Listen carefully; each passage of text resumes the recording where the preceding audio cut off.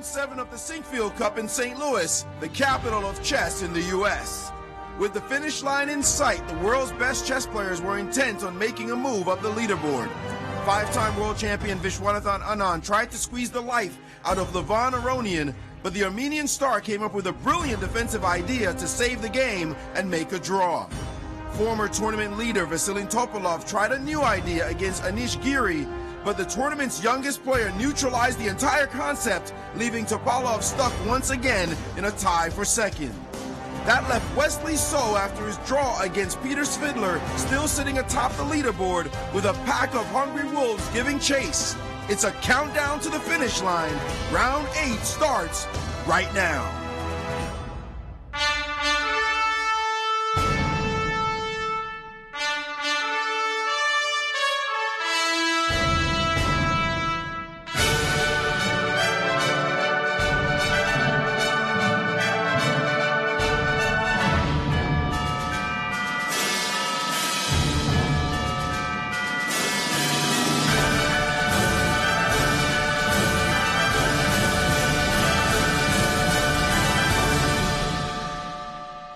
It's the penultimate round here at the 2016 Sinquefield Cup.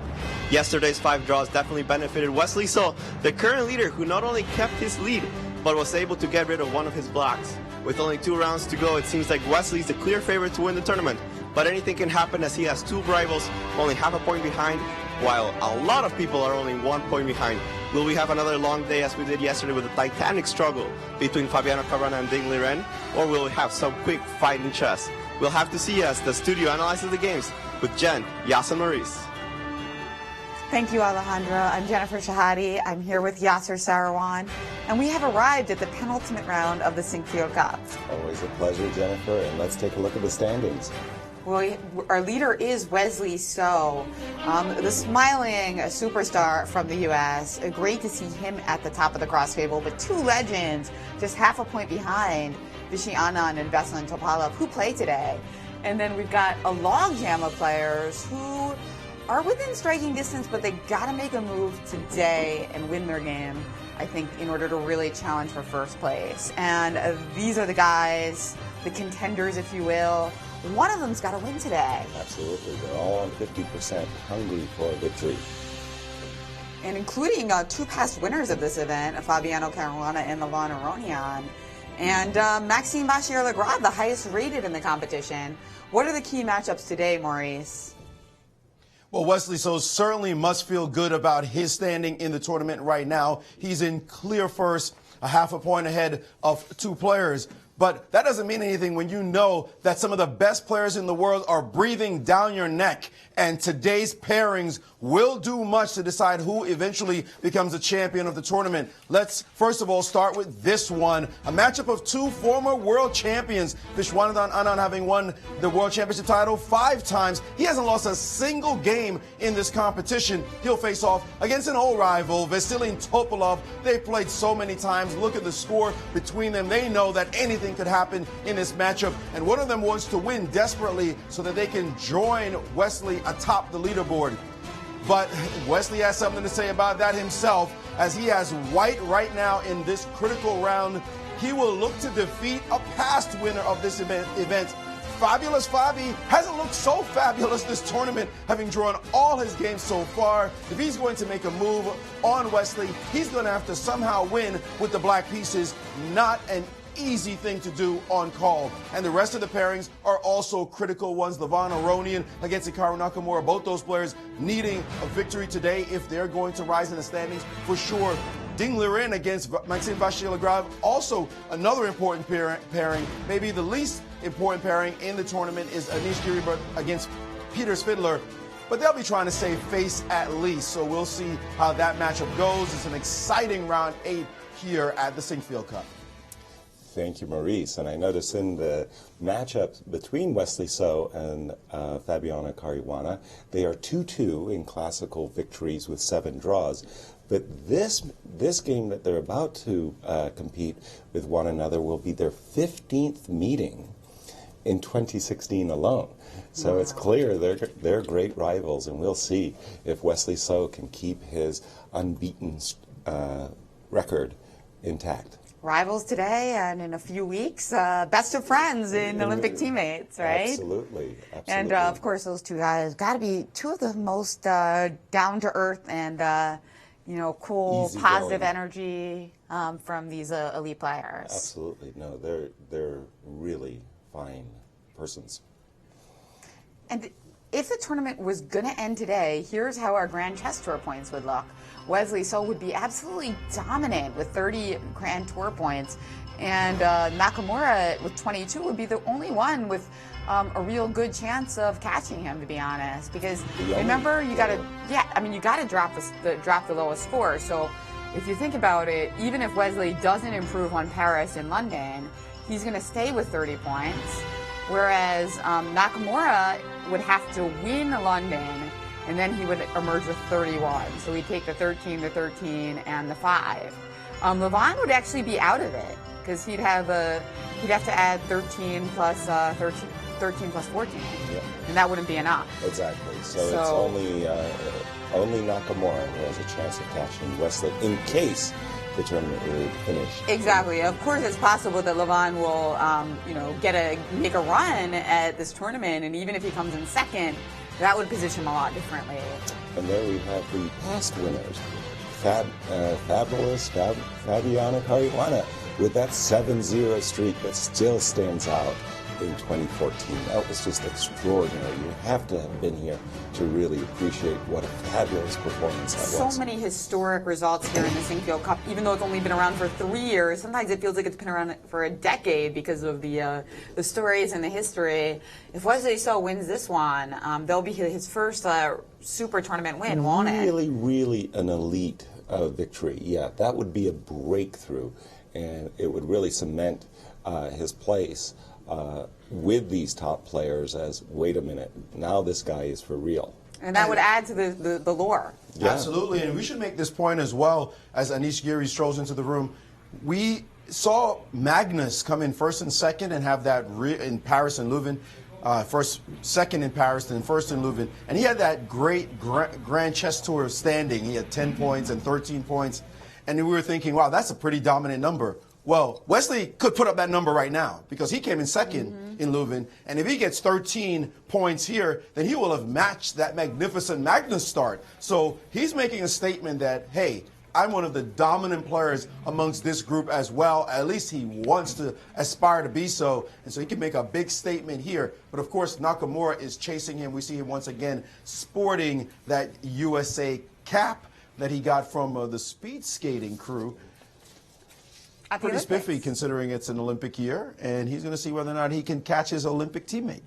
That's right, and no matter what happens, these last two games are going to be very relevant for Hikaru because he either will have to win London clear or will have a little bit of leeway if he jumps up to, for instance, like second or third. Exactly. So very big looking ahead to the final stop in the tour. And, when Maurice mentioned it, occurred to me like how much Magnus is a force in this event, even though he's not playing in the full tour, because he just would have, if it wasn't for him, there would be somebody much closer to Wesley. Exactly. Yeah, because Magnus took so many points in Leuven and in Paris. Absolutely. Exactly. So that's why there's this huge gap between Wesley and Hikaru, because Wait a there's second. that missing Magnus I don't know about score. that. If take Magnus out, Wesley comes in first in Paris, and that's a fat 13 points. True. So that's not necessarily the case. And Nakamura didn't do well, so I don't know. That's up for debate.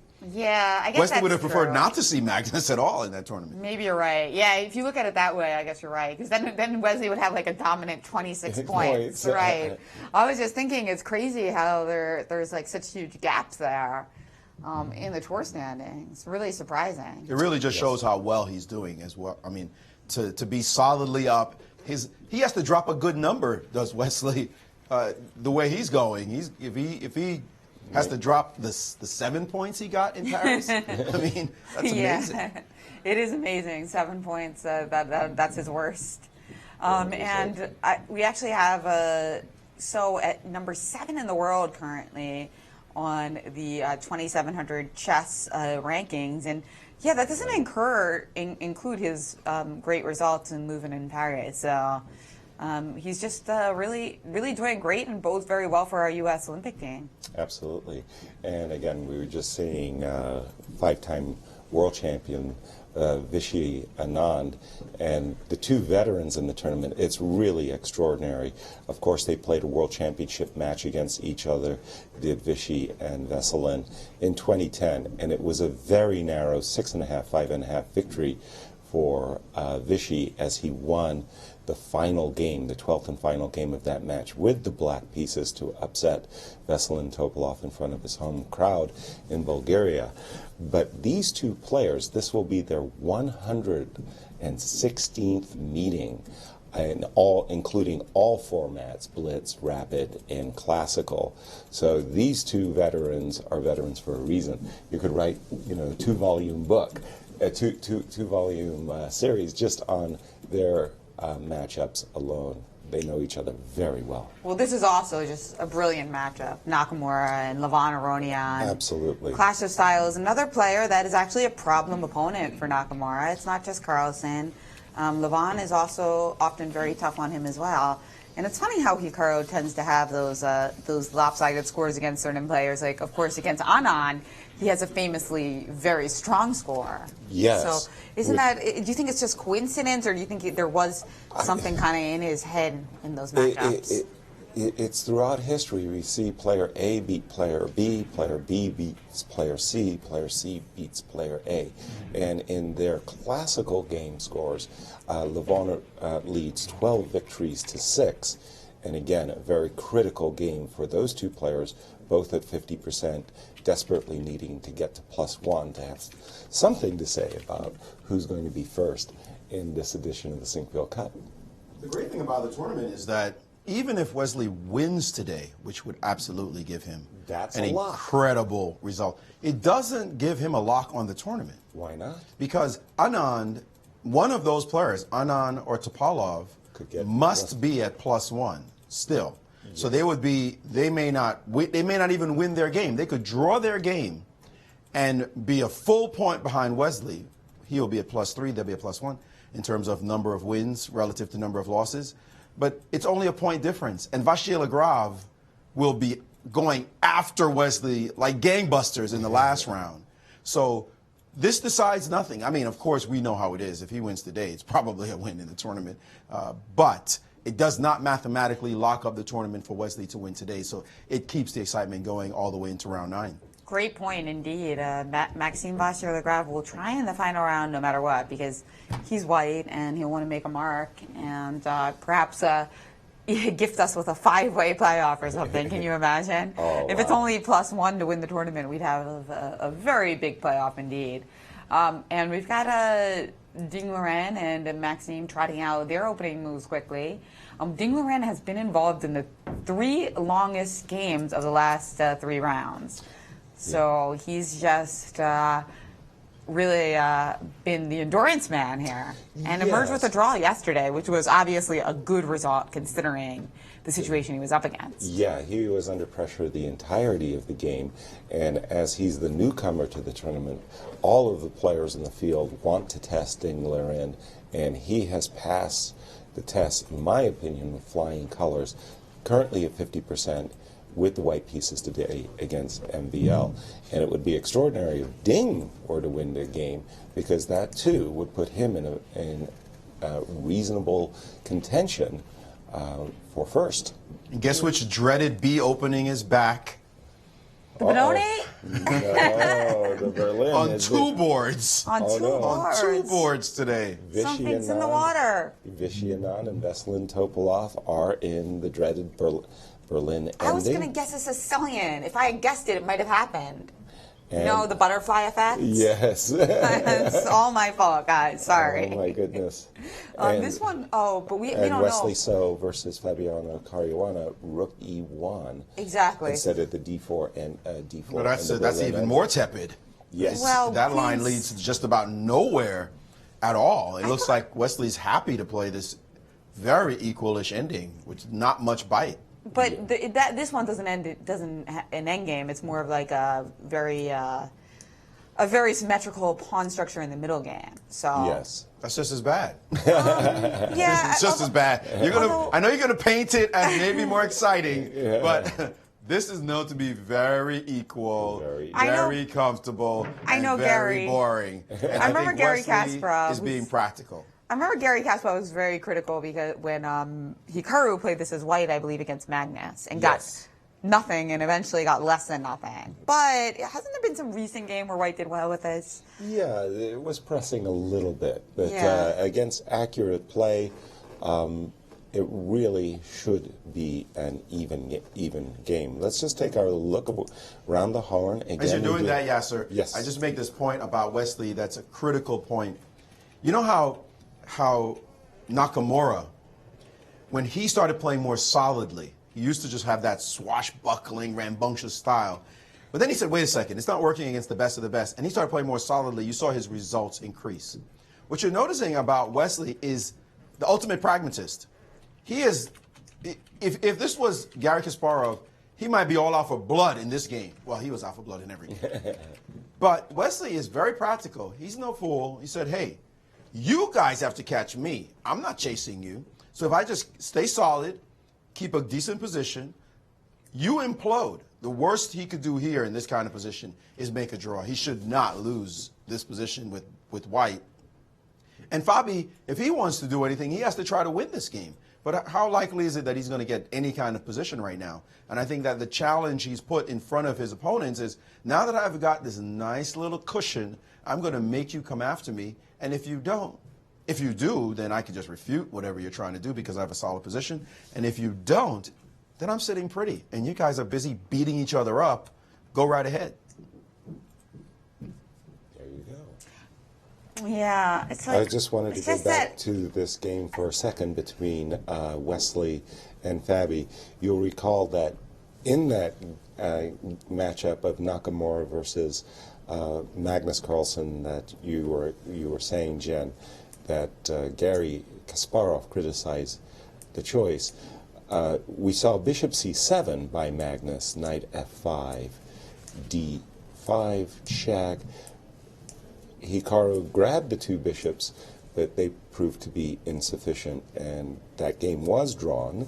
Although Magnus actually had a tiny bit of an edge at some point, I believe. Later in the game. Yeah. But in this case, instead of the retreat bishop c7, we have seen the retreat bishop e7, and now we've seen instead of going after bishops with knight f5, we saw Wesley playing the move c2, c4, basically trying to take a stake in the center. He wants to follow up with d4, and with his nice two pawns in the middle of the board, try to get some opening advantage. Yeah, it's interesting. One of the interviewees yesterday mentioned Wesley So's pragmatism and how he never gets into time pressure, and he always keeps it ahead in the clock. Yes. And the one player in this tournament who does seem to be often getting into time pressure is Fabiano Caruana. Exactly. Although, of course, he plays very well under it. Yes. It'll be interesting to see if we find that imbalance in this game. But I think with this particular line, it's a little bit less likely because, of course, Fabiano is going to be trotting out, 15, 20 moves of the preparation. Exactly. Right? Exactly, and then just turning to the game between Dingler and MVL, I'm not sure if they call this a Grunfeld or a King's Indian, but this is very topical amongst the elite players. This move, knight f6 to e4. At first blush, seems kind of confounding. Black already moves a well-developed piece to the e4 square, but in the Grunfeld, it's the key. In the Grunfeld is always giving this bishop on g7 visibility on the long diagonal, and this move knight e4 is extremely popular. Queen a5 check appeared, knight c6, and knight e5. Vice versa, white's point of view, his bishop on g2 also wants a view on the long diagonal, and we've seen knight takes, b takes, and castles by Maxime with black. So after knight takes c6, b takes c6, I assume that this is a well-known pawn sacrifice, and I'll get my main man here to tell me the theory of this pawn sacrifice, Maurice Ashley. Maurice. This is, in fact, not a well-known pawn sacrifice. In this position has not been seen often. Queen A4 check is a little bit of a wrinkle that Wesley So himself played against Ray Robson, his then collegiate teammate, in the first Millionaire Chess Open. This was actually the line he used to win the tournament and win $100,000. He played this Queen A4 line, and in this position, Ray played the move Bishop to D7 and got into some trouble in that game. But the analysis did go with castles. This has been played at the lower levels in this position. Lower rated players around 2400 level, of course, strong players nevertheless, but not at an elite level, because Queen A4 is a rare move. So this pawn sacrifice on C6 does give compensation to black. The question is how much? Well, Maxime Vachier-Lagrave no doubt saw that critical game and decided, I play this line, I have to know exactly what to do, and he's quite willing now. And there it is for Ding Liren. He has captured on C6 once. The question is, will he capture again? And he knows he's walking into Maxime's well-documented opening preparation, because this guy studies openings for breakfast, lunch, and dinner, and he's not just sacrificing a pawn for fun. There must be sufficient compensation. It's just believing him alone. There must be sufficient compensation for black in this line. Well, let's take a look at it. Queen takes C6, give me the pawn. Bishop to E6, which both protects the rook on A8 as well as the pawn on D5. Black's idea will be to play rook C8 and counter with his own capture on C3. Let's continue the line. Castles, getting the king into safety. Rook to C8, queen to A6, rook takes C3. Now we have queen takes A7, protecting the pawn on D4. I'm thinking that everything may just simply come off the board after queen A8. Maybe MVL has even a better alternative. Maurice. He does, in fact, in this position, if you take on C6 with the queen, the move queen A5, sacrificing the rook just for a moment, but not really, is much more dynamic and also gives the queen less options about how he's going to get back home. Queen takes on A8, of course, instantly is disastrous. The queen takes C3 check, and your own rook is going to drop with problems with the king, so that will not be on tap. So after queen to A5, white does best to castle in this position. And now after bishop to E6, white begins to wonder, where is the royal lady going to go? The only move really right now, bishop G5 is apparently possible, but the engines are giving queen to C5 and saying, let's trade down now. But clearly, after this trade, queen takes, pawn takes, and now bishop takes C3. Black has recouped his pawn, and there's nothing to fear in this position. So you can be sure this line has been seen very easily and clearly by Maxime, or at least by his computer. And Ding Liren staring at it now, it looks like he has just simply walked into Maxime's opening preparation. The position otherwise is extremely balanced. White up just a small tempo in the position. Here, I see he's castled. So it looks like we're down a move. Did white just, yeah, white did castle. There you go. Instead, he decided not to capture on C6. He just castled his way out of the middle. They're perfectly symmetrical all around, except white's queen is sitting on the A4 square for now. It's up to black to make his next move. We'll see what he has prepared. And he's played queen to B6, putting it on an open file, but no doubt he's planning to put his bishop on F5 to prevent the rook from attacking in a later stage. Or maybe even queen A6, offering a trade of queen. So queen B6, essayed by MVL. And I just wanted to point out that in the game between Levon Aronian and Hikaru Nakamura, you've been saying that in the good old days, Hikaru would be throwing patties with a King's Indian defense and other very risky defenses. Now he's taken a much more solid approach, playing the Queen's Gambit declined, and after this move, bishop f4 has broken in the center, and they've traded down to a symmetrical looking position that often you might see from a Queen's Gambit accepted, where black looks perfectly fine. And again, Very theoretical, but very solid play by Hikaru Nakamura. Very solid. You just never know which Hikaru you're going to get. Unless he has a really, I think in the U.S. Championship against Fabi, he played a very exciting open. It was a Sicilian, right? And yeah, Najdorf. In that case, he knew he needed to get a big score because the U.S. Championship, much more top-heavy than this tournament. Exactly. And even though he lost the game later, he said he did not regret that decision. But you just don't know which Hikaru you're going to get. Although I'm sure there is some rhyme to his reason, and he has a very specific reasoning here. Probably he just thinks that Levon plays well against those Kings Indians. Yeah, with those H2, H3 ideas that he plays. And Maurice. Well, I hate to say it, guys, but this may not be the most exciting round. Not that a bunch of these runs have not kind of been a snooze fest in terms of the results, at least. But other positions, we've seen 5 draws in rounds where they just took out everything but the kitchen sink and threw it at each other. This one, I don't know. Take a look at this position. If you were a betting man and woman, as I know you are, Jen, really? Is there any chance that Fabiano Caruana loses this position without some kind of finger feller somewhere? This is just plainly and patently at least equal for black. That this isolated pawn's not going anywhere. I can see him getting at least rooks doubled, but why should he lose this position? It just seems so close to equal. His best move here is bishop to c4, trying to prevent bishop to e6 from happening, and now bishop to d7. And suddenly we see the potential for some exchanges on the e-file, and Nichia, as the Russians say, take the draw, and you'll be done. There's no way. Bishop c4 was played. There's no way Fabiano Caruana should lose a position like this one. So clearly Wesley's happy with the draw. No, Gary would not be impressed with that opening by So either. No, not at all. This one here is looking like a Berlin, and unless Anand has some wrinkle somewhere in the intriguing and ever fascinating world of the Berlin Wall, I say that tongue in cheek. Come on. Well, let's not say. We'll let that one go. I know you're going to defend it, Jen. You love that Berlin. I know you do, and I know you don't.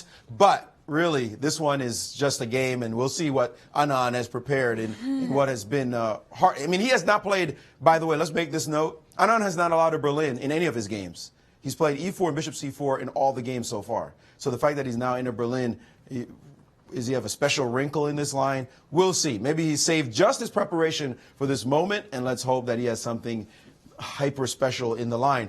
The other position is the Maxime Vachier-Lagrave game, where Maxime has gotten this very nice opening solidity as far as black is concerned. And like you said, Yaz, very good point. Queen to a6 will neutralize white's initiative, and it looks like if Ding Liren plays correctly, there should be no blood on this chessboard. And this one is very close to one between Aronian and Nakamura. So I'm making a point. I'm sorry. We're only 16 moves in. I'm making a point that we're going to have an early day. But there's one game we might be here for, the least significant game of the round, the one between Anand and between Giri and Svidler, and everything is all to play for on this board, quite rich. Grunfeld opening. So maybe somebody came to win a game today. I'm sure they all did as well, but players with black, it's just so hard to get an advantage when you're playing with the white pieces, and the players with black are saying, I just cannot lose today. That's important. I want to win. Maybe I'll win tomorrow, but with black, I'm going to neutralize your advantage. I remember in my career, it was always my curse that when I was preparing my games with white, it would seem to me I never get any opening and advantage, and whenever I had the black pieces, I never got full equality. These players today, with their databases and chess engines, are extraordinarily good at getting a full equality with the black pieces. Well, I think that I've got to say that the disappointment of the round is definitely the So Caruana game, because that does not look likely to be a full-blooded struggle. But I'm not so as disappointed as Maurice is in Anand Topalov. I think sometimes those Berlins can be pretty interesting. Oh, as we saw yesterday between MVL and Hikaru. And there was some sharp moments where you could have sacrificed a piece. Sacrifices in the air. Exchange sacrifices also that MVL pointed out. And usually the trades don't happen that quickly in the Berlin. That was also a bit unusual, that the pieces just got hoovered off the board. In 26 moves, and King F2 was still all in Hikaru's preparation. What did Hikaru say, though? He said, all the endings are drawn. all Berlin endings are drawn. You just have to find the way. Wow. And, you know, disappointed may be a strong word. I think that Anand, I would have bet a draw in this game, especially when Anand and Topalov played in Norway, and Anand had to win with the black pieces against Topalov in the last round, and we thought he might play a feisty opening, and he just said, no, you go ahead, you can have the win. Yeah, congratulations on your great score. Right. I think that players are incredibly practical. Anand may want to win, but he will never overpress. He will always follow the dictates of the position. And he's not going to go looking for some long opening theoretical line where he gets an edge when nowadays it usually is not there. Simply, the engines have dulled white's ability to get an advantage because they just say, no, black is fine if you find the right moves. So he's going to look for some wrinkle, something new, something different, something unanticipated, and hope that Veselin makes a few mistakes. Absolutely. Well, looking at this ending between Veselin Topalov and Vishianan, I have the feeling that this was actually from a Sinquefield Cup, where Veselin Topalov played this B6. And I think it was against Hikaru Nakamura, if I'm not mistaken. And he managed to achieve a very easy draw with the black pieces. So we'll have to ask Maurice what the latest theoretical wrinkle is there. Going to that game of Wesley So, there is an...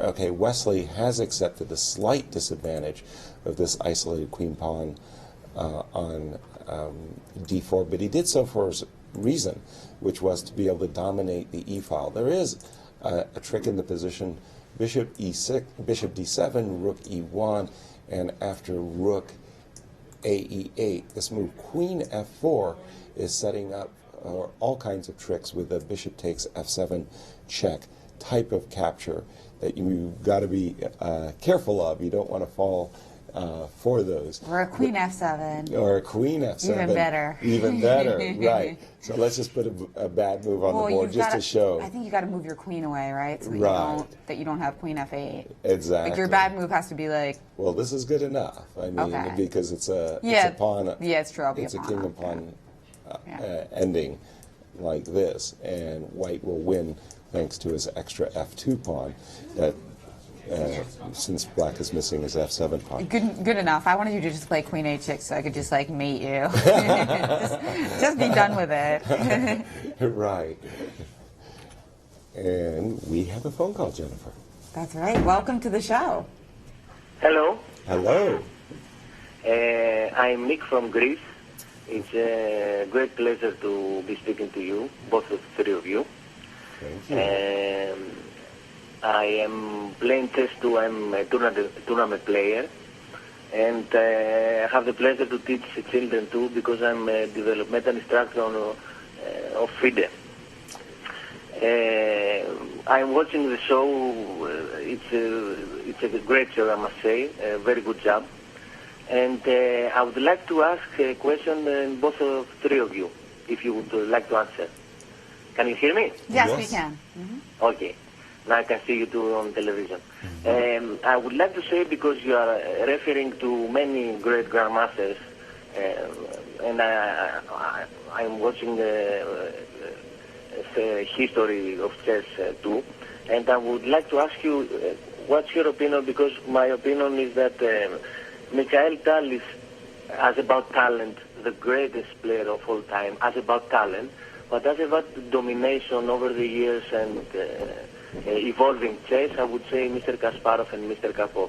So I would like to ask both of the three of you, which is your favorite player of all time, as about challenge or about the other criteria you could say, and what's your opinion about Mr. Karpov and his abandoned match with Mr. Fischer, because I know you have it on the stage, and there is an opinion there that Mr. Fischer would be probably the winner.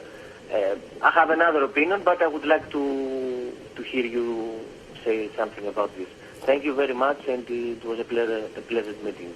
Thank you, Yasser. From Greece, yes. Well, in the book I wrote Chess Duels, where I put all of the chess greats, the pantheon of chess greats. I went Kasparov, Karpov, Fischer, Anand. Yeah, and then you can add others. This was really before the emergence of Magnus Carlsen, and maybe Magnus is in prime position to rewrite the entire record book. But for me, it was, again, Kasparov, Karpov, Fischer. In that order? Yes, in that order. And again, Magnus may rewrite everything. He's doing fantastically well. In terms of talented players, for sure, Michael Tall's extraordinary tactical gifts. He had his signature. But then, you think about how talented and great was Vishy Anand. And a guy that doesn't get all the greatest respect that he deserves. But again, he had a signature style which was so unique. Anatoly Karpov, Tigran Petrosian. These guys, you look at a certain game, you go, oh my God, that's a Petrosian game, or oh my God, that's a Karpovian game. And when you think about talented players who left their signatures, those names have to be included. Yeah, I agree, and I think it's interesting that some people assume talent means tactical or visualization talent, because you could as easily say that can be trained by anyone who's intelligent and has some gift for chess, whereas the kind of like strategic talent might be even more rare. Yes, as we saw again with Karpovs and the Petrosians. And Maurice, your opinion? Tal was a freak. The guy was a freak. Just simple. The stuff he used to do is completely ridiculous. People sit in awe when you watch. He was my favorite player of all time. And you just are in awe when he's just throwing pieces at people and coming up with conceptions, or your piece is hanging, or your queen happens to be hanging, or you're going to ignore that too, and you're going to leave 3 more things hanging. And his conceptions were so out of kilter that it's clear that he was just a genius, a magician, and they call him the Wizard of Riga. But talent is a very hard thing to measure, if not impossible to measure. So all we could do is just judge it from maybe our own personal preferences. And there have been so many talented players over the history of chess. If you go all the way back to Capablanca, who apparently never even studied a book. He just went 8 years without losing a game. I mean, the guy was incredible. There's stories we'd have to go through. History, Paul Morphy. I mean, and as well, Bobby Fischer. And sometimes you see a player work extremely hard and you might discount his talent because of his hard work ethic.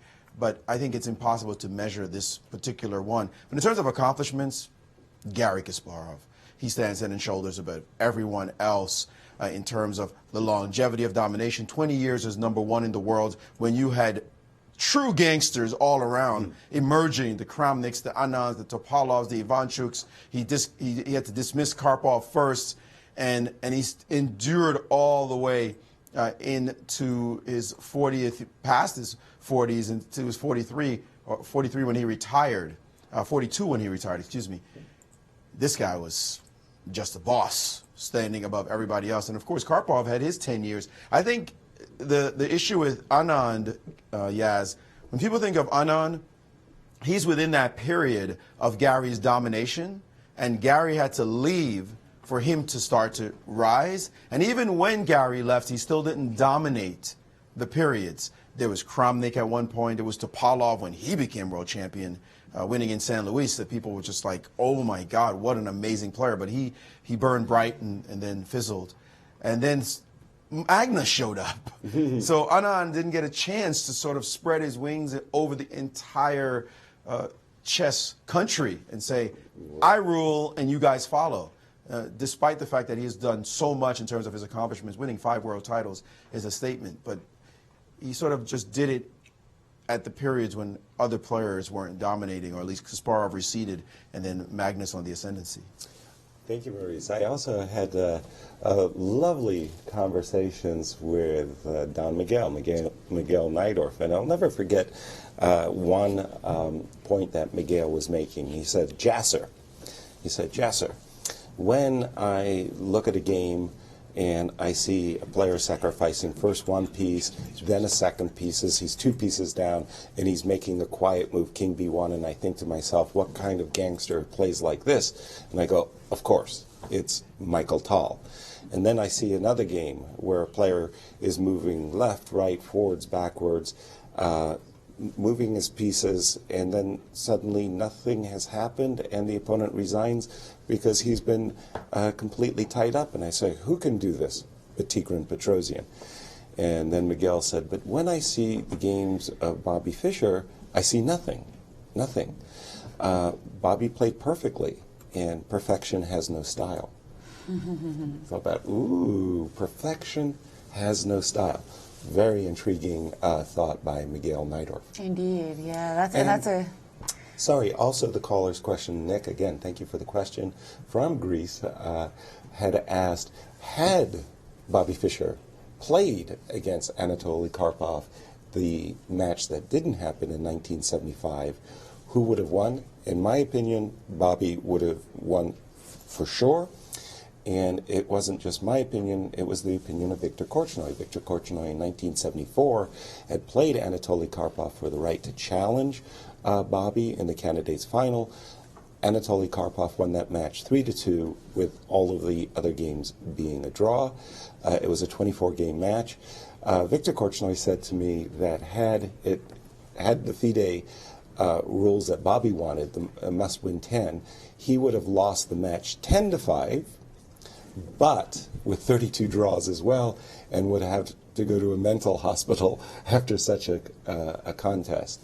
So Viktor Korchnoi felt that had the match taken place, he would have also defeated Karpov 10-5. So there you go. 10-5. 10-5. Big score. And we also have some score. tweets coming in at our hashtag Sinquefield Cup. Grandmaster Christian Chirilla says that he's experienced serious Sinquefield Cup withdrawal. Having left us, that was your fault, Christian. Yeah, You could've exactly. hung around longer. And we've got another Photoshop joining the fray here in our Twitterverse.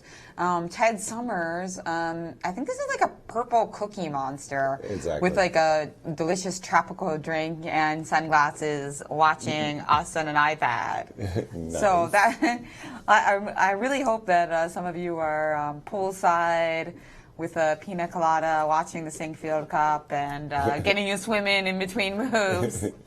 Right. Tell us where you're watching from. And what do you think about this? This actually turned into a Grunfeld position, but it didn't start out as one. You mean between Anish Yeah, and the position Peter that you just Svidler? pulled up. I'm sorry, it's not on Yeah. the screen yet. Right. Okay, we've just seen this move, knight h4 by Anish, kind of questioning this bishop on f5. Where would you like to go? Knight b6, returning the favor with a tempo against the queen. So if the queen does back up to the b3 square, then black can play bishop e6, queen c2. It looks a little bit like a Slav, and you might question this knight being out here on the edge. But for the moment, with this pawn on d4 and with the ideas of knight c3 followed by e2, e4, Anish could very quickly dominate the center.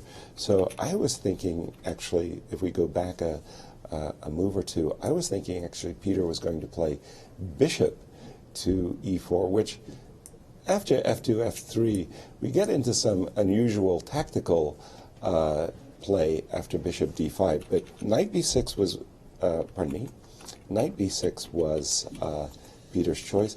Queen b3 isn't the only move as well. I'm not posting up queen c5 kind of is an invitation for black to start chasing white's queen around the board with knight e4. Interesting wrinkle. I don't think white has anything in particular to be pleased about. In the old days, my time, they used to play the move e2, e3, so that you could bring your queen back to this nice little square e2, and then later work on developing the queenside pieces with knight c3 and aspiring for e4. So I'm guessing that knight h4 is the latest and greatest in this centuries-old defense. We do have knight b6 and queen b3 inserted. Yes. So, yeah, the downfall of having the knight on b6 is, of course, now we can't transpose to a Grunfeld with c5. I was just hoping Peter would come out here and play some classical Grunfelds, you know, Rambunctiously. Yeah, we'll just play some. I don't mean classical because Grunfeld's not a classical opening. I mean traditionally, like just normal move order Grunfelds. Exactly. Rather than by like transposition or something, just because he's obviously a master of the Grunfeld. Right, but if you imagine after Queen C2, Bishop E6, Queen C2 in the position I have on the board, as black, I think I would feel perfectly content. Like you say, it's not a classical Grunfeld position, but having already developed his pieces, the rooks are connected, bishop coming to h3, I think it's going to be very hard for white to make a claim of anything very serious going on in that game. And I'll just turn to our tournament leader, Wesley So, Fabiana Caruana. Wesley didn't go for this idea of rook e1 and queen f4. Instead, he played queen c3, rook e8, white to play. It looks like, well, what can I say? A lot of pieces are probably going to be traded off. And I'm thinking Wesley is keeping a draw in the pocket after bishop b3. Slight plus for Wesley, nothing special at all. Yeah, I mean the problem is with that isolated pawn, you really want more pieces on the board. Absolutely. In order to give you an advantage as white, because Exactly. you've got a little bit of a space advantage, but not many pieces to enjoy that space advantage. Exactly.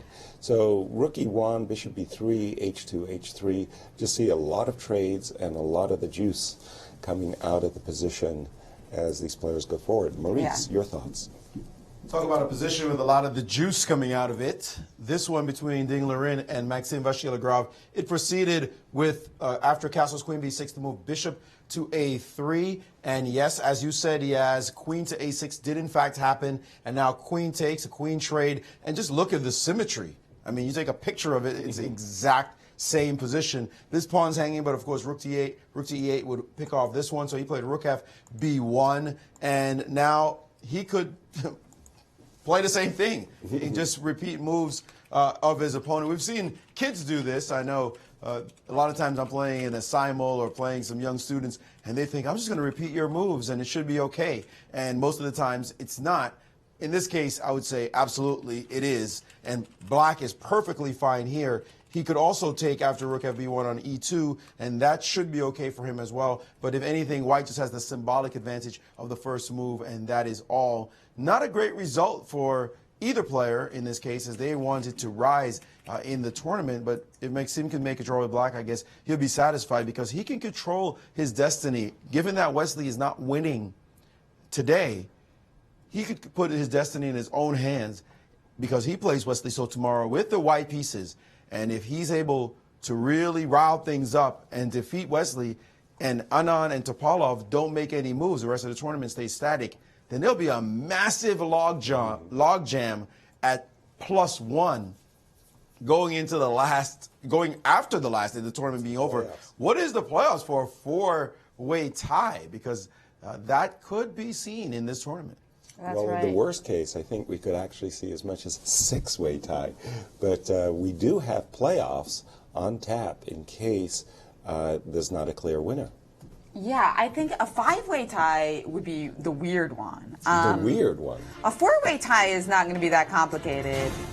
Because we've talked about the head-to-head and the 3-way tie before. Right. The 3-way will be an all-play-all. The 2-way will be a head-to-head rapid followed by blitz. 4-way is pretty easy because what you do is you would just have number 1 play number 4 in a 2-game rapid match, and number 2 would play number 3. So that would be based on tiebreak, but it would be 2 mini matches. Okay. And then the winners of that would face each other. Okay. And because of this, this tiebreak system is pretty quick. Yes. Even that wouldn't take that long. I mean, you'd be Even talking numbers about. are always good for tie breaks. But You'd have a couple hours. But you said that the real troublesome one would be the 5-way tie. Yeah, I feel like a 5-way tie is a little awkward, just because Then you could you'd do. have to play a round robin or Yeah, something, right? you got to do a round robin. But the issue with a tiebreak with a 5-player round robin is that if there's one guy who's getting smashed and then in the last round he plays like somebody who's doing well, he might have no incentive because there's no prize money at that point. Exactly. And that doesn't mean, of course, he's going to try because it would be unfair not to. But if If there's nothing at stake, that would just be like, it's like not really the most fortunate system, I would say. Yeah, but wow, what a day would be in store, because we have yeah. a whole day of rapid and blitz to contend with. Well, hopefully it'll be either 4, 3, or 2. Right. 6 is okay too, I think, right? No, 6. Yeah, you could do what you were saying. Well, then you 6 would get 3 winners. 6 wouldn't be great either. Yeah. Maurice, I know it's not burning your boat, lifting your boat rather, but in this game between Dingler and MVL, very, very dry, absolutely symmetrical position, the advantage of a tempo. The weird part is, as I'm looking at this, and I don't see absolute equality for MVL. For example, I'm just going to put a move on the board, a rook on f8 to b8. By the way, he did capture on e2, so right. he's got the pawn in hand. If he had played rook on f8 to b8, keeping the symmetry alive, yes, then I saw this move, bishop f1, attacking the e7 pawn, because now you are threatening to grab it. And if we saw, for example, e6, let's play bishop back to f8. Let's do the same thing you did. Exactly, yeah. Play the bishop back to f8. Now I'll play e2, e3, grabbing this bishop, e7, e6. And I was thinking that after takes, rook takes, takes, king takes, again the symmetry is alive. No. What was I thinking? I was thinking rook b3. Somehow I had it in my mind I was going to force you to play rook takes b3, and I think I had a hallucination. I'm not lifting your boat. Sorry about that. Rook b6? Rook b6. This would be kind of a joke after 20 moves. Exactly. The total twin position. No, that all the way through. That's not something we want to look at. Let's just toss that aside. Toss that one and another over. one that we'll be tossing aside quite soon as well. This one did go rook a e1. So from this position, Caruana challenged the rook on the open file, then rook a e1, and then he traded off a pair of rooks. And closer to the end game, the merrier. Let's just get to that end game. Let's get more trades. Wesley took the chance to trade off his weakened pawn on this square. And Fabi said, that's no big shakes for me. I'm just going to back up. Now preparing the move bishop to e6. Wesley might get a rook on d6. He played the move rook to d1, eyeballing the square. That's not going to affect the next move. If this trade happens now, the a pawn is hanging. Let's play a move like b3. And something as simple as f6, for example, liquidate that advanced pawn. You could try to lose. You don't play a move like f4. Of course, it's not anywhere near losing. You're loosening your king with queen and rooks on the board. But it's probably not going to happen. And this one is certainly headed very, very quickly towards peace and a consistent lead for Wesley, while Fabi's just looking at his chances of winning the tournament, just getting lesser and lesser and lesser, because a draw by him right now, and he's going to be still a full point behind Wesley with only one round to go. Unlike his compatriot Nakamura, he's not in the running for the Grand Chess Tour Championship. So Nakamura can always console himself with an even or a plus score. I still got a chance. I'm the only one outside of Wesley who's really got a chance. But Fabi, it's winning the tournament would be the big score here. We do have some tweets coming into the Sinquefield Cup. I asked people to tweet us where they're tweeting from or calling from. Thomas Gavagan says, hello from Stuttgart, Germany, and say hello to Alejandro and Eric for me. Hello, Alejandro and Eric. And we also have Pramod Kumar, who says that he's been watching all the rounds, staying awake the whole night in India. Wow. And listening to Yasser makes chess so amusing. I think that's a big compliment. So you're making him insomniac with your chess jokes. Very good, very good. And so we also have a phone call. So welcome to the show. Let us know your name and where you're calling from. Hi, I'm Josh from New York City, and my question is for Maurice. I just want to know, who are your favorite players in the New York City parks, like Union Square, Washington Square Park? Who do you like? Well, lately I haven't been hanging out too much in the parks. My video that you may have seen on YouTube, which has gotten quite a few views, Maurice Ashley trash-talking video against that hustler in the park. That one was interesting, but I normally don't go to the park to hang out anymore. So I'm actually not privy to the current chess scene in the park. Of course, back in the day, we used to have the great personalities, the Vinnie Livermore, Speedy Sam, Poe, of course, Ralph Mouth, always talking and always quipping back when somebody, anything you said, he'd always say, "That's what she said." Of course, the legends in Brooklyn that I grew up with, George Golden, the fire breather, Ronnie Simpson, the late Ronnie Simpson, one of my dearest friends, William the Exterminator Morrison. These are the guys that really were colorful characters in my personal development as a player, and they will be remembered fondly. They still remember. They're players out now. William Morrison just got his final IM norm, and it's a thrill to see those friends of mine and to remember fondly those who have passed on. But it was a great time in my life. Shout out to William Morrison for getting his final IM norm. That's unusual, right? How old is he? He's in his 50s now. Wow, because we do have people calling in asking about, can I still get possible. this and that at this age? And well, 50-year-olds who got his final norm. That's pretty cool. And Maurice, on that note, did you play Vinny? When I went to New York City and went up against the Hustlers, Vinny knew who I was. He didn't want any money odds or time odds. He wanted to play with a jester. You take a rubber band, swing it around the bishop, and say the jester could move like a bishop and knight. And boy, was I happy to sacrifice an exchange to get rid of the jester. I never got a chance to play with it, only against it, but it was a lot of fun. Did you ever play jester chess with Vinny? No, actually, Vinny was better than me for a brief time when I was coming up as a player, and he is the consummate hustler. He always knew the players who were better than he was. Right. So the time when I went to the parks as a young man, still trying to become a master player, Vinny was better than me, and when I played him, he used to defeat me. But it was a very rapid rise on my part. I gained 600 rating points from 1,800 to 2,400 in 3 years. And that rapid rise, players started knowing who I was. And by then, Vinny was like, no, I'm not playing you anymore. And he would pass me on. I remember a match against Mark Ginsburg, international master Mark Ginsburg, that I lost 0-2. But he knew he's not tough enough yet. Pass him on to this guy. And then by the time I got tough enough, that I was equal to Mark, then I was playing against John Fedorowicz, who you obviously know extremely well as an Olympic teammate and one of the great Olympic teammates during the 90s, the 80s and the 90s.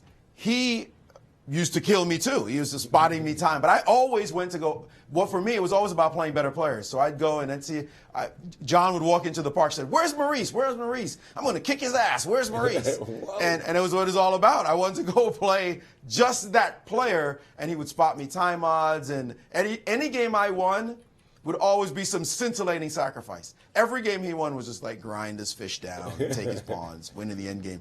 And I had to work miracles to beat John. Even at the time odds he was giving me. So, no, I didn't get to play Vinny too much because he was always a park player mainly, and I was very serious by then playing in tournaments, becoming better. But he was such an amazing character. He would quote Shakespeare while he was playing you, and he's truly a legend in park chess. Great question. Thank you. And thanks to everybody tweeting in where they're tweeting from. Gio Pollack says that he's half a world away in Dubai and that our broadcast rocks. We also have a hello from James Baxley from South Carolina, who asks, why not make the Grand Chess Tour winner face Magnus Carlsen? Hashtag so gonna happen. This is just the beginning of the so puns. I mean, so can go so many different directions, right? Sew it up. Sew it up. Just soap opera. Just we can keep going with this, guys. Help us out there with the so. As he gets more and more famous, we need as many nicknames as possible to work with. And we've got Kanan who says hello from Indian. We always have a lot of Indian fans watching, especially when Vishy's playing. I wonder why that is. Noah, a legend. Indeed. And Noah Owen says he's tweeting from Alabama and says that he must be the only one. I don't know. I think there's got to be another Alabamian. Is that right? Alabamian? I think I said that right. I think so. I think we had a phone call from Alabama the other day, a caller calling in from Alabama. Yeah, you're not the only one. You might be the only one tweeting, but yeah, say hello. We've got Anton Squared Me, who redid Levon Aronian's hair in bright purple in homage to Tatev Abrahamian, Right. who's doing our Twitter feed. And it really does suit him, actually. Looks good. Yeah, purple, purple kind of looks good on everyone. I mean, any skin tone. Purple's a... Can't imagine myself in purple. No, yeah. Well, Maurice will lend you a purple tie. Maurice in purple? No, let's not go there. What? Let's go to the game of Vichy versus Vesselin for just a moment because We've got a Berlin. Yeah, well, indeed. But we do have this interesting moment just after the move Bishop C5. I'm looking at this move Knight on D4 to F5 with a very concrete idea of a peace sacrifice. Pardon me. A pizza. I don't know where that came from. I think actually in the kitchen there's lots of pizza. Hitting the pawn on G7, if you were to essay the move G6, which I think is a real error, by the way, there comes knight G7 check. King to F8, bishop to H6, king to G8, and now this move E6 with the idea of rook to D7. Things could get very interesting for white in a hurry.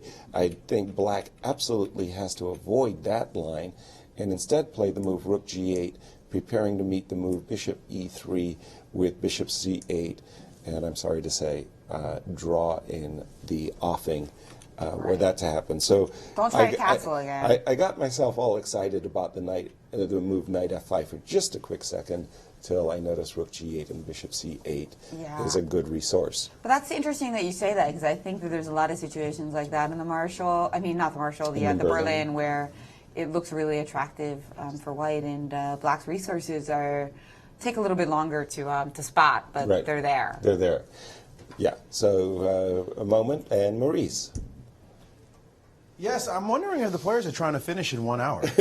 because Wesley So, that's a draw. That's just a draw. You can bet the house on that one. This one is looking very George now. I mean, where's the advantage for white here? And it's just a smidgen of anything, if at all. This one, he did avoid the trade, did Maxime Vachier-Lagrave. He could have traded in this position after bishop d6. He could have traded and just played this move, bishop to b5, and the Indians are saying nothing here. Nothing to play for. But he decided to play rook d8, which that's not going to cause white to start crying anytime soon. It's just very equal position. And the last one is this one, where queen trade has occurred. Bishop went back to b1 after knight to b4, and then queen takes d1, rook takes d1. And now knight bd5, offering even more trades as he attacks this piece. It is very likely we're going to see knight takes knight follow. He could allow knight takes bishop, but I doubt it. This is probably what's going to happen on the board. And likely this piece will move, although the Indians are giving bishop to e4 as the strongest move. But I can't see Nakamura losing this position. It looks very drawish. That's 3 out of 4. And this... Oh, and look at this. We better hurry up and take a look at this, because we will be interviewing these players quite shortly, as queen a7, queen takes e5, and queen d4 happen in this game. And all he has to do is just trade off queens, and that would be all she wrote. They could agree to a draw in 2 more moves. It's move 29. They could just make a move, and that's going to be it. So Wesley So content to keep his position in the tournament. The only game that has any rich content, really rich content, is this one between two tailenders, Anish Giri and Peter Svidler. And right about now, looking pretty good for Peter as well. So is it a day off for the players? What's going on? Because they're playing very tepid positions right now, and there's just simply no change at the top. Round 9 is going to be what decides it all, is if this stays true to form. Wow. Yeah, really not much to comment so far on these games. And again, let's just take a look at that ending, rook ending between Wesley So and Fabi. Do you really want to? Yeah, well, just a second. I mean, looking at these players, queen takes, as you were mentioning, gets us in a rook ending, which really does seem extremely drawn after rook a8, a2, a3, king over really nothing. What's No. extremely drawn mean? Why did, 99. why did you look at it, though? 99.9%? This is what. Ooh, Fabio did pointed a trade. queen trade. We're going to jump up and down now. Yeah, We're not really, but E6 I mean, was Fabio's choice. He said, well, Maybe he thought, yeah, The I mean, this is ending- even more drawn. a2, a3. it can't be more drawn than the rook end. Really, No, you that got was queens on the pretty board, Jen. There's drawn. no way it's more drawn, but there's nothing there. There's nothing so there. nothing there. There's no weakness anywhere. But now he can play rook e8, threatening maiden too. Yeah. Come on, guys. Optimism. That's it. So, turning to the game of Vichy for a moment, Veselin Topolov, I'm looking at knight f5, rook g8, bishop e3. I've got another idea, another approach for Vichy. Why do you have to play bishop e3? Did you have any other moves here? Well, no. If you have a suggestion, though, I'm all ears. Like you just like, what about like trying to fan kettle the bishop or something? Well, after b2, b3, for example, bishop drops back. To c8, and now if I move the knight, you have this bishop d4. Or I mean, you have you just have. Well, where are you going to move the knight, firstly?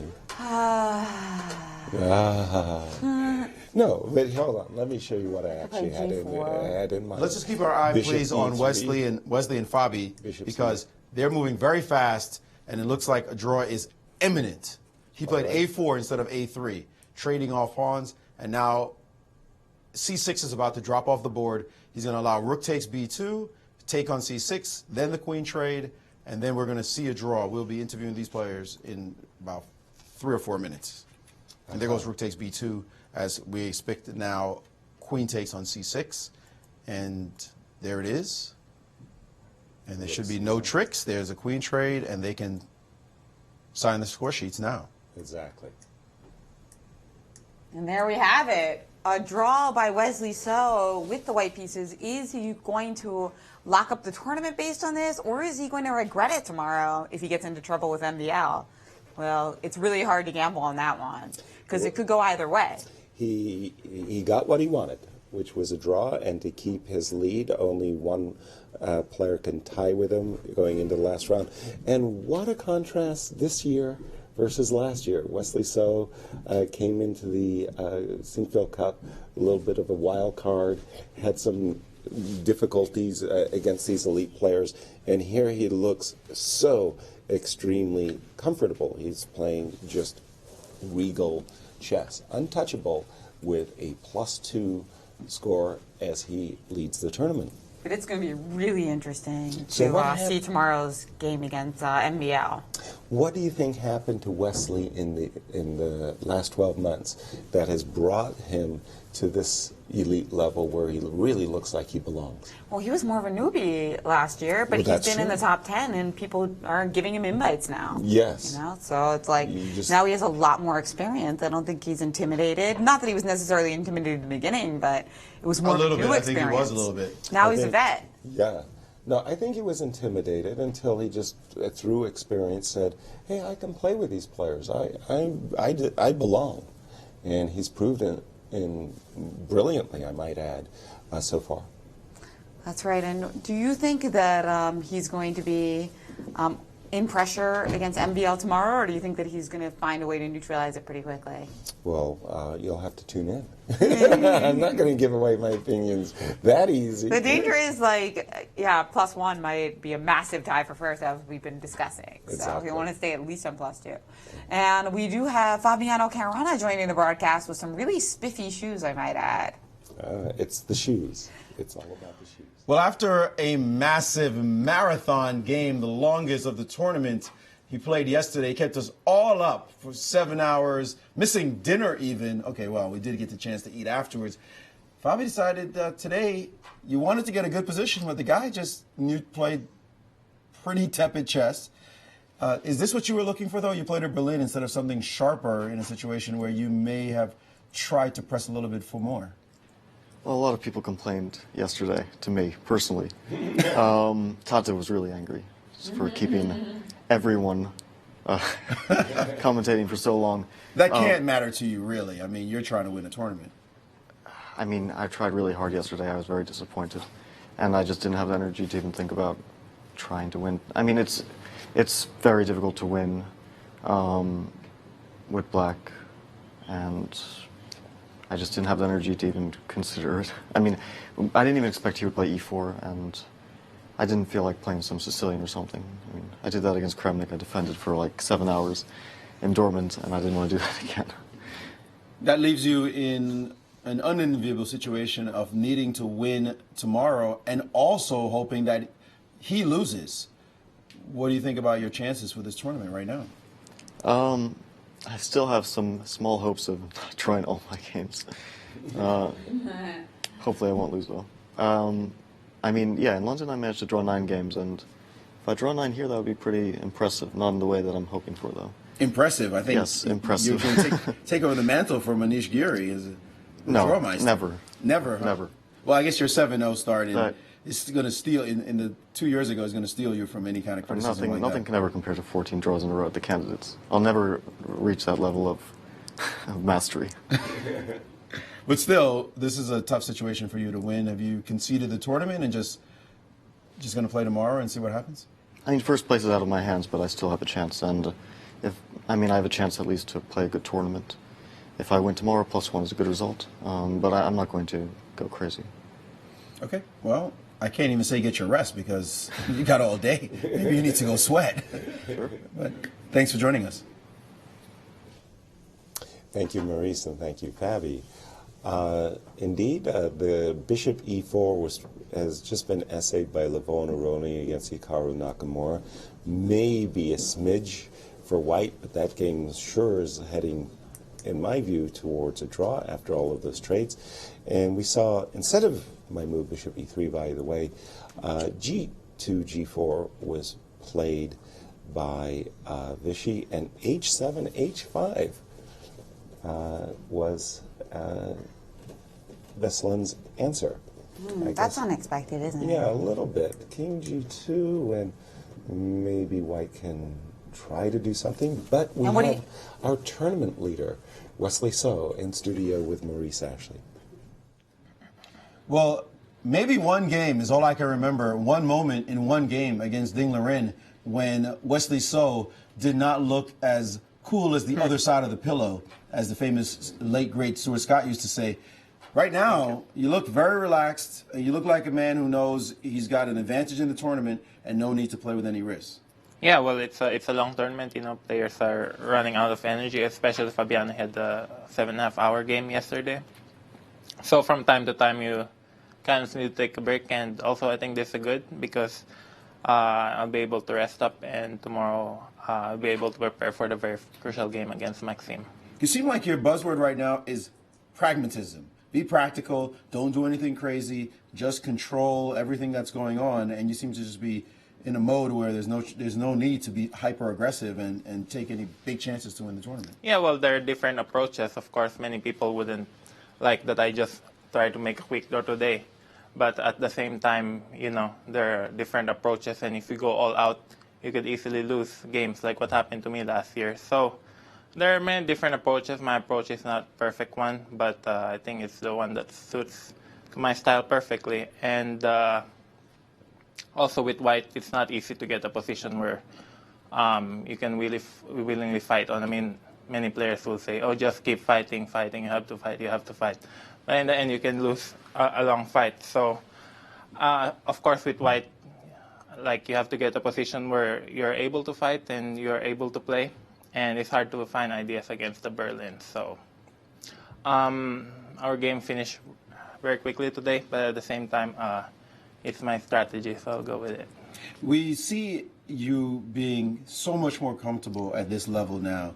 Last year, we were talking to you, and you seem like you came into the top, and it was a little bit trickier, and you're learning from the players. Now we're not talking about you learning anymore. Now we're talking about you belonging, and you had great result in Paris, great result in Leuven, and now, no matter what happens, a great result here. What's changed for you? Well, the experience playing these tough guys, the experience fighting against them every single day. I mean, I just came from a tournament in Spain, and so you know, I came in hot and ready to play, ready to fight. experience is very valuable. Doing this every day for the last year has made me tougher and also has helped me identify the best ways for me to work. At the end of the day, you have to go out there and fight these guys, and that's how you get better. In this Olympic year, we know you're going to play in the Olympiad, and you're slated to play board 3. I think everybody in the U.S. feels pretty good with you on board 3. What is your feeling about playing for the U.S. for the first time? Yeah, well, for the first time, I'm very happy and glad to be able to represent the United States. Of course, all of us are looking to fight for the medals. I'm not sure how the players' form will be in that tournament, but right now, if we don't finish in the medals with such a strong lineup, then it will be a disappointment. But at the same time, rating does not guarantee anything, so there will be some pressure, but I think everyone's ready to fight. There are many other strong teams, so nothing is guaranteed. But I think Fabiano and Hikaru, they're also, they're here right now. I think they'll be ready. So yeah, I'm confident. Well, looking very confident, looking like you belong completely. Thank you so much, and good luck in tomorrow's game. Thank you. Guys? Thank you, Wesley and Maurice. And this is our matchup tomorrow with everything on the line. Still, MVL, of course, is still in play. Should he make a draw and get up to 4 points, he will be playing for first, remarkably enough. For a tie for first. For a tie for first. And we actually did have Maxime Vachier-Legras step into the confessional booth, and he is not that optimistic about his chances to win the game. And it does look like there's been some wholesale trades in that position. But let's hear what Maxime himself said.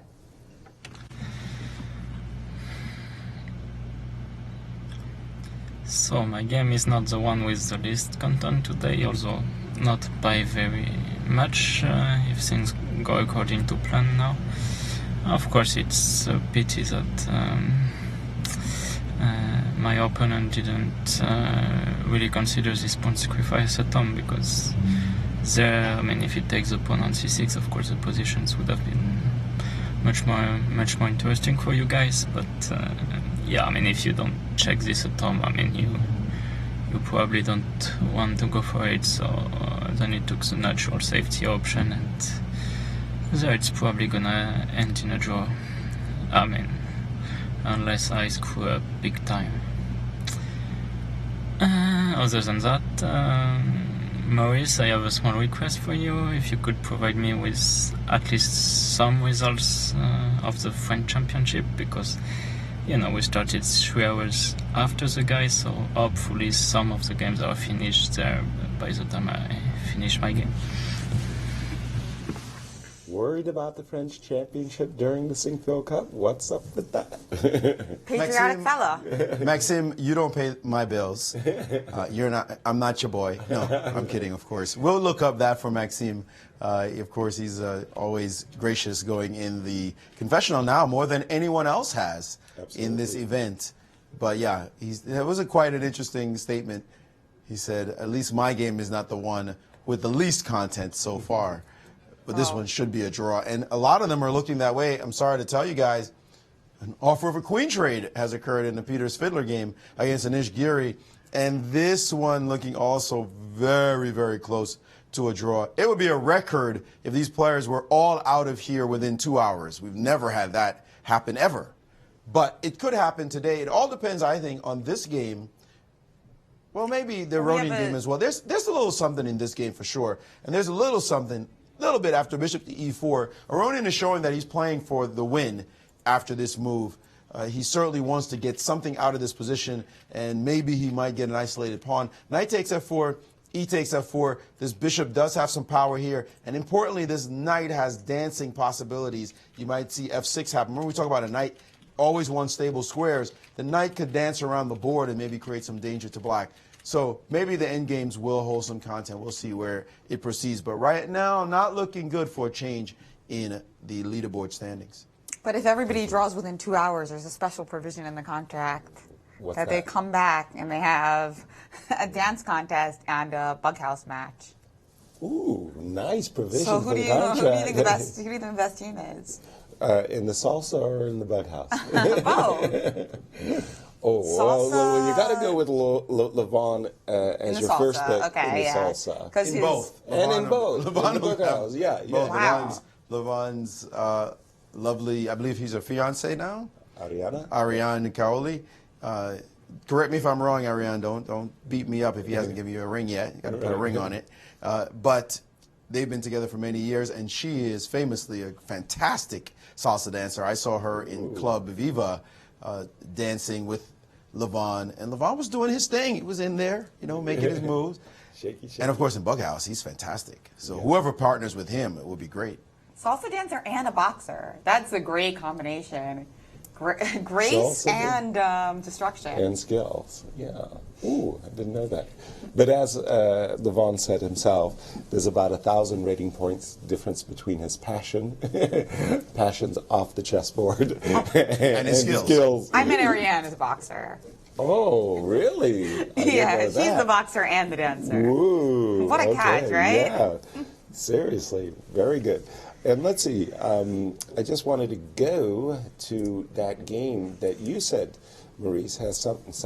Yeah. And that is between Veselin Topolov and Vishy Anand. And as we know, this game is critical for So what our happens if you standing. just take on h5? Is there g6? Is that your issue? I think it's bishop. If we were just to take the pawn, I think it's bishop. Excuse me. Not at all. Bishop drops back to c8. You kick the legs out with this from underneath the knight with the move h5, and after bishop c8, the knight is going to have to retreat, and h3 is hanging, so we don't really get a chance to hang on to our pawn. So Vishy came back to the idea I had of bishop e3 without the inclusion of the move h5, and we have a phone call. Welcome to the show. Let us know your name and where you're calling from. Hey, how's it going? My name is Jared Riojas. I'm a scholastic chess player over in Mississippi, and I am so honored to be talking with you. Last year, I began the chess club at my school, and over the past year and a half, it's grown to include around 20 people. However, most of us are relative beginners.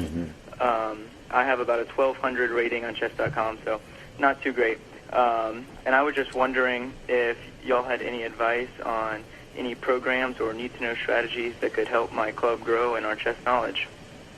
Thank you for the question. Jennifer, you get first shot. Well, it's great that you're watching. I mean, Yes. this is a great exposure, and of course, every day we get questions about recommended books and training methods. Playing on chess.com is a great start. Using tactics books or tactics computer programs, tactics trainers, that's fantastic. I just think it sounds like you're off to a good start. Absolutely. And great to say hi from Mississippi. So we got some following in the Mississippi, South. Virginia. I like that. Yeah, and just I had been commissioned by the chess club, St. Louis Chess Club and Scholastic Center, to do a curriculum for beginning players, and that is up on site. You go to stlouischessclub.org and go through the menus to find the curriculum, and I think you'll find it very comprehensive of all of the elements in chess, and it too will be a very good start for your club, and I hope for many other clubs. Maurice, you also have your curriculum, and you've done a lot of instructional work as well. Absolutely. It's hard to go wrong with almost anything you do in chess. It's just about the passion for the game. And it sounds like you're well on track. You've got the players. Anything that you find that's fun, that's the key. As long as you're enjoying yourself, you'll be studying the game. Don't try to do anything that somebody else tells you to do and you find it being arduous. Things like studying opening theory. Oh, you've got to know the openings. Trust me, you don't lose because of the openings. You lose because of lack of understanding of strategy, lack of a tactical awareness, maybe not enough knowledge of the end game. Make sure you study those great games of the past, the classical players. If the only thing you do is get a good grasp of the world champions in chess, if that was the only thing you did, classical games of everyone who's been a world champion. And I would throw Paul Morphy in there as the first one. He was unofficially the best player in the world. But you start with him, go to Steinitz, and follow through Lasco, Capablanca, Alekhine, and the rest of the greats all the way up to the present. You cannot go wrong with a curriculum like that to follow. And, of course, tactics, tactics, tactics always. You sound like you're on your way. Very good. And where would you like to go next, Jennifer? Well, I'd like to go on a break, and we'll All be right right. back with more from the 2016 Sinquefield Cup as we see if this penultimate round heats up. When it comes to preparing for a tournament like this, do you prepare specifically for every player, or is it just more of a general preparation? I used to be a guy who would prepare just generally, but I think last 3-4 years I'm more preparing against the opponents. So the preparation starts when I find out who I'm playing and with which color. You keep everything very general till the pairings are done, because 9 opponents, 2 colors, you have to cover broad categories. You want to have enough in your toolkit that you can then pick and choose very easily. So while you say broad work, it's not like you neglect the details. I prepare more in general. I just want myself to feel comfortable here. And I did not prepare for the particular opponent. I mean, a lot of it's just been general preparation and I mean, there hasn't been a big stopover between Bilbao and the Sinquefield Cup. I mean, it's only been about a week and a half since that tournament ended, but still, I've been looking at a fair amount on what my various opponents are going to play, and I feel pretty good. Just as always, I've been doing some chess. I've played a lot in the past few months, so I took a little bit of time to rest as well. I kept in touch with the game the last week as well. I've looked at a few things a little bit. Well, I would have liked some more preparation for an event of this magnitude, but on the other hand, I always welcome chances to play against the world's best. I did get a bit of a warm-up playing against MVL. Didn't go according to plan, so to speak, but it did give me some much-needed practice. You have to have your plan laid out ahead of time, especially since all the players are pretty versatile in the opening and can surprise you. There's a point to trying to prepare specific things against an opponent, but I'd say it's more useful to have your entire plan laid out.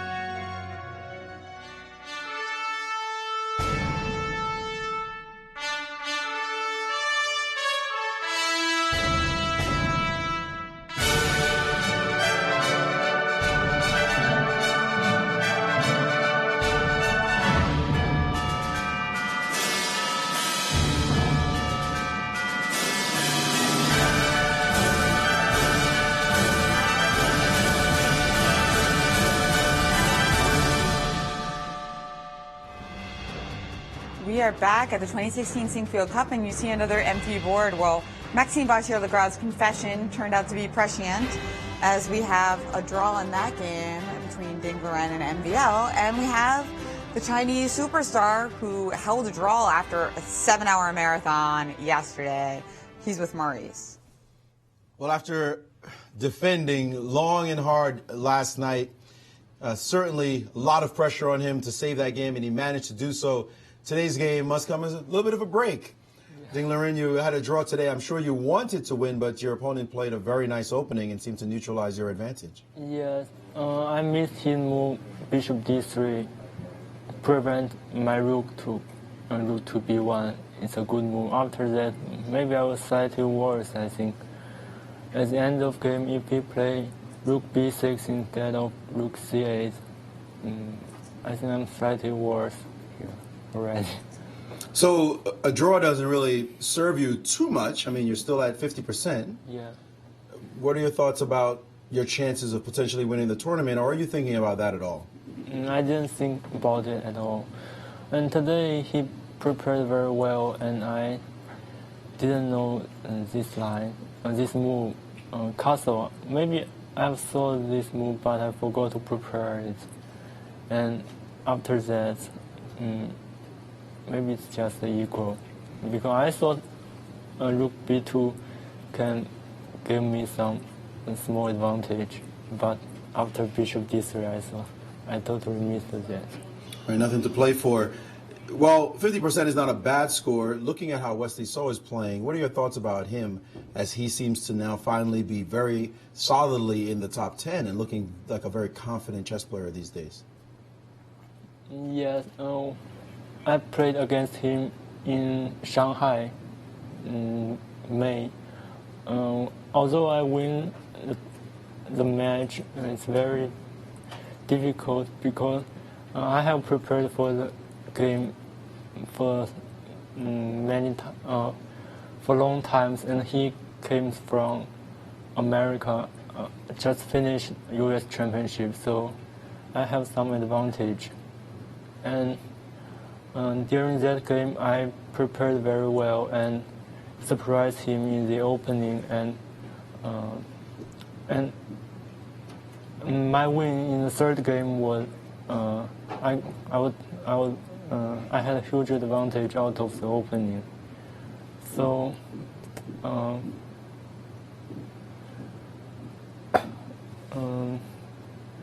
I see you're kind of pulling back the fact that you did defeat him in a match. I mean, after all, that's still a big accomplishment.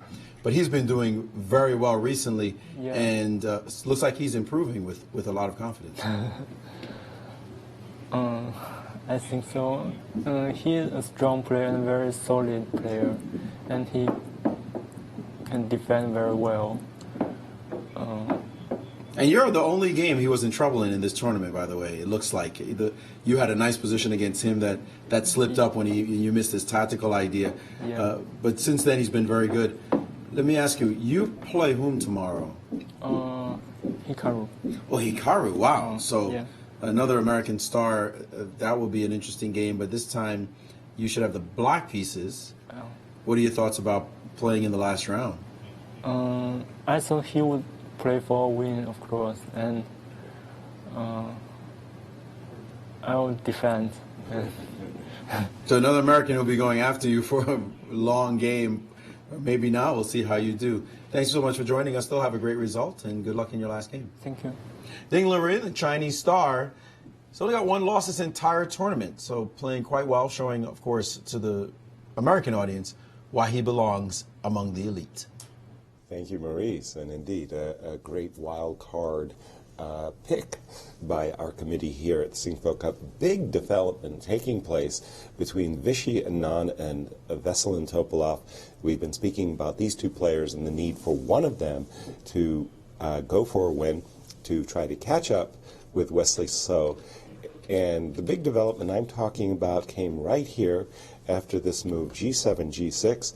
Knight dropped into H6. Look out, Rook H8, Bishop takes, Pawn takes, and now this knight on H6 is stranded at the end of the board. That's right.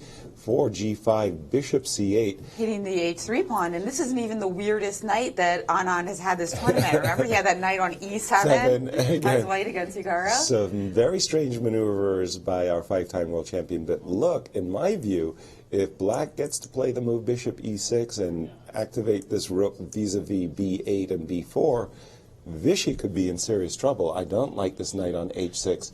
He's going to have to figure out how to get that knight back into play. Unfortunately, we can't play rook D8 check because after king D8, knight F7, king E7, we're going to get our knight trapped after bishop F5. So at the end of the variation, you're a piece down. That leads to absolutely nothing. So a loss. Worse than nothing, exactly. Yes. But we do have Maxime Vachier-Lagrave, who gave us a dazzling confession earlier, and it turned out to materialize in a draw soon after. And he's with Maurice now to perhaps confess some more. Well, the world #2 player, Maxime Vachier-Lagrave, has been playing dazzling chess the entire summer, late spring into summer. This time he did not get much, but of course he had the black pieces and played a novelty in this position. It looked like your opponent did not know this novelty. Actually, he confessed to not knowing this move castles, and you just got a good position from it. Yeah, I mean, of course, if you do not accept the challenge, it just goes back to this line, which is known to be extremely drawish, and actually played a little inaccurate, and he then had to be careful, but he played the right move at the right moment, and then I basically didn't see anything else than repeating moves. But if you accept the challenge, I mean, it's a whole different game altogether, and, you know, black sacrifice 1, sometimes 2 pawns, and, you know, normally keeps dynamical balance, but of course it's a lot more challenging. Well, now that the position has been revealed, because your novelty now will certainly be analyzed quite a bit, would you mind sharing some thoughts on this position? If we can just pull up the board right here, what were you planning after the move queen takes on c6? Yeah, I think queen a5 is pretty much forced. Then you can either play bishop d2 or castle, and okay, I mean, we looked at castles. Bishop e6 looked like you were just perfectly fine in that. Yeah, it should be. But bishop d2 does save the pawn. Yeah, after so queen a5, bishop d2 is the move that we would say is the challenge move. Yeah, but there I cannot say too much. Yeah, I mean, I leave it to the other guys to actually find the right way. I mean, I think it's quite easy, but just in case it's not so easy, you know. You want somebody else to walk into? Yeah. Okay. No, I mean, they probably will know what they're doing, but it's not bishop e6, of course. Bishop e6 went into c4, I think. Okay, all right, so no secrets being revealed here, being very cagey with his preparation. You mentioned you want to know about the French League. Yeah, I've seen that, the French Championship, and you've already seen one victory so far. There's much more excitement, apparently. In their tournament than this one. Yeah, obviously, it's always that way down the rating scale. But more importantly for us, you are tied right now for 4th place, and you play one Wesley So tomorrow with the white pieces. Your only chance now to potentially win this tournament is to defeat him in this head-to-head matchup. What are your thoughts going into that one? Well, I have no choice. I mean, you put it so eloquently, and you know, I mean, I wouldn't have it any other way. I mean, of course, I would have it another way if, say, I was on +2 or +3 or whatever, but I'm on 50%. It's actually a bit of a miracle that I have theoretical chances to win the tournament, and I'll go for it. Love those words. Before you go, we'd love your opinion on this position. Yeah. You saw this game, you walked in, the game between Anand and Topalov, which looks, to our eyes, incredible that Anand would make this choice. You said this is much more interesting than the other games in the tournament right now. Well, I mean, actually, the last 3 games which are played have some content in them. I mean, all of them. I mean, of course, Wesley's game didn't have any content, Mine didn't have much, but yeah, this one is a lot of fun. What do you think about this position? The knight is certainly not going to go lost. No. It can never be lost because it's so protected, but it's out of the game pretty much for all time. Yeah. Unless he gets f4, f5 with a rook on the f file. Maybe that's his plan at some point to execute this idea, but it looks something. Would you have put your knight on h6? I would have put some thought into it, but of course, I mean, he has some compensation. I mean, of course, you know. Also, it's kind of not forced, but you know, you're kind of committed to it already by the time he plays knight h6. And well, I really don't know what's gonna happen in this position. I mean, I would play f4 probably here. So, and I would meet rook b8 with b3 and c4, and I'm guessing I should be fine there. Because of the f5 and rook f1 plan. Yeah, c4, king f2, I don't see what's the big deal here. So the problem is because, I mean, at some point, you know, you will double the rook on the d files, and if you actually exchange both pair of hooks, then the knight comes out via g8 or via f5, king f4. So I think black is better advised to fight for the d file. Like instead of rook b8, maybe king e7, king f2, rook d8. But I'm guessing white should be fine, like king e3 and rook d5 can actually be met by c4. I mean, it could be that white is...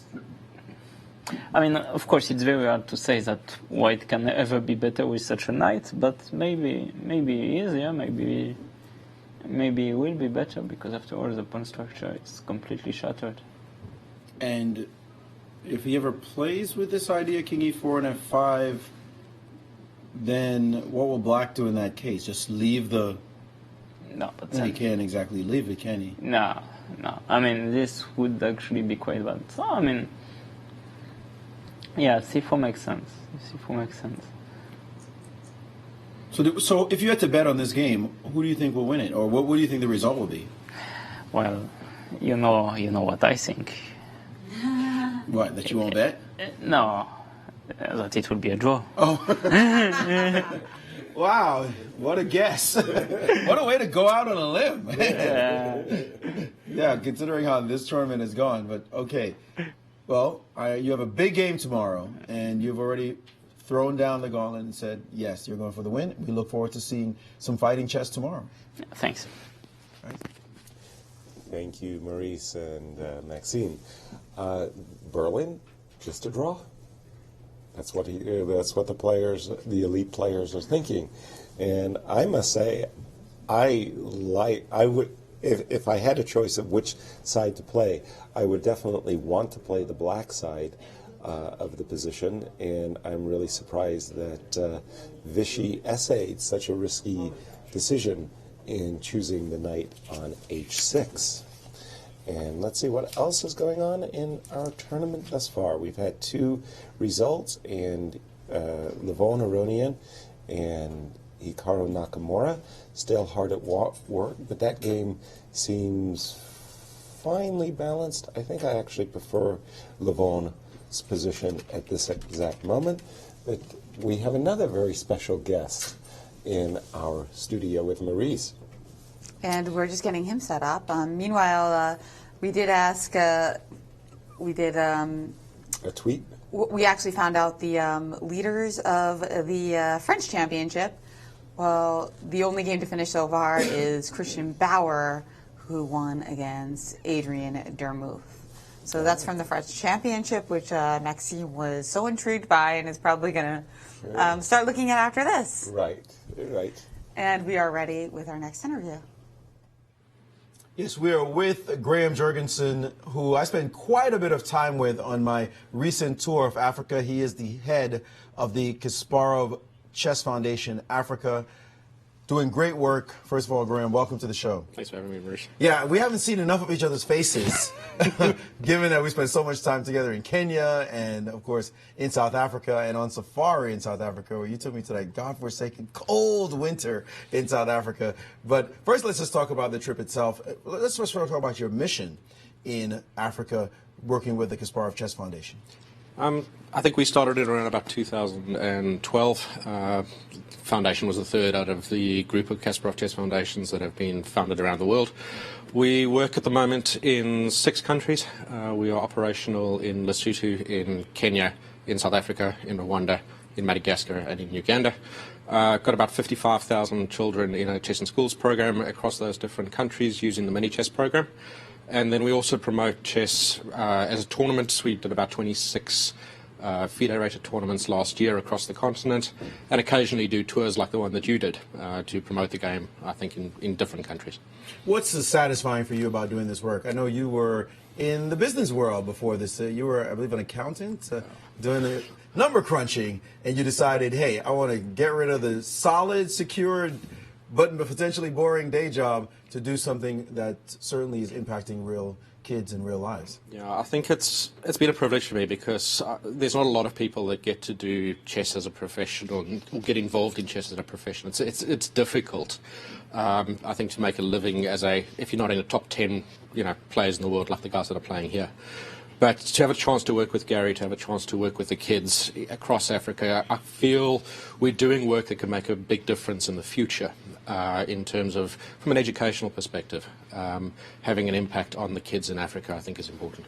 Yes, we got a chance to visit the kids in Mukuru slum, and those are pictures there also for me playing in South Africa. It was a great trip for me. I mean, totally satisfying. I went because of the Millionaire Chess satellite events that were being held in Kenya and in South Africa as well. But I got a chance to go around and meet so many of those great kids, and you saw some great faces. The impact is absolutely amazing. And there we see a couple of the winners of the satellite events, and that was amazing too. I mean, this safari you took me on, though, was quite a bit of fun as well. We went to South Africa together. Why you picked South Africa? You picked winter in South Africa. I didn't know as a Jamaican boy that it was going to be so cold, but you grew up going to safaris when you were a young man. Yeah, I think, look, the safari was obviously quite fun, and I know it was probably a lot colder than you expected in Joburg, but it's part of Africa, and I think, for guys that are coming out to the African continent, an opportunity to interact with animals like that is something that very few people actually get to do. So I was glad to have an opportunity to show you that. But the tour itself, in terms of the work that we've been doing with Millionaire Chess, and I think both of us shared the view that there are strong players on the African continent. Absolutely. And giving them an opportunity is key. So the tournaments that we do, things like the Millionaire chess events, bringing FIDE-rated tournaments with decent opportunities for players to go overseas, I think is key for us. Because one of my strong beliefs is if we can give players an opportunity in Africa, the talent actually exists there. Absolutely. I mean, I lost to a young player, a 17-year-old, in Madagascar, and he's going to be a future grandmaster. Last name? Rakota Mahara. Rakota Mahara. I always have trouble pronouncing that long name, but in Madagascar, a place that's off the physical continent itself, where there are not a lot of opportunities. That I was really saddened by, to see the poverty levels in Madagascar. I was quite shocked by it. I thought it was bad in Kenya when we went there, to the slums anyway, and also in South Africa in the township that we went to. But Madagascar was another level I was not prepared for. I think Fee's actually a good example there because he's based in France and he lives in France, and the opportunity that he's got to play in French leagues has helped him enormously, I think, to develop his chess career. And there are other players of him. He's 16, 17 years old. There are 13, 14, 15-year-old kids in Africa well over 2,200. But in order to make the next leap to Grandmaster level requires the opportunity to play in top-level events on a regular basis. And I think for us, providing that opportunity, I think, is key. Absolutely. I would highly recommend to everyone to take a look at that. There are so many young players in need, and the need was what I saw that really tugged at my soul. Some players I got a chance to talk to, young player Isaiah in Kenya, you remember, I spent about an hour with him as we were walking through the slum that was his home, and you could see the aspiration and the desire to be excellent, but the conditions were just so deplorable that you wonder what's going to happen to him. I remember one of the things he said to me when I was leaving. He looked at me as I was in the car about to leave, and he said, "I'm not going to let you down." And later I thought to myself, I should have said that to him because it's just so tough. But it's great work that you're doing in Africa, and please keep it up. It's wonderful stuff, and we'll certainly keep extolling the virtues of the work that Kasparov Chess Foundation Africa is doing. Yeah, and I think just from us, I thank you for doing the trip, because we've had incredible feedback from all three countries in terms of the value of having international players coming, and I think it was very much appreciated. Well, I'll be going back. That I can promise you. And I'll also be coaching the team. I'll be a volunteer coach for the Ivory Coast team at the Olympiad in Baku, so I'm looking forward to that as well. So the involvement will certainly continue. Thank you very much. Appreciate your time. Thanks, Graham. Graham Jurgensen doing great work with the Kasparov Chess Foundation Africa. Certainly a place that needs it, and it's great to see great people like Graham making it happen on the ground.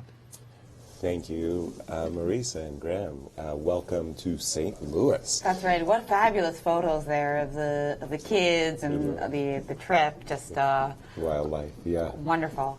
Absolutely. And we've got some action in the games, Yasser, and I'm not being sarcastic. I really think that these end games that we have on the boards are possibly going to get pretty interesting. I think that in our Aronian game versus Nakamura, Aronian has a slight pull.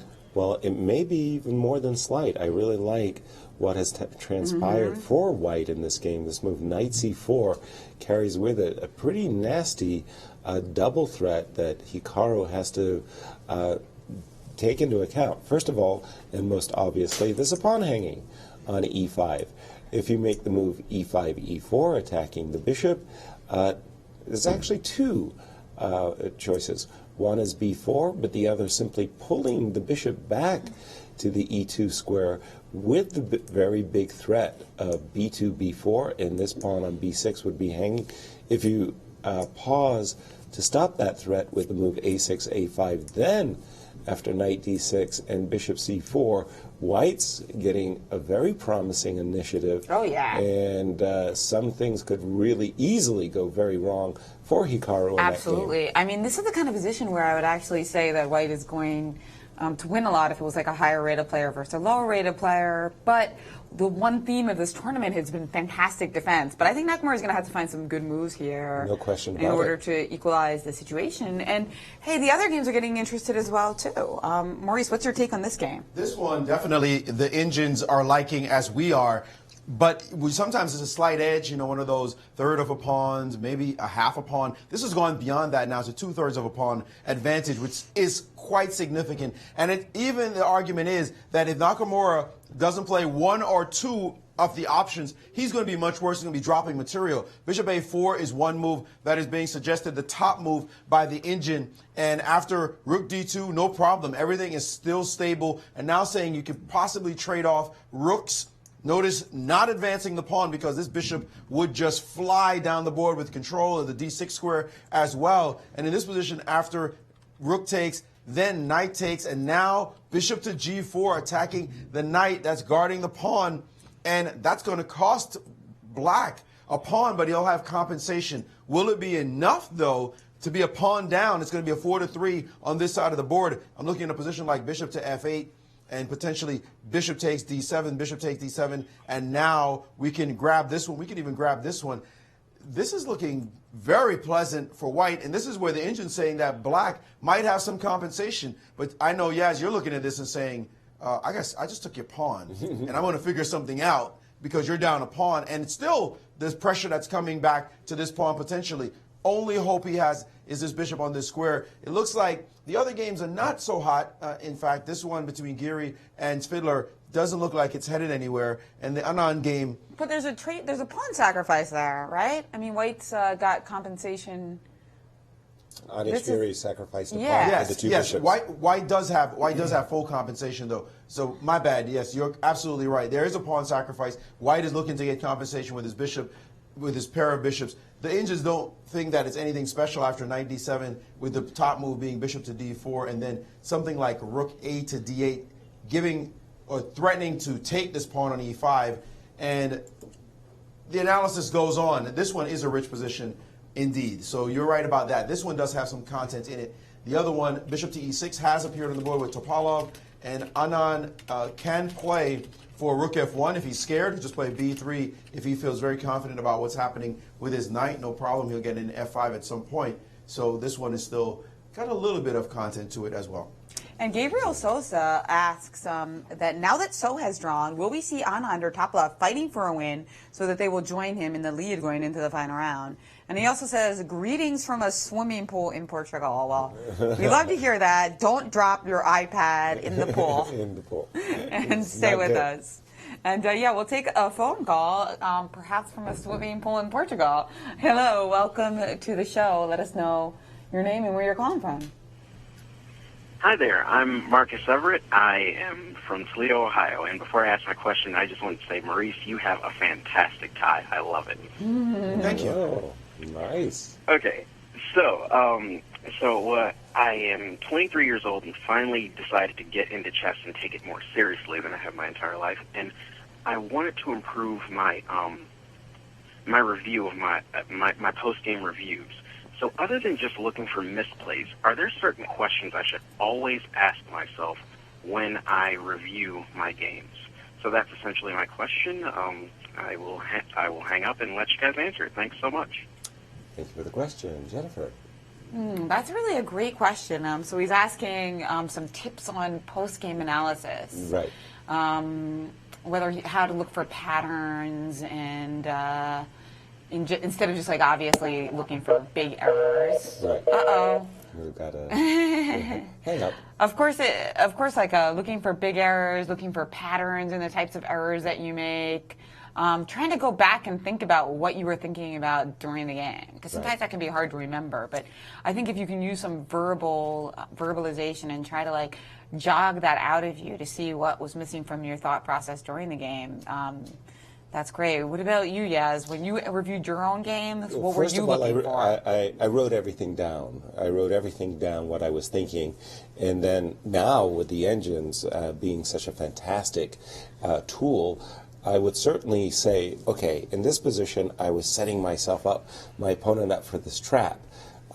Verified that that was in fact the case, that your judgment was accurate when you made these trades to get into a favorable ending. Just because you won the game, don't just give yourself a big pat on the back, but rather look for those places that you could have improved your play. Be critical.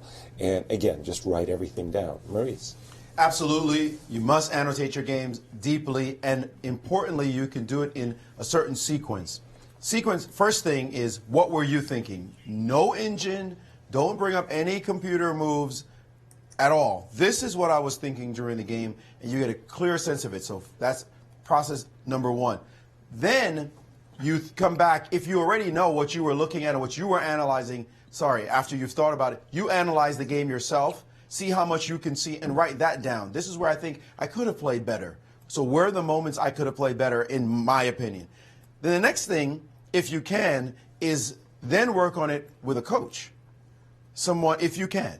Someone who's going to say, I think this and that and boom, boom. And you go through all the discussions and the disagreements. Write all that down. Then you go to the computer. And then the computer is going to give you even more ideas. And this is where you're going to ask the question, what did I miss? And anything you missed, or this is including during the game and your analysis by yourself and your analysis with your coach. Anything you missed, you make a diagram around it. You make it into a huge picture that's going to be sticking in your memory forever. This is the moment I missed. And then you write down verbally, why did I miss this? It will probably dog you into your future games. But after you get a couple of those misses, 2 or 3 of them, you'll start to notice patterns, hopefully, and you'll see the kinds of things you miss, and that's the stuff you want to root out of your game. And it's that kind of self-criticism, deep self-analysis that Yasser is talking about that will make you improve as a player, but you've got to do the work. If you don't do the work, you don't stand a chance. You cannot be lazy on this one. And as Gary Kasparov himself has said, it's your own games that provide the most instructional material you'll ever have. So use that as much as possible. Thank you, Maurice. We're all in strong agreement with one another, but we had a huge development in the game of Levon Aronian and Hikaru Nakamura. Maurice, you had been talking about how necessary it was for Hikaru to find that move, bishop a4, followed by that hidden defensive resource, rook d7, so that you didn't, black was not forced to advance this pawn and unleash this bishop on g3. In fact, Hikaru played the move e4 after bishop e2. He's facing a serious challenge here, and I think he's significantly worse, actually. And he's actually also very much worse on the clock as well. He's only got 36 minutes to an hour and a half by Levon. Wow. And of course, that is going to get worse as he struggles to retain the balance in this position. And it looks like he just has played a move. a6, a5, which was actually that whole main line that we were looking at. Stop before, right? Yeah. Now, having played a5, essentially Hikaru is trying to secure this bishop on c5 and say, well, I don't want to deal with b2, b4. So one consideration, and it should probably be taken very seriously, is the move bishop d6. In a blitz game, I would have probably put down knight to d6 with the idea of bishop c4 gaining an initiative against this pawn on f7. But with a moment's reflection, bishop d6 also looks like a very promising line of play for white. Maurice, your thoughts? This is looking really bad for black in this position, and he's going to face a world of hurt if Levon Aronian starts to put the squeeze on his queen side. If you look at this position, the move knight d6 comes up as the engine's #1 move. It's the most transparent move on the board. Just attack the rook. You're going to have to find some square for it wherever you want. Rook f8 is the engine's top choice. The move bishop c4 is something to worry about. And now a simple knight hop, knight to b5. And the point of this maneuver is after this rook moves, let's say to move to this square, now bishop to d6, trading off this bishop. And this piece, this bishop on c5 is holding together his pawn on this square. The engines are fighting for their dear lives, and this line takes, and it's going to be that beautiful light square bishop and the two rooks pressuring this pawn against a knight that has no home, no long-term home. You'll have to go passive and play some move like rook to b8, but guess who's going to show up to dinner? The other rook goes onto the c6 square, and now you have to fight for your life just to try to keep the pawn on the board. When you see this move show up, you know something's wrong. Something bad is going on to black's position. White is starting to dominate the board. A move like rook to d4, quite simply, and he's going to just control everything. Even if you go back to f6, play h3, and white's going to bring the king in, maybe even push on the king side. This is a dominant-looking endgame, and there are many other options as well for Levon Aronian to consider. Hikaru Nakamura, no doubt, is in trouble. I agree. Thank this you. is going to be, and obviously this is Levon's cup of tea, and with the huge time edge as well, I got to say a bigger chance. I know this is a bold prediction in this tournament, but I'd say a bigger chance for a win than a draw. Without question. And how would that single result impact the tournament standings? Well, it could Jennifer, put Levon into clear second, right? with the Topolov game still undecided. No. Can't clear second. It could put him into a tie for second. Because there's either Levon would move up to 4.5 points, and then depending on the outcome of Topolov and Vichy, if there was a winner in that game, they would tie with Wesley. But if they only drew, then our defending champion Levon Aronian would be tied for second. Exactly, in a three-way tie for second. Exactly. He could be in clear second, though, right? He could be. Well, not really clear. Clear third is what I meant. Clear third. He could be in clear third by himself if one of the other players win, then he'd be in clear third. Right. Tied for second, probably a better outcome because, again, Maxime is going to be going for it tomorrow for Wesley, so he'll be rooting for a draw on the... I mean, he's going to have his hands full focused on this game, but, of course, you prefer a draw in the Anand Topolov because then... And that game's looking like a draw. Looking closer and closer to it anyway. Let's take a look at it because it's complicated. But it had because Anand did go for that idea you mentioned, Maurice. He didn't want to leave that knight stranded forever, so he played rook to f1 with the idea of playing f5 and rescuing that knight. And white could be better in those situations because of the tripled pawn. So black has to figure out ways to get counterplay there, probably with the open file like rook d8. trying to get into d2, or when you play f5, maybe we'll be able to stick you with rook d4, something so that we can try to get a little bit of a plus to compensate for our triple pawns. Well, let's take a look at precisely what you're saying. If Vichy were to essay f5, pawn takes, knight takes f5 with a check, and after all of these trades, you were mentioning that rook d4 with counterplay over here. Rook d2, that's actually more powerful than a move like rook d2 because you can really just meet that with rook f2, right? Rook d2. Yeah, like rook d. A lot of times you want. No, I'm saying like if you played rook to d2, we could play rook f2. Yes, of course. Sorry, and that's because people always say bring the rook to the second rank, but the reason you put the rook to the second rank is because there are pawns there. It's not like some like deep philosophical thing. It's like, no, I'm hungry. I want to eat some pawns. So when there are pawns on the third or the fourth rank, your priorities change. Yeah, but I think that rook d2 rook with f1 rook first. f1 first, and then the problem is if you go for some kind of defensive line with rook h7, there's an e6, and it's white that's going to be doing the eating thanks to these triplets on the c file. But this move rook d4 does really kind of put a kibosh on white's dreams of glory if you play rook f1 with a similar idea. This time I have a check, and I can pick up this pawn with a check. Huge difference. Oh, I should have played king h2, by the way. I apologize. King h2, rook takes h4 check, king h3, rook g4 check. And now I'll deal with the defense of the pawn on f7, and suddenly these ideas of e5, e6 really lose their potency. I think black is actually just fine in this 4-rook ending. But that f4, f5 idea, I really do think it's necessary. Sooner than later, you better rescue your knight, because in the position we have on the board, after that move rook d8, rook d2 and rook d4 are both coming, and I don't think white wants to delay this advance. But Well, he I'm not did. played He played c3. So he wanted to stop Okay. rook d4, so renewing the idea of f5, and as you say, rook d2 being less powerful, but what happens if rook d2 straight off? Well, exactly. That's the question to be asked. Well, again, I don't think you should dilly-dally.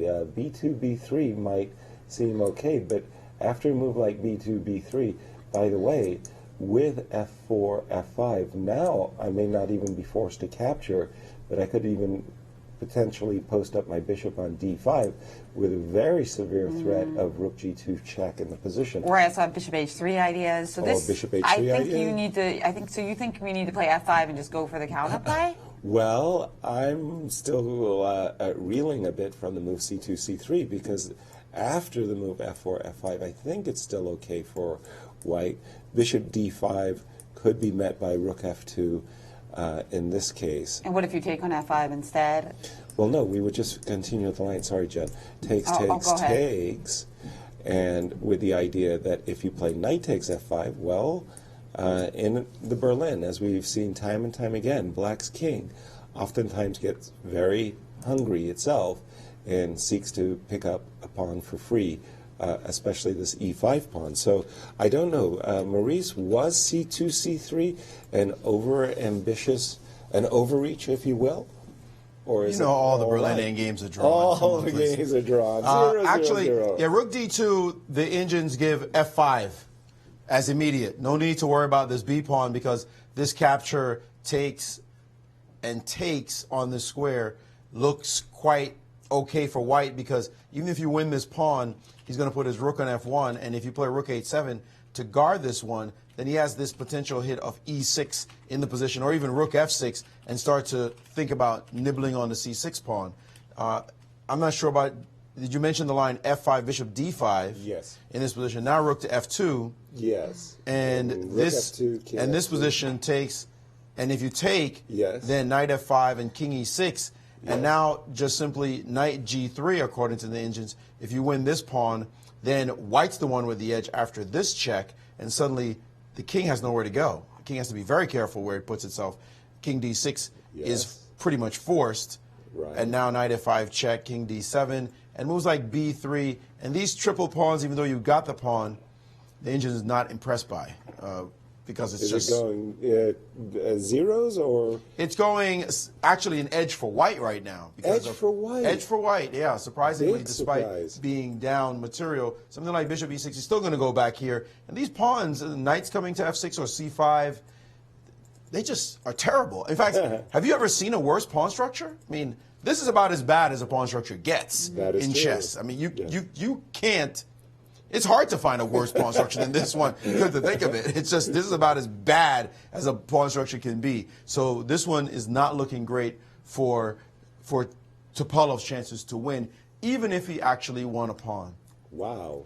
However, one pawn structure that is fairly intact but not doing well either is this one between Topolov and Nakamura. And Nakamura played a move that the Indians think is actually terrible. Let's take a look at why.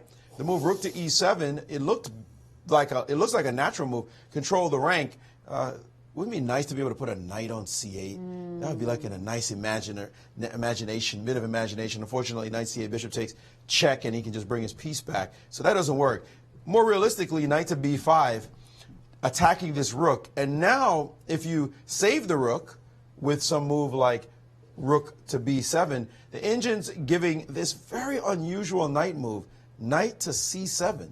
What a hard move to explain when I look at it. It doesn't seem to even have a real point. Knight a6, Maurice. Knight a6, another knight on the rim in some weird construction. What a move. The Indians actually ignoring that idea and saying h6 is playable and not knight a6 right now for some reason because of bishop to a4. But this is going to lose this pawn. So is knight a6 just unstoppable as a threat? Knight going to a6. If we were to try to stop it, sorry, it's in this position after knight c7. If we were to try to stop it, still just king f1 or h3, some sort of improving move, and a knight on c7 daring black to make any moves. It's a really weird position if pawn up.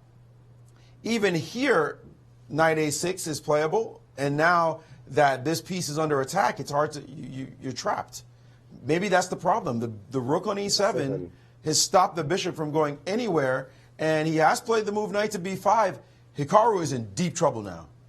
If you look at the position, excuse me as I try to get it up on the board, let me refresh that way. If you look at this position, let's just start comparing pieces.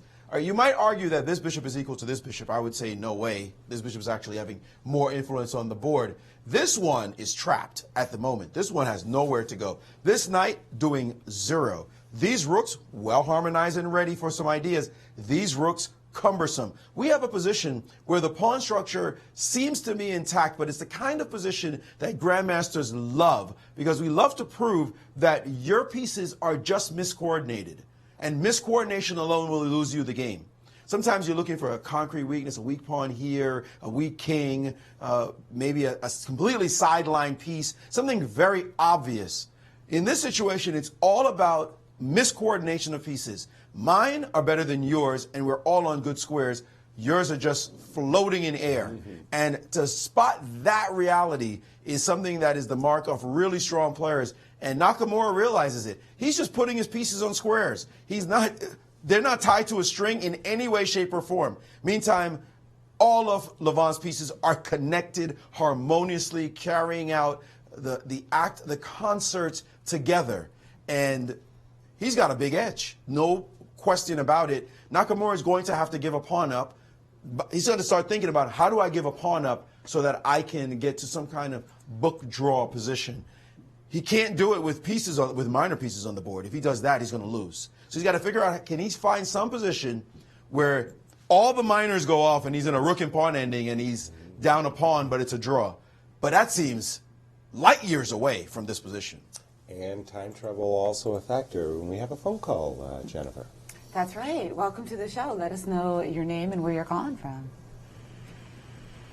Hello, am I on? Yes, you are. Hello, and welcome to the show. Hi, guys. I actually my name is Jack Wood. I'm from Detroit, Michigan. I have a question for each one of you guys. Maurice first. I purchased Chessmaster 8000 probably like 10 years ago, and Josh Waitzkin would always mention that him and Maurice were working together. And my question is, I hear all the beginners ask how to get better. I think that your chess community and people you hang out with is the #1 way to get better. And where would Maurice ended up if he didn't have that chess community in New York and friends like Josh Waite? My question for Jennifer is, what does she believe to be the closest gambling game related to chess? Maybe Pineapple or Potland Omaha? And my question for Yasser is, I'm noticing a trend of openings. If it's not a Berlin, it's Queen's Gambit Decline, it's an English, a Catalan, but that's not so drawish. All these openings seem to have easy ways to trade off pieces, and we're not seeing like a check Benoni, I know, Yasser, you like, or a King's Indian with the King's Indian attack and Queen's Side attack. All these openings seem to be fairly easy to equalize. And the only player I see that's not really doing that is Magnus, maybe Joe Bava. Is this 2700 chess all about just no risk and trading off pieces to a draw? And that's my question. Thank you for your questions. questions. Thank you. Jennifer, ladies first. Yeah, well, you asked about the closest gambling game to chess. What about chess? Chess can be a gambling game. Actually, there is a forms of chess that people are playing lately a bit more called dice chess, where you use dice to determine which pieces you move, but the game is kind of sped up. Because sometimes the problem with these random chess games is that, or the randomized chess games, is that they take so long because it's really hard to checkmate somebody if you don't have control over which pieces you move. So the versions that I've been kind of like toying with, or seeing people toy with lately, generally you move multiple pieces at once. So you roll the dice and you roll 3 dice at once. Mm-hmm. And so instead of just having to move a pawn, you might get to move a pawn and a bishop. Right. So that kind of keeps things pretty interesting. And usually it's not played with checkmate, but with capturing the king. As for poker formats, I would agree with you that the chess player mind does seem a bit suited better to PLO or Pineapple open face poker, just because those formats are a bit more about studying well and math and visualization, and a little bit less about bluffing, which doesn't always come naturally to the chess player. And Maurice, community is why you're such a great player that you are. I think everybody, you will agree, as Jen will agree, it's all about who you hang out with in the end. There's some players who can do it in complete isolation, but why would you want to do that when you have friends that you can hang out with, play all the time, trash talk? I mean, Josh Waitskin, he's just one of the dear friends I had when I was coming up as a player. I mention all the time the Black Bear School, my good buddies, Ronald Simpson, the late, great Ronald Simpson, William Morrison, who we call the Exterminator, George Golden, Willie Johnson, who's been a mentor to me for decades, Ernest Colding, Chris Welcome, Herminio Baez, the names go on and on. These are the players that I hung out with, and boy, the fights were vicious. I mean, vicious. It was personal, and then you became friends afterwards. That was a great cadre of players to be around, and of course, Josh and I, famously, we studied together, we played Blitz all the time together, we traveled the world together, and chasing that GM title. Josh went a different path and had his great success in the martial arts, but yes, indeed, that community of players around you, and also the whole crew in New York, the Marshall Chess Club and the Manhattan Chess Club, the then Manhattan Chess Club, playing Jay Bonin and Asa Hoffman. I mean, those guys used to beat on me, especially Jay, before I finally figured out what to do. Community, essentially, in chess is very key to the growth of any player. And as for my question, well, for sure, the openings change. And like the seasons, the fashions and opening, at one period of time, everybody, and I mean everybody, just play classical defenses, queen pawn, classical queen pawn defenses, classical king pawn defenses.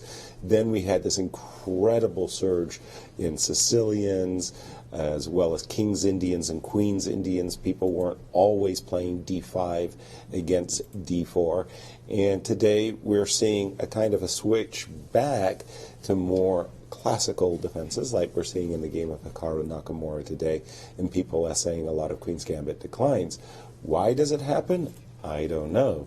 but for sure, fashions change. I just wanted to turn our attention to our key game that's remaining. Veselin Topalov played a very intriguing move in this position. I had expected him to play the move rook d2. He didn't. He played bishop h3 with a pawn sacrifice idea in mind. Essentially, you're gaining a tempo on the rook, and what he really wants to do is rook f2, meet that with king e6, and sideline f4, f5 permanently. So if we see the move rook f3, rook f3, now comes bishop g4, and again, this pawn sacrifice idea in mind. If you play rook f2, king e6, so you're trying to chase down the bishop with rook g3. I like this idea of king e6, knight takes, pawn takes, rook takes. Now, you're pawn up, but look how blockaded that majority is. After, you don't even have to play immediate king f5. You can even delay that and go rook d2. And this looks just absolutely fine for Veselin. That's not a pawn sacrifice, because I can move my pawn back. Yeah, you get your pawn back. And have no dangers whatsoever. It's temporary. A sham sacrifice. That's a total sham sacrifice. And Vichy avoided that with the move rook to f2 in this position. Rook to f2 instead, and now king e6 can appear on the board, and that's a fine point that he has made.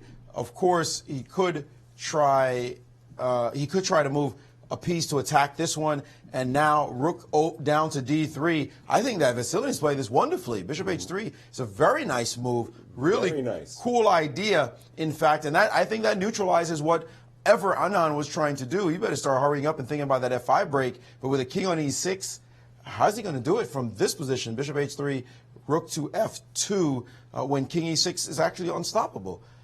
Very interesting line, to be sure, by Veselin Topalov, and he looks like he's going to be out of danger quite shortly in this position.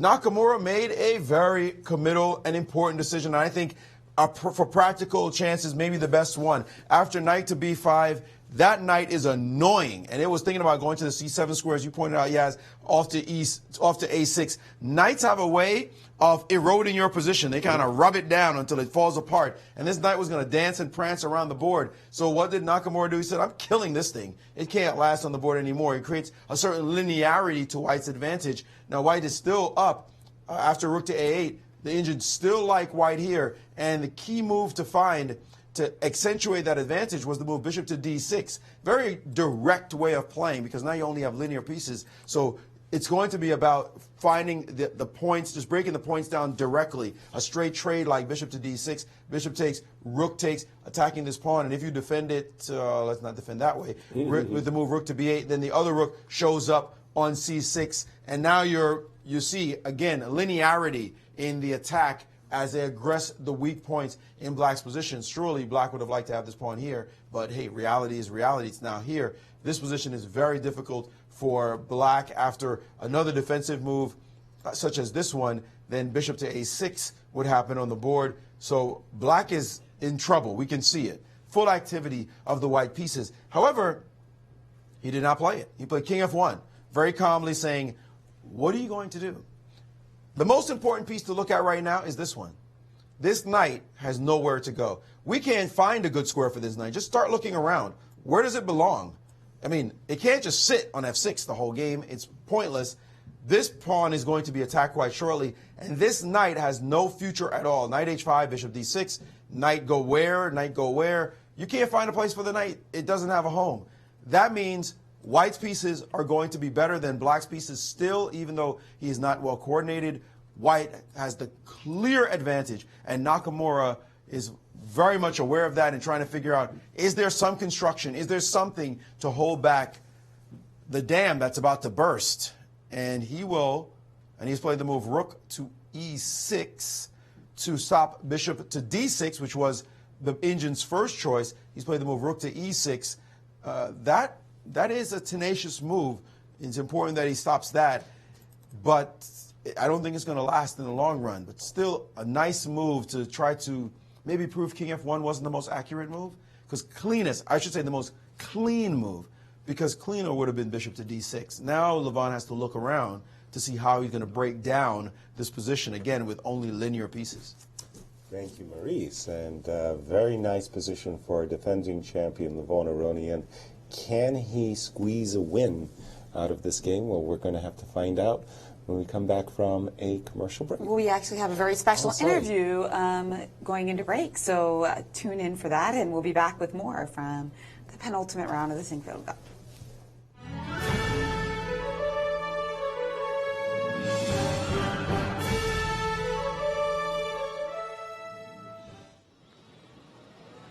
Thanks, guys. The Sinquefield Cup is a tournament that attracts fans for all over the world.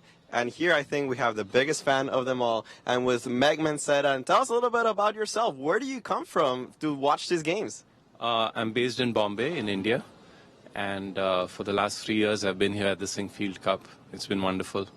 Now, 3 years, that is some dedication. Some say this is the best tournament in the world, but you must really believe that. Yes, I do. I think from the spectator's point of view, this has to be fantastic. I've watched the World Championship match in Chennai, and that was the first tournament I attended, the first match. And I just decided once a year I have to go someplace and see a tournament. And I was visiting New York in 2014, made a plan to come here, and I was just blown away. I think this has to be the best tournament in the world for spectators because you're attracting a group of players, not just two, and it's a collegial atmosphere. Rex and Jeannie have done an incredible, and the St. Louis Chess Club are doing an incredible service. And I think this must be the only tournament where you have 3 commentary teams, and so spectators can follow the games. And the museum, the Hall of Fame museum, is also wonderful to visit. So. And we're actually here in front of the Hall of Fame, as you can see, the giant chess piece behind me. Now, you came in a good year as your starting year, the 2014. Yes. You can tell us yourself, as a fan, what was that tournament like? You can maybe remind the viewers why that tournament was so special. Well, it was. Fabiano won 7 games in a row. And, he wins 2 and 3, and then people start wondering what's happening. And he just played an absolutely incredible tournament. He won 7 games. He might have won more. And, the players were also pretty relaxed about it.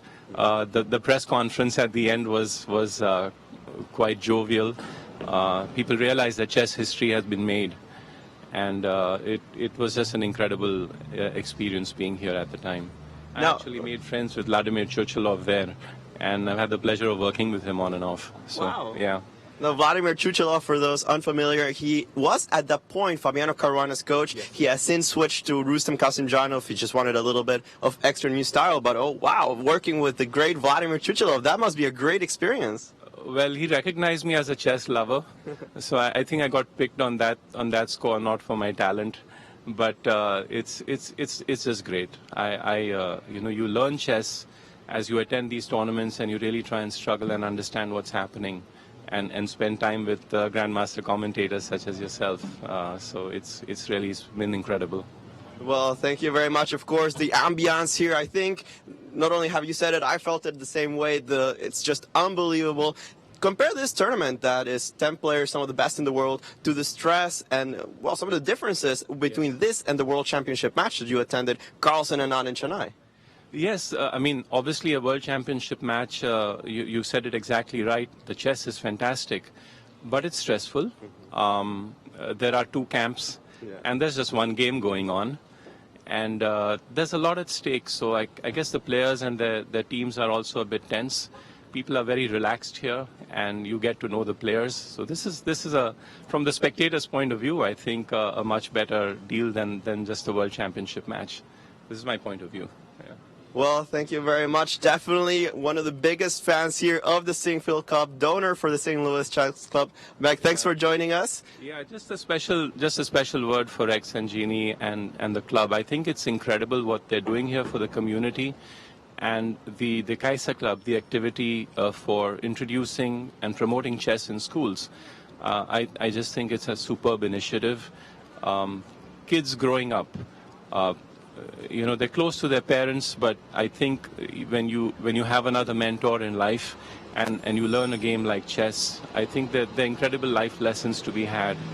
And there's some studies out there about how chess makes you brighter. but I think chess makes you happier as well, and I think that's a very important part of it. And all that they can do in terms of introducing chess in schools, I'm all for it. So. Well, thank you very much. Definitely one of the big initiatives here of the St. Louis Chess Club. Let's not forget, the official name is the Scholastic Center of St. Louis. After all, Scholastic Center. I think it's just one of the great things that they do. They reach out to so many schools around the area. It's had a great impact on the kids. You said it yourself, all the studies point to that. Well, thank you so much for joining us. Absolutely one of the biggest fans, if not the biggest fan, of the Sinquefield Cup, Meg Mancetta. We go back to what's going on in today's rounds with Jen, Yas, and Maurice.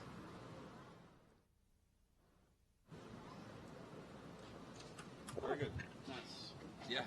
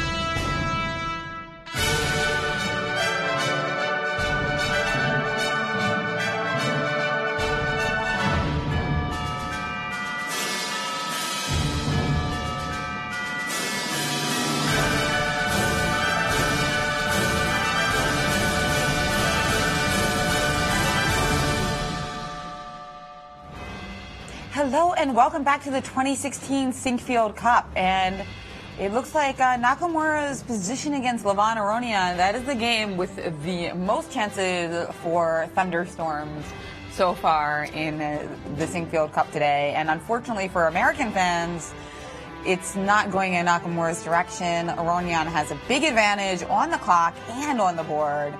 But we have a very special guest.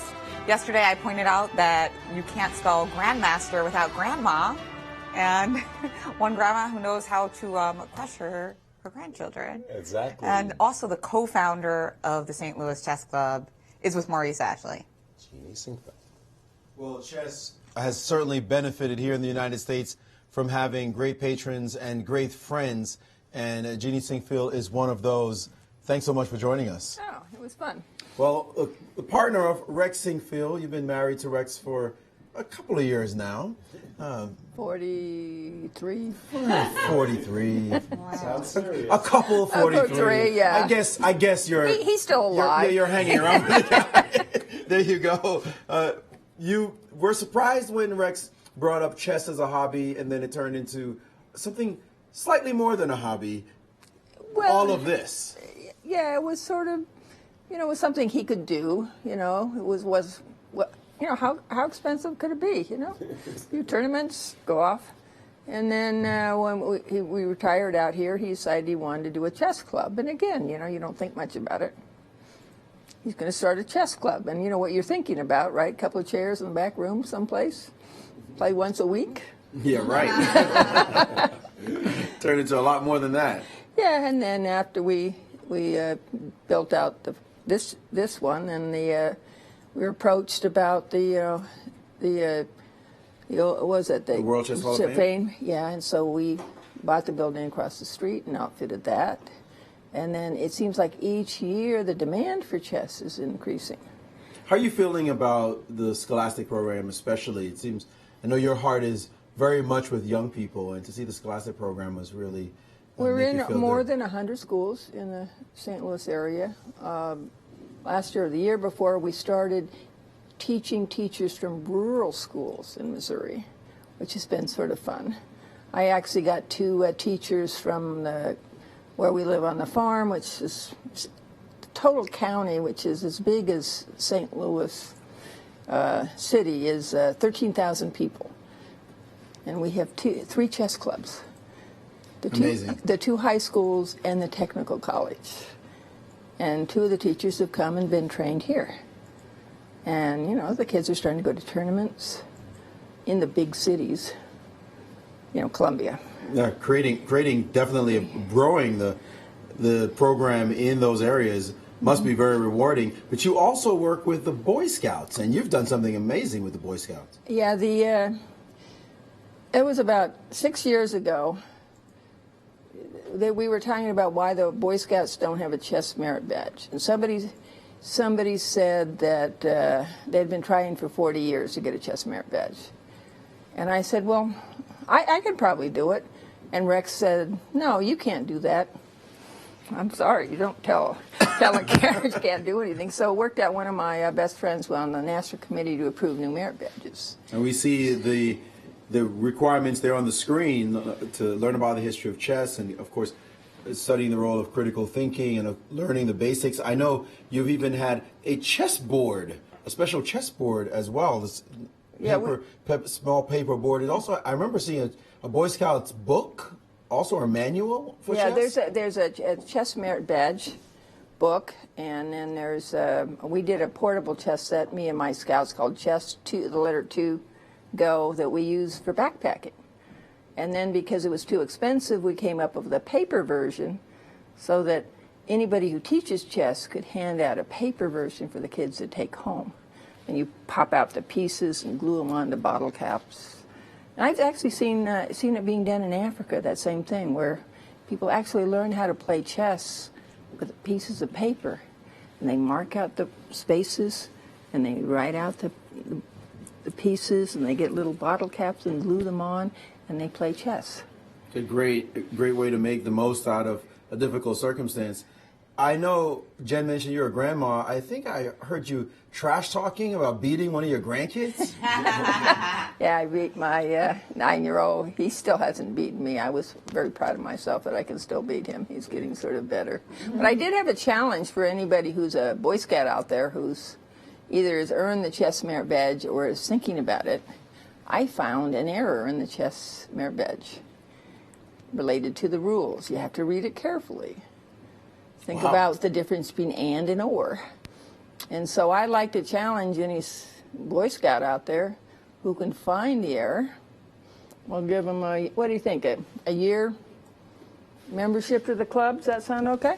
Wow. I think I'm about to join the Boy Scouts myself. Yeah, just see if you can find it. It's subtle, but it's there. Maybe the next edition will get it fixed. Okay. Well, we see you're paying attention to all the niceties. I know you're that kind of person, a stickler for perfection, and you're always improving things here at the club. Jeannie, we really appreciate what you have helped to make happen here, the miracle in St. Louis, and certainly your continued support. Thanks. It's nice talking to you. Jeannie Sinquefield, one of the great difference makers in the history of chess, as she and her husband/partner Rex have really just made a real miracle happen here in the United States. Thank you, Maurice, and especially to Jeannie for all of her efforts. That was nice. Absolutely outstanding. I'd like to see Maurice and you do an Eagle Scout off, where you have to do like all these like camping and tying knots. I'll be doing the cooking and the fire. And it looks like we've got some news in the Wesley Topolov game. Let's see how that game has developed. Indeed. I wanted to pull up that crucial match up. Go ahead. And we have it here.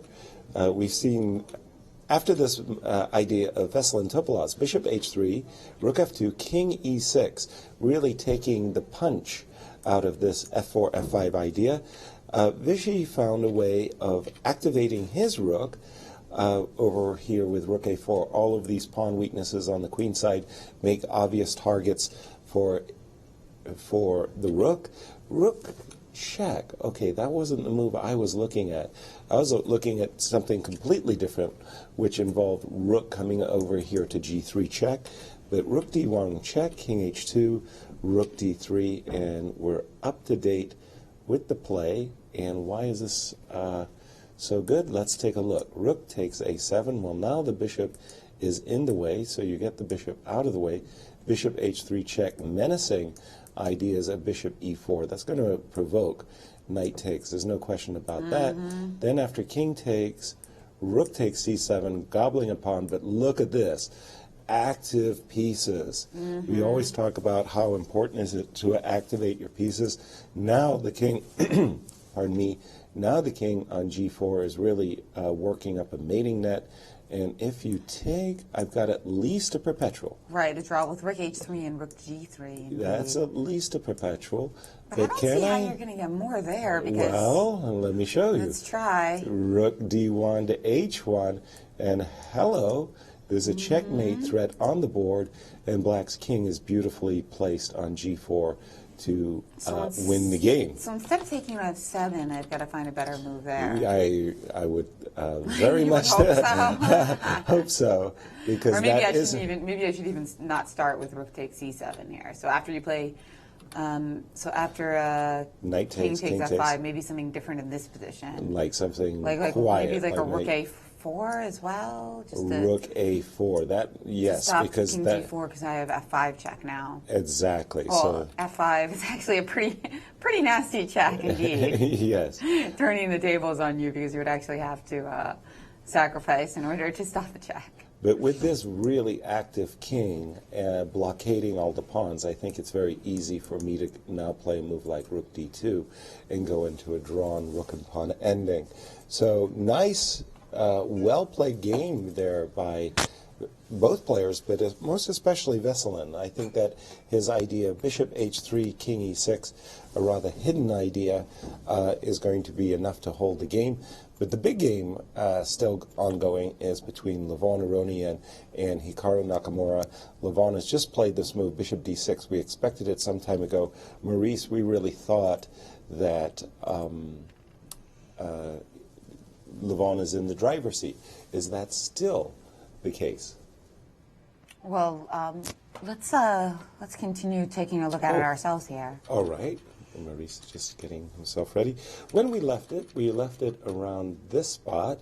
After knight b5, bishop takes, rook a8. We were just begging for the move bishop d6. Bishop d6, bishop takes d6, rook takes d6, and Maurice was mentioning how this bishop on b5 dominates this knight on f6, and more concretely, this pawn on b6 is a near goner once white doubles his rooks with rook c6 as well. So we thought bishop d6 a while ago would have really tested Hikaru. King f1 was an iffy move, rook e6 tenacious, and we have these moves. And now we see bishop d6 in perhaps a slightly less powerful version, but nonetheless still a very pleasant advantage for white. And well, the times have caught up a little bit. It's not that bad on the clock for Hikaru. Maurice, your take. Yeah, surprising that he didn't play bishop to d6 earlier. Even in this moment here, bishop to c4 is a smart thing. I guess he felt like this rook was not secure and would never remain secure on that square, so he could get the rook off of the square with this move, rook back. And then he played the move h4, creating a bit more weaknesses on this side. So he's just basically loosening up those pawns, if you will. This pawn on e4 is not great. It takes away the square for the knight as well, and it unleashes this bishop, or has already unleashed the bishop on this long diagonal. So enough weaknesses in black's position for you to feel like there's something here. Bishop to d6 is what he played next, is correct. And Hikaru has now played the move king to g7, accepting the fact that he may have an isolated pawn on the c5 square that he thinks he might be able to defend. The Indians don't believe you should trade off right now. Instead, try to threaten it in some way. Maybe the move bishop back to b3. And now if you play this move, rook to c8, this, even here, it's getting a little tricky as this bishop is dancing around, trying to find something specific to lock onto. Now, white has to be just a little careful. Now, let's say the rook, for example, move to d8. White gets this move. This pin is annoying. This is what we call the eternal pin. If king up to g6, then you can trade down here. And now rook up, and this pawn, you see, more weaknesses being targeted. Without this pawn here, there would be no shot on something else. So he's just finding little things to do. Also, the b4 threat comes into position. This is just a sample line of what could happen here. Is white better enough so we can say he's definitely winning? Well, if he had played bishop d6 earlier, the answer would have been, oh yeah, this is busted. Now that he's played it and given Hikaru a few moves to get more of a defensive posture, now it's in the realm of, this is work. This is work. He should technically be able to win this, but it's a lot more work, and it's starting to float into that realm I was talking about of maybe you might end up in a rook and pawn ending where you're up a pawn, but you don't have enough to win. And that, I think he's allowed, but seems as though he's relatively confident that he should be playing the right way. But we'll see. We'll see. It's not as nice as it used to be, but it's still pretty darn nice. Thank you. And Maurice, before I let you go, this is a really sharp game. Vishy Anand, Veselin Topalov. We actually found a variation, maybe even two, where Vishy has to be very careful due to the active black pieces and very active black king. How does the engine evaluate this? I know you're about to say 0-0-0, but there were ways easily for Vishy to go wrong. Well, if you knew what I was going to say, why didn't you? The triple zeros, I knew that was coming. Triple zeros all the way around, including this move f5, which has been played on the board. I think Vishy senses the danger in the position, and he is deciding to bet very concrete right now with this move f5. The expected move is g takes f5, and he's going to swing his rook away from a4. Forget about that pawn on a7. That has nothing to do with the danger in his position, because black was threatening the move bishop to f1, and that bishop on f1, if you remember, Topalov against Ding Liren put a bishop on f1 himself as black, with two rooks on the board, against two rooks and a knight that Topalov had with the white pieces. But in that case, Topalov was able to weave a mating net around the black king and win the game. Seems like light years ago now, but here is Topalov doing something very similar. putting a bishop on f1, or at least he was threatening to put the bishop on f1 with 2 rooks, same material distribution all around, except this king's not in any danger at all, and it's white's king that has to worry somewhat. This position is what Anand is now aiming for after takes. This bishop f1 is no longer playable anymore, so bishop to g4 is the engine's move. And now there's about nothing that's going to help white to win anything in this position. He can play something like knight takes g4, f takes g4, head for this line. And this position leads towards more or less equality according to the engines, although this g-pawn might be arguing that he's going to get some counterplay. So does black. This one looks pretty drawn after something like check, king over, and then the other rook over here. Only black can win a game like this, but it's not likely he's going to win this one either. So there are lines here that are just floating into perpetuals, draws everywhere, neither side being able to win, but they still have to work out the variations. But I'm fairly confident they're going to get to a position that they're just going to say, this is a draw. All right, and Jennifer, we have a phone call. That's right. Welcome to the show. Let us know your name and your question. Hi, my name is Sean. I am calling from St. Louis County, which means I've had the pleasure of visiting the club a couple of times. I had the great privilege of hearing Grandmaster Ashley give a lecture on the openings, and I saw Grandmaster Shahade play a bliss game against Mr. Sinquefield outside. And unfortunately, Grandmaster Seirawan, I have not met you yet, but whenever a novice player asks me for recommendations, I always recommend your books and videos. Well, thank you. You're welcome. Now, I would like to follow up on a question came in early today from a caller from Greece who's asking your views about the greatest players. And I would like to cast that in a slightly different way. And I would like to nominate my candidates for those players among the great ones that we know of who had the most natural talent. And if I may, could I give you my 10 nominees? Please. Okay. Some of them are obvious, but I have one or two that most people these days are not as well aware of as the others. So my nominees are Paul Morphy, Jose Raul Capablanca, Sammy Reshevsky, Mir Sultan Khan, Mikhail Tal, Bobby Fischer, Vasil Ivanchuk, Gary Kasparov, and Magnus Carlsen. And I'm going to waffle a little bit on place number 9. I think Vishwanathan Anand certainly deserves consideration, and possibly Ruben Fine and Paul Karras. And I'd be interested in hearing your response to my nominees. Thank you very much for taking my call. That sounded like a dozen to me, but what great names and what history we have when we're going all the way back to the 1850s with Paul Morphy. You don't get any arguments from me. Those are just great, great names. Those are great names, but I can't say they're the best names. Best names. I didn't hear a few world champions' names get tossed in there. They were omitted from that list. No women. And no women as well. Absolutely. A very big omission that I'm sure your wife or significant other or whoever, your daughter, or whoever it is in your life is slapping your hand right now for omitting Judith Polgar. What a tremendous talent she was, for sure. I mean, this list is impossible. You can, again, you're measuring talent, and there's no way to measure talent. But I did hear a name on that list, Sultan Khan, who a lot of players don't know about, and this guy was an absolute genius for chess. He's not a famous name, but you want to Wikipedia him and take a look at his accomplishments and the natural genius that he was. That's a great name you added. You might have omitted a lot of people, but that name was certainly a great name to add and that people should look up because his career and his life was just so colorful. So you add a little controversy to the show, which is always nice. But clearly a chess historian and a fan of the St. Louis Chess Club, presumably a member. So we like to see that, and we'd encourage more of you to follow suit. Even if you're not from the area, you can become a member. There's lots of benefits. You support these shows, you support these classic programs, and you can come on down and see like all these exclusive lectures by Grandmaster in residences. Oh yeah, they're wonderful. Yeah, well, they're not that exclusive. The in-person ones are exclusive to members. You can watch the recording on YouTube, but then you can't ask the Grandmaster a question about what they were saying.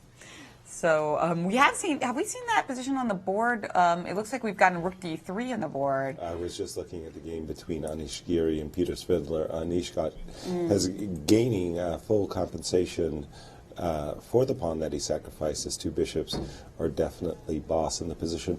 We did see this. We had been talking quite a while before in this position when Vichy essayed c2, c3. I was saying, get that move f4, f5 in as soon as possible.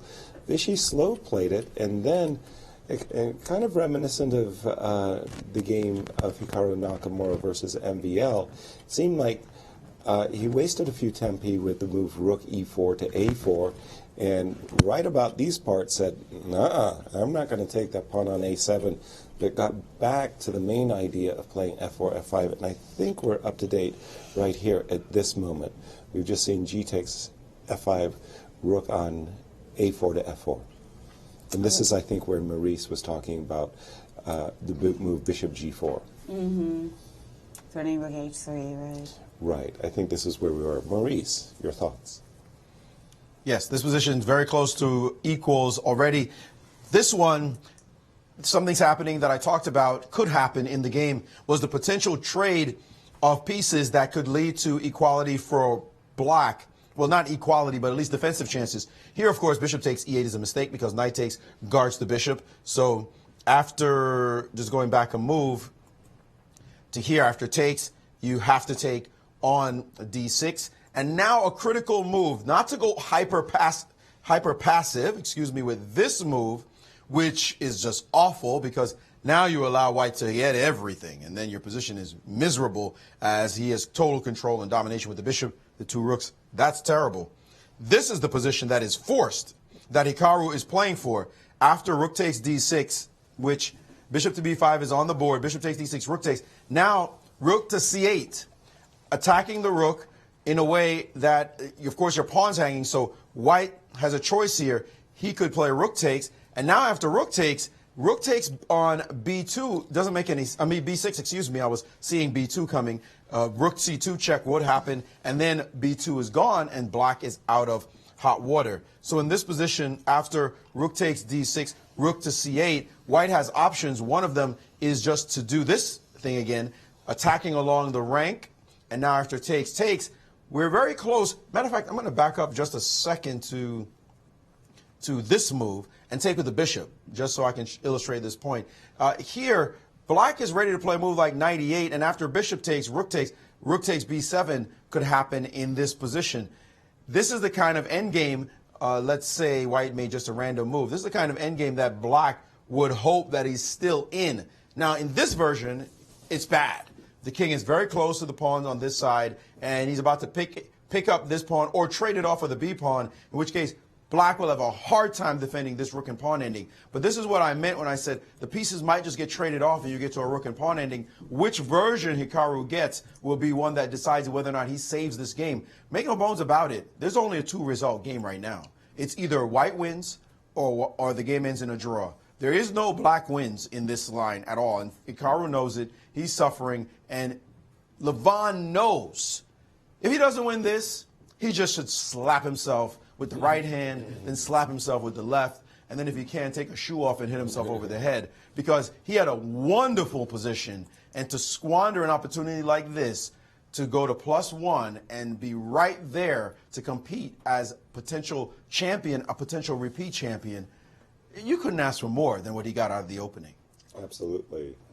Very, very good point indeed. That's right. Yeah, Nakamura should go back in time and play the King's Indian. Right, because he's definitely suffering in this game. And we have seen a move, I think it was bishop g4, in the game of Veselin Topalov. I just wanted to go to the game between Anish Giri and Peter Svidler. Very enterprising pawn sacrifice from much earlier in that game. And we have seen that Peter was forced on the defensive, white having a very big initiative, and we're catching up quickly to the players. Now we see this very powerful light squared bishop in the position ready to come to the square c6. The problem is that with his extra pawn, black has managed to lock down the queen side in such a way that the only action, if you will, is on the d file. And sorry to interrupt, sorry to interrupt, but we have a repetition occurring in the game. You can get back to that in a second. This move, bishop to g4, was played in this game with Anand and Topalov, and Anand played the move king to g2, and after bishop to h3 check, king to h2, bishop back to g4, implicitly offering a draw is Topalov. Anand may have wanted to know what Topalov's intentions were with the last couple of moves, but now we have this position, and it's Anand's turn to move again. If he plays king to g2, then clearly that will be a sign that this game will end in a matter of minutes. Sorry, back to you. Not at all. A very important development there, and not unexpected that the game would go to a draw. It was just this very, very nice idea, bishop h3 and king e6, most especially an enterprising draw, to be sure. But unfortunately for those two players, that would mean that Wesley So will be our clear tournament leader with one round to go, the championship round. But they can be satisfied, or at least happy, that they always will have a chance to catch up to the top if Maxime Vachier-Lagrave does his job and wins with white. Everybody's rooting for Maxime suddenly. Yes, everybody's rooting for Maxime, and Maxime has all the motivation in the world too, because he's within striking distance. Absolutely. So it's really a great competitive situation in the final round. Who does Aronian play tomorrow? If he were to win, the pairings will matter, because I'm not sure if do they play each. Do the leaders play each other? He plays Veselin. Unfortunately, he plays Veselin, so they will have to beat each other, because it would be nice if it was like 3 different pairing where all 3 had a chance to play 3 other people, but now they'll have to play each other, and but that's good also, because then they have to play a more dynamic opening. I love how you always spin things so positively, Jen. You got to look at the positive. This is our matchups for the championship round. That's right. We've got Fabiano Caruana versus Anish Giri. That's a must-win situation for him, as he sees Maxime Vachier-Lagrave face Wesley So. Nakamura, I don't know if he's going to make it today, but if he does, he'll also have a chance to reach the winner's circle if he beats Ding Liren with the white pieces. Ding Liren also with the same exact motivation, so everybody's got the same feeling here, right? Right. Except, of course, Fiddler, who is out of it, and Vichy with everything to play for in Giri that as game. well. Giri's out of it too. Giri's out, Vichy's out, and that's it. That's But you said Vichy, you mean Fiddler is out. Giri and Fiddler are out. Giri and Fiddler are out, but that's what I meant. everybody else going into the last round could win. Could actually win the tournament. 8 out of 10 players can win the tournament. That is really insane, and that's what happens when there are a lot of draws. A closed field, tight field, as we have. Just to, we'll go to the game of Vichy's. I was just going to say that I really think that Peter Svidler has defended extremely well in his game with Anish, and he's ready to play the move rook c7, rook c8, and knight b8. So the last move, important move, rook a7 to chase this bishop away, and he should secure a hard-earned draw in that game. But again, and if for some reason he didn't, by the way, we should point out that Anish would also have a chance to win. Because he would get to 50% exactly. one game to get to go. The magic number is +1, provided MVL can win. And look at this. We did not see a repetition by Vichy. Instead, he could have, we saw these last few moves of repetition right here, after this bishop was checking the king. But instead, he decided that, no, my chances are equally as good as yours. Let me capture this bishop on g4, and let's take a look. Has he made the right choice? Well, we're glad he made the choice he did, I suppose. But what about pawn takes with the idea of g2, g3, check in the position? White has to take a tempo out to play the move king over to g2, does it not? And now, I'm just thinking about this position. Rook d2, rook takes f5. But what is this a real try? I'm not sure that this is a real try. g3, rook here, rook here. Don't I just have a perpetual check in this fashion? That's not bad. That's a perpet, right? That's a perpet for sure. So what's the big deal here, Maurice? Am I missing something? It looks like a pretty easy solution for Veselin Topalov after H takes G4 with the threat of G3. I'm looking at King G2 and G3 and this perpetual after King H3, Rook H1. I mean, maybe there's more, but I'm just saying Nothing there. It looks like triple zeros there as well. That looks like it's leading to a draw. Another position, though, big development in the game between Hikaru Nakamura and Levon Aronian. And Levon's up a pawn now. Bishop takes on D6, Rook takes on D6, and we expected him to play Rook to C8, Hikaru, and just simply hunker down for the long defense. Hikaru said, "That's not how I defend in chess. I don't do that boring stuff. I go aggressive," and he's played Rook to E5 in this position, simply gifting the pawn on B6. And his point? Rook to H8. Out of nowhere, Rook that's been standing passively in the corner on A8 is now steaming down to the H2 square, and his intention is to attack the white king. Imagine this. He's just giving away a pawn on the left side. Now he's going to shift. He's going to play Rook F5. He's got Rook H2 on tap, Rook F5, Knight to G4, intending to hit the F2 point while the cat's away. The mice are going to play on the other side, and he's hoping that this is going to be enough. Now, the Indians say, no, we think we can defend this position, that it's just not going to organize itself properly enough. And in fact, the Indians are suggested to completely ignore what he's doing on that side and play the move B4. After this trade, if you try Rook to H2, well, you want the pawn? Take it. Your business. You can have whatever you want on this side because these guys are serious. Rook takes, pawn takes, and suddenly this is a serious pass pawn. If you go after G2, hoping for some threats, guess who is just way too quick down the board? So ignoring the possibility if Levon were to go into this line, he could potentially just refute this idea completely. After B4, Hikaru is going to have to wonder what to do. This is actually a threat of going to C5, so takes. There's another idea here, the move Knight to D5, but that doesn't worry the Indian at all. If you go after this B pawn in this fashion, suddenly pieces are crashing down on the square. If you play this move, now boom, a discovery on your Rook and on your Knight. There is danger everywhere for Hikaru right now, and the key to the complete refutation, Hikaru might have thought that his opponent needed to defend passively. The key to the entire refutation is simply to ignore what Black is doing and start threats of your own. This is a highly dangerous position for Hikaru. Levon Aronian with a golden chance if he finds this move B4. And B4 looks like a really good idea because of this idea of Rook C5 and taking away any initiative that Black might be building up on the king side. But boy, we were talking about this, Maurice, on our break.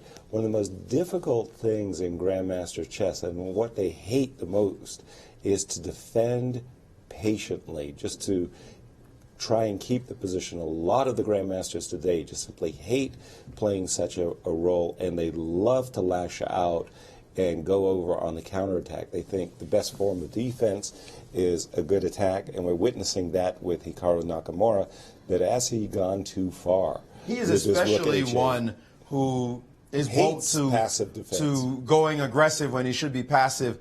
And let's be clear, nobody likes to passively defend. You just don't like it. It doesn't matter who you are. You could be Karpov, Petrosian. None of those guys wanted to defend, but they understood that defense wins championships. And the art of defense is something that you have to develop. And there's sometimes you just have to be patient, stop the opponent from being able to do anything, and then slowly but surely unwind your position. And sometimes you can unwind, but they can't improve, and you've created what is well known as a fortress position.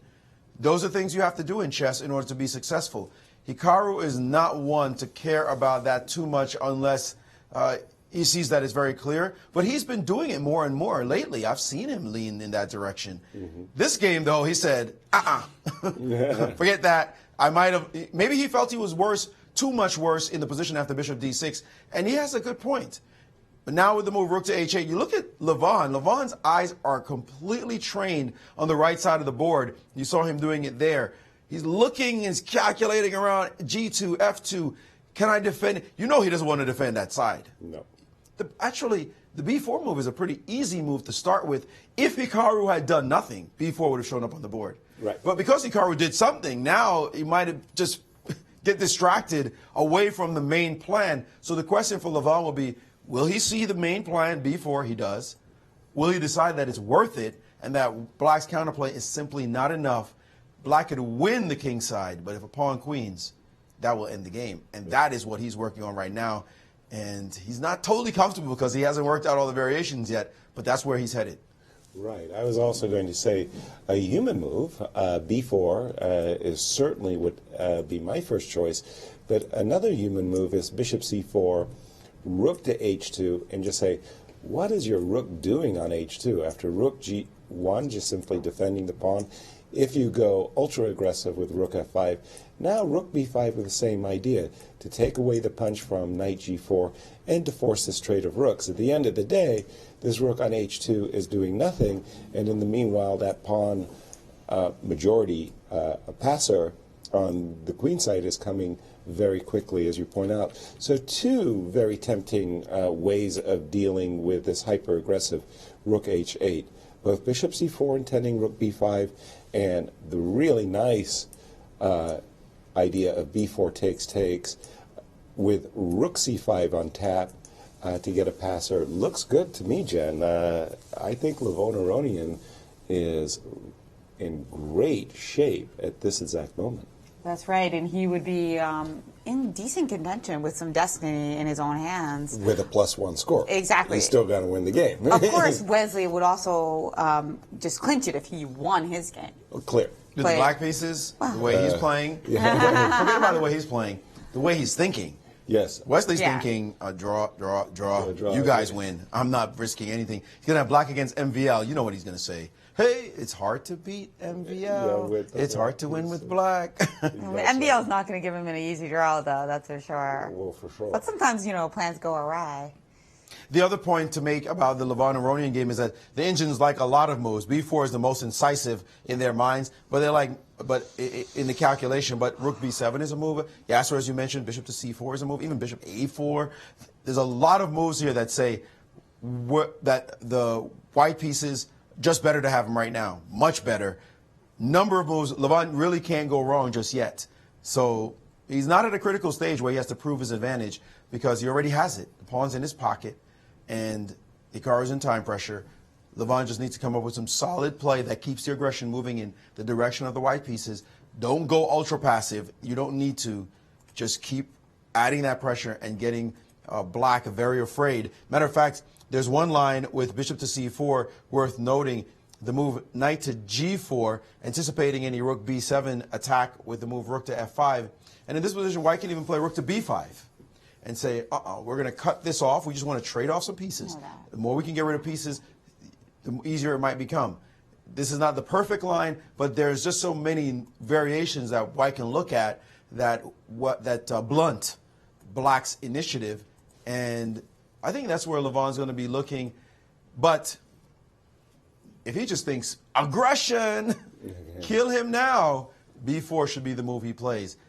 I don't see his eyes trained too much on that left side of the board, though, so I'm starting to wonder if that's what the direction he's even going, and he's not totally comfortable seeing that there's counterplay. He smells the win. And you know Levon, he's an opinionated guy. He might be modest, but he's opinionated. And he'll say, of course I was winning. I'm supposed to find the win right now. So he's looking for a way to prove the advantage. It's a golden opportunity for him and a precarious situation for Nakamura. Well, as big as we are Wesley So fans, sometimes we get really excited about these huge ties for first, all of which require Wesley So to go down in flames tomorrow to MVL. Right. But let's take a look and see what happens if 4 people tie for first. How could they do it? We did mention this earlier, that what would happen when number 1 would play number 4 in tiebreak, ties being broken by lot. Does that mean random, or does that mean the pairing number that they chose? I think that means random. Yeah. Yeah, that just means totally random. Right.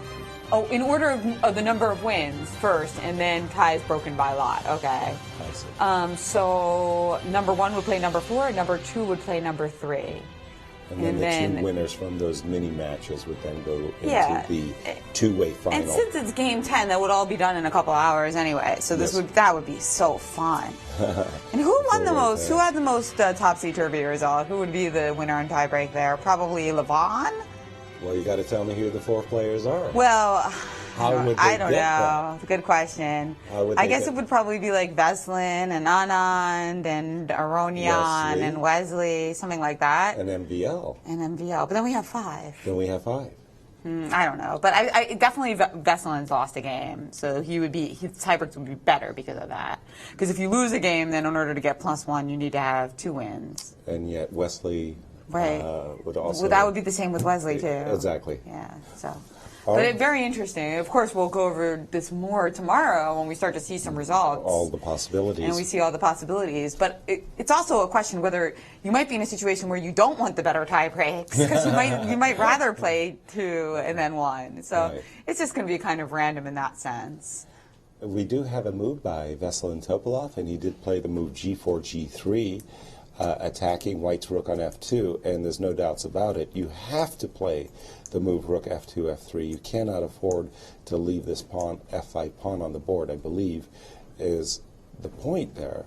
Well, so, wait no, a minute. because he didn't play. He played rook to E2. He went rook E2. He didn't allow the perpetual check. Not at that all. we He's were playing for looking the at. win even Is with the Vichy move Anand. rook to E2. Rook F2 to E2. Wow. He's still playing for that H pawn and maybe being able to advance it down the board at some point. It is now officially passed, and that pawn could provide some kind of annoyance to the black forces. Remember, black could go up a couple of pawns and still have those garbage C pawns. I mean, those things are an eyesore. So Vichy's just saying it's not about how many you have, it's about their quality. And that H pawn is a threat. You could get rid of rooks in this position. You might even win the B pawn. You might even win the E pawn. But that H pawn is still an enduring threat, and it can get to H6 and be protected on H6. And if you have a protected pass pawn on H6, it's just a moment away from potentially a rook H4 that allows it to queen, or the rook, your rook may have to be stuck on H1 while the other rook goes kamikaze, munching off all your pieces like Miss Pac-Man. So that is a deep idea by Anand. He is not caring at all about the number of pawns that might go lost in this game. He's just caring about the fact that that H pawn is so powerful. Wow. Miss Intriguing Pac-Man. position, to be sure. And rook to B1, not trading off rooks, was played in this position. Rook B1 was played. Yes. And the Indians already like white after this move, feeling like H4, H5. Let's And get maybe he's that. trying to double the rooks on the last rank. Something of this nature. Yeah, again, like trying to go for those like rooks you want. H6, I suppose. The Indians actually didn't like H5, but it Oh, has been sorry. played.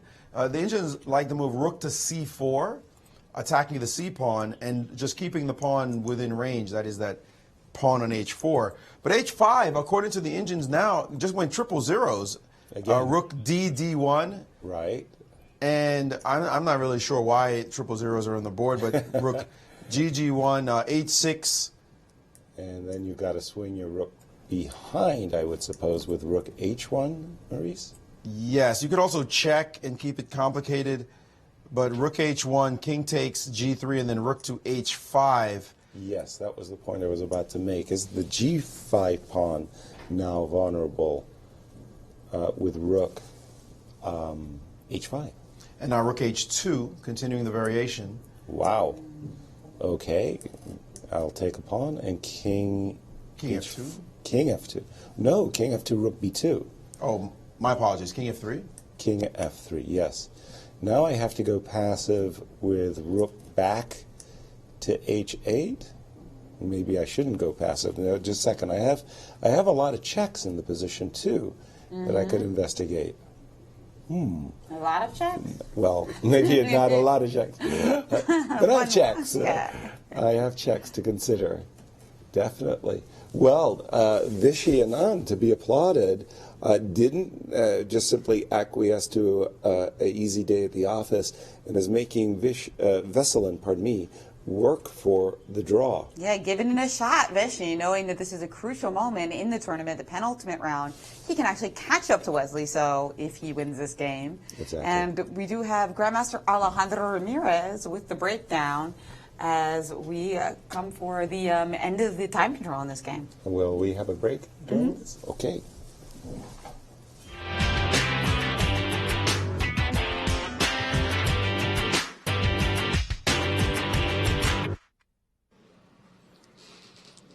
Thanks, guys. We have a couple of interesting games still going on today. We have 2 quick draws, but hey, the other guys are still fighting. And I want to talk about a concept in chess that is sometimes a little misunderstood, and it's the idea of a weakness. So normally when we think about weaknesses, we think about bad pawn structures, about things that can be attacked, but let's try to define it a little bit. A lot of people think that developing a piece is just when you move it out of the first square. Sometimes developing a piece is when you actually make this piece active. A weakness is also misunderstood many times. In this case, we have a triple pawn situation here in the game between Anand with the white pieces against Veselin Topalov, and your immediate thought is, well, this is a weakness. But actually, the more you analyze it, the more you realize that the pawns on c7, c6, and c5, normally something that you would say this is weak, this is something that's targetable, this is a long-term problem, is not that bad. And the problem is that a weakness is only exploitable if it can be attacked. And this is a very key part of the game of chess. If you have a weakness that for some reason cannot be attacked, it cannot be reached, it's actually not such a terrible thing. In this case, even though this pawn here on this side should eventually be very weak if for some reason all the pieces are traded or I can get a rook to the c file, well, it's not so easy. You can't trade all the rooks. Black's just not going to let you. The knight on h6 is very, very misplaced. It's going to take some time to bring it back into the board. And the pawns themselves control a lot of important squares. How do you reach this pawns? It's not so clear. Are triple pawns good? Well, no, I'm not going to go that far. But are they weaknesses? I wouldn't say so. I don't think they're actually weak in this position because there's no way to reach them. The pawns themselves give a lot of squares down this file. You can see how it controls d5, d4, and it also opened the b file for the rook in certain occasions. White has just played the move rook f1 with the idea of playing f5, so he had to abandon the d file completely simply because the pawns are controlling so many squares. Now, a completely different situation we have in the Hikaru Nakamura game. Under normal circumstances, you think this is just a symmetrical pawn structure, 2 on 2, 4 on 4, and you think, okay, how bad can this be for Hikaru? But upon deeper inspection, we understand that, again, a weakness is something that you can actually attack, that you can pressure. And in this case, Hikaru has very clear weaknesses. The pawn on b6 can be reached by maneuvering the knight back. It can also be reached by just kicking out the bishop and infiltrating with the rooks. You can think the bishop can come to c7 and attack the pawn on b6. You can immediately think of ways of attacking this pawn. That's not something that I can come up with the triple pawns on the other board. Now, you can think so. Well, b6 is weak, so what? Then we realize e4 is also weak. It's a pawn that has to have continual protection because the rooks can always maneuver to the 4th rank. The knight on d6 is already attacking the pawn on e4. There's very serious pressure. It's interesting to note that even though Black's pawn structure, by all means, you should think is okay, it's actually very weak.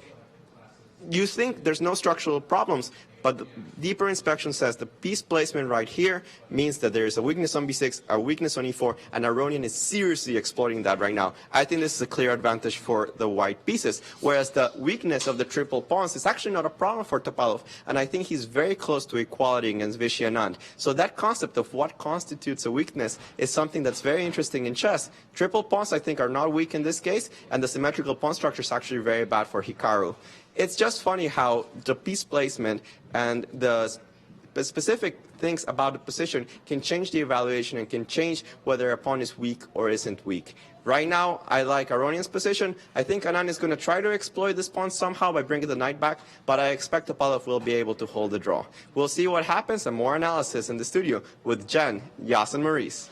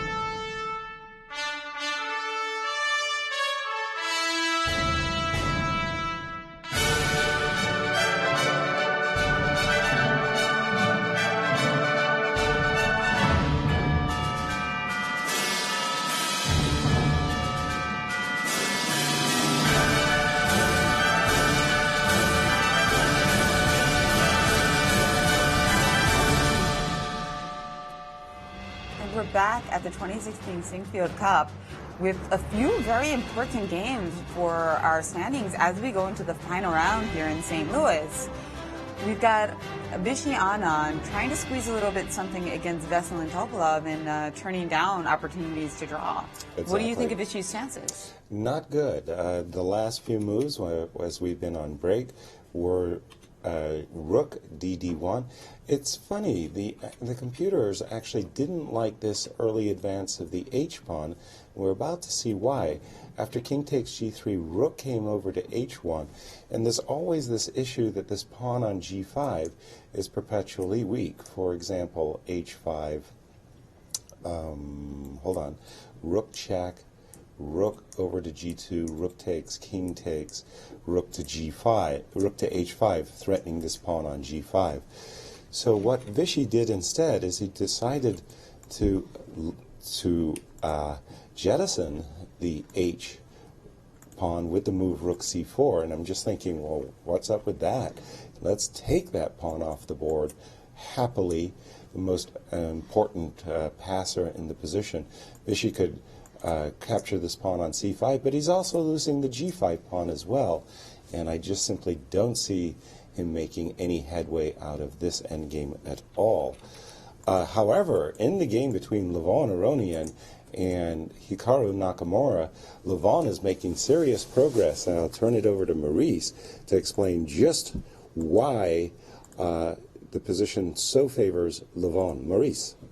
Well, we understood, first of all, that he was already up a pawn. Clean pawn in the pocket. Now the question is, does black have enough counterplay to prove that he can potentially equalize his position? The answer seems to be absolutely not. And how is that? Because after rook to h8, Levon decided not to play the b4 move. He decided to go aggressive, rook b7. Remember, we said there were a number of alternatives in this position. This is just being one of them. After this move, rook to b7, Hikaru played the move rook to f5, and now prophylaxis, rook to f1, anticipating all the potential dangers that could happen to his king. A very deep move, this one, a rook to f1. Hikaru continued with the move rook to h2. This wasn't the most aggressive, this was the most accurate move, I should say. In fact, it's a really bad move in this position. Rook to c5 would have been more tenacious.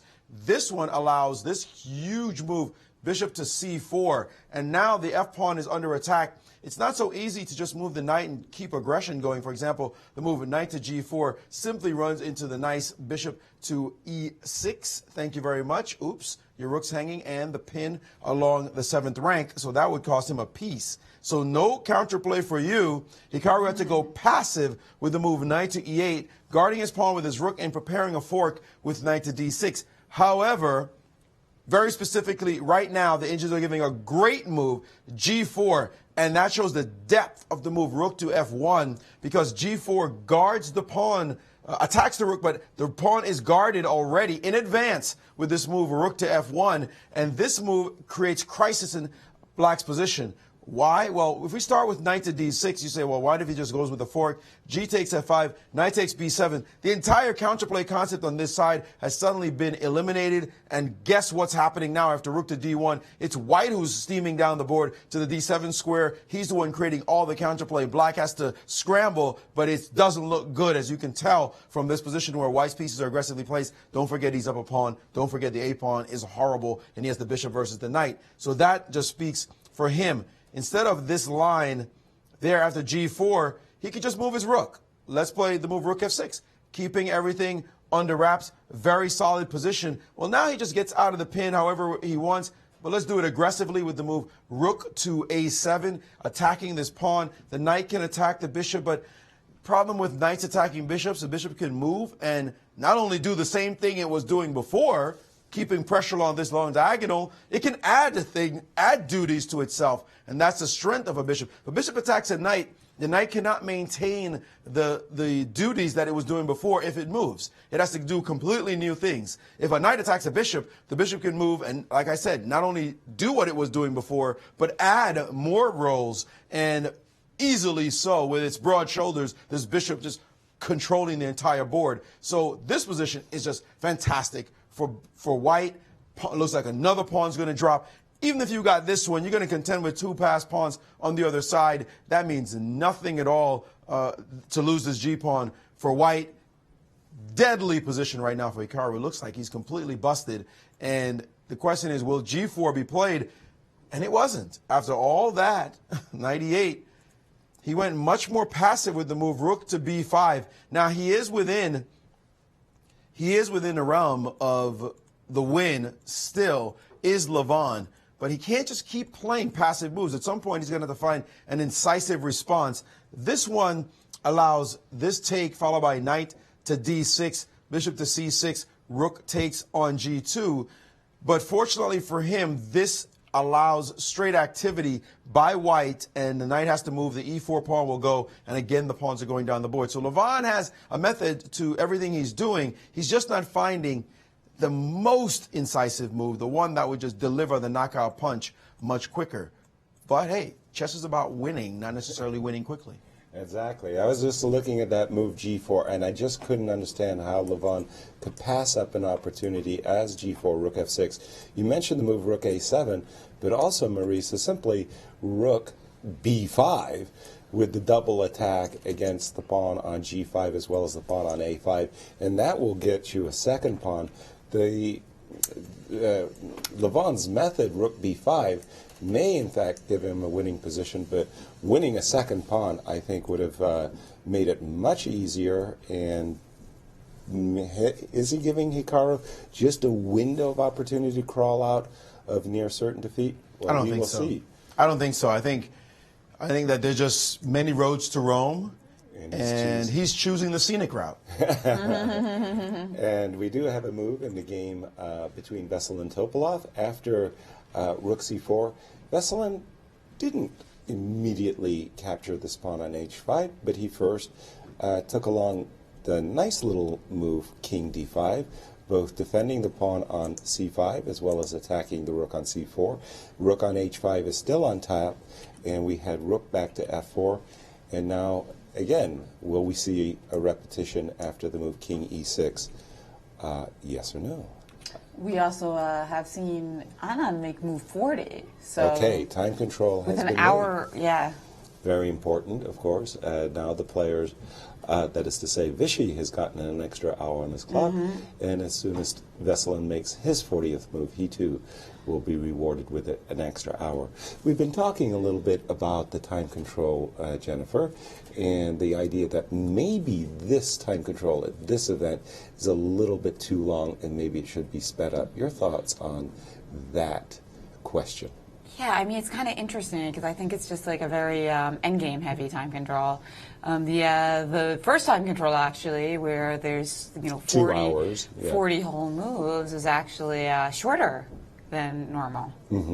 And it does seem to go by really fast, right? Because there's all the action going on, openings to explain, Alejandro and Eric, and then, yeah, those 4 hours go by pretty quickly because normally it would be 90 moves.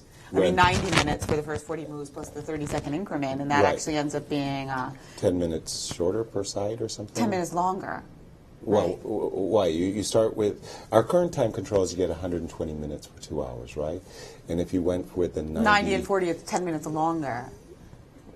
20 minutes shorter, 10 minutes per side. They get 10 minutes less time, thinking time, because the 30-second bonus is only for 40 moves. So it's 10 minutes shorter. Wait, but it's a 1 minute per move, right? Because each side gets 30 seconds. So it's 40 minutes plus 90 minutes. Okay. Yeah. Well, no, but I get 10 minutes less. Yeah, in this time control. No. Right. If you went to a faster time control of 90, I'm saying 90 plus 30 seconds is faster than 2 hours per side. By 10 minutes each. Yeah. Each. So it would be shorter by 20 minutes, but then I'm thinking the second time control is way too much. Yeah, that you should go 30 and 30. And if anything, you could add a third time control. If you wanted with a 15. But that God, no, please. But even that is, even the third time control is, I would say is faster than this. That's what I'm saying. This is actually even slower than that. Yes. Because the third time control would sometimes be like 10 minutes or something, 15 right? minutes for the rest of the game with the 30. What would be the second time control in that case? Game 30? Just game 30 with a 30-second increment. Yeah. Right.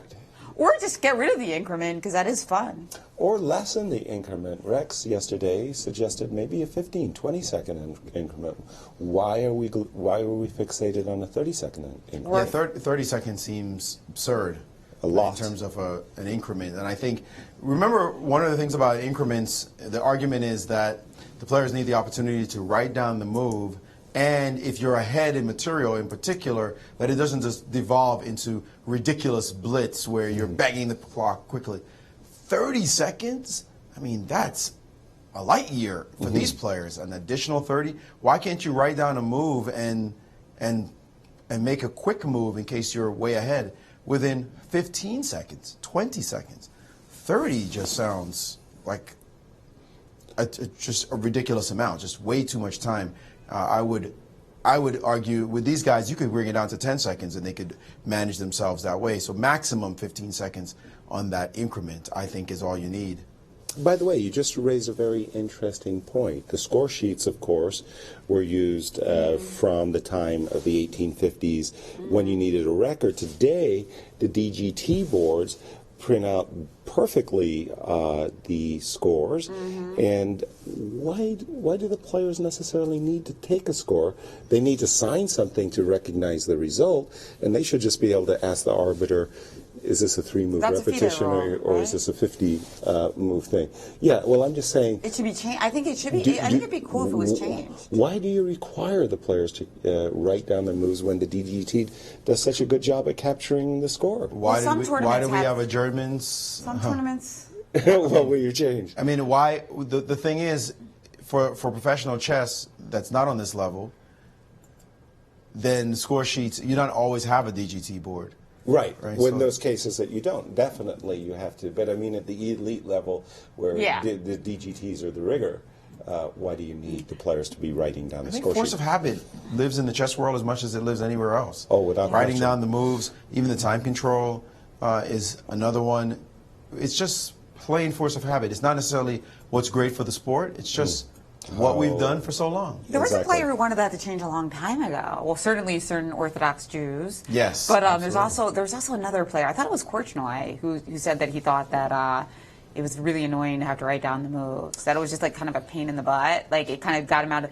Perhaps like especially if you're in a situation that's very intense and you don't have a lot of time, I can see how it can get a player out of their zone. Yes. That it's like real it's a distraction, non-chess right? activity if you Right. think about it. It's like the chess is so visual, and then all of a sudden you're doing this like verbal, like handwriting thing. Right. So I also think like from the flow experience point of view, it would be good for there just to be an option. If it's a small elite event, you shouldn't have to take the score, because my concern with Maurice's idea of just a 10-second increment is that sometimes players might really start, Just check boxing. yeah, like kind of scribbling, and it might become kind of messy. Like arbiters have to decide, is that really scorekeeping or not? And it's like, that's just annoying. I like your idea. Yeah.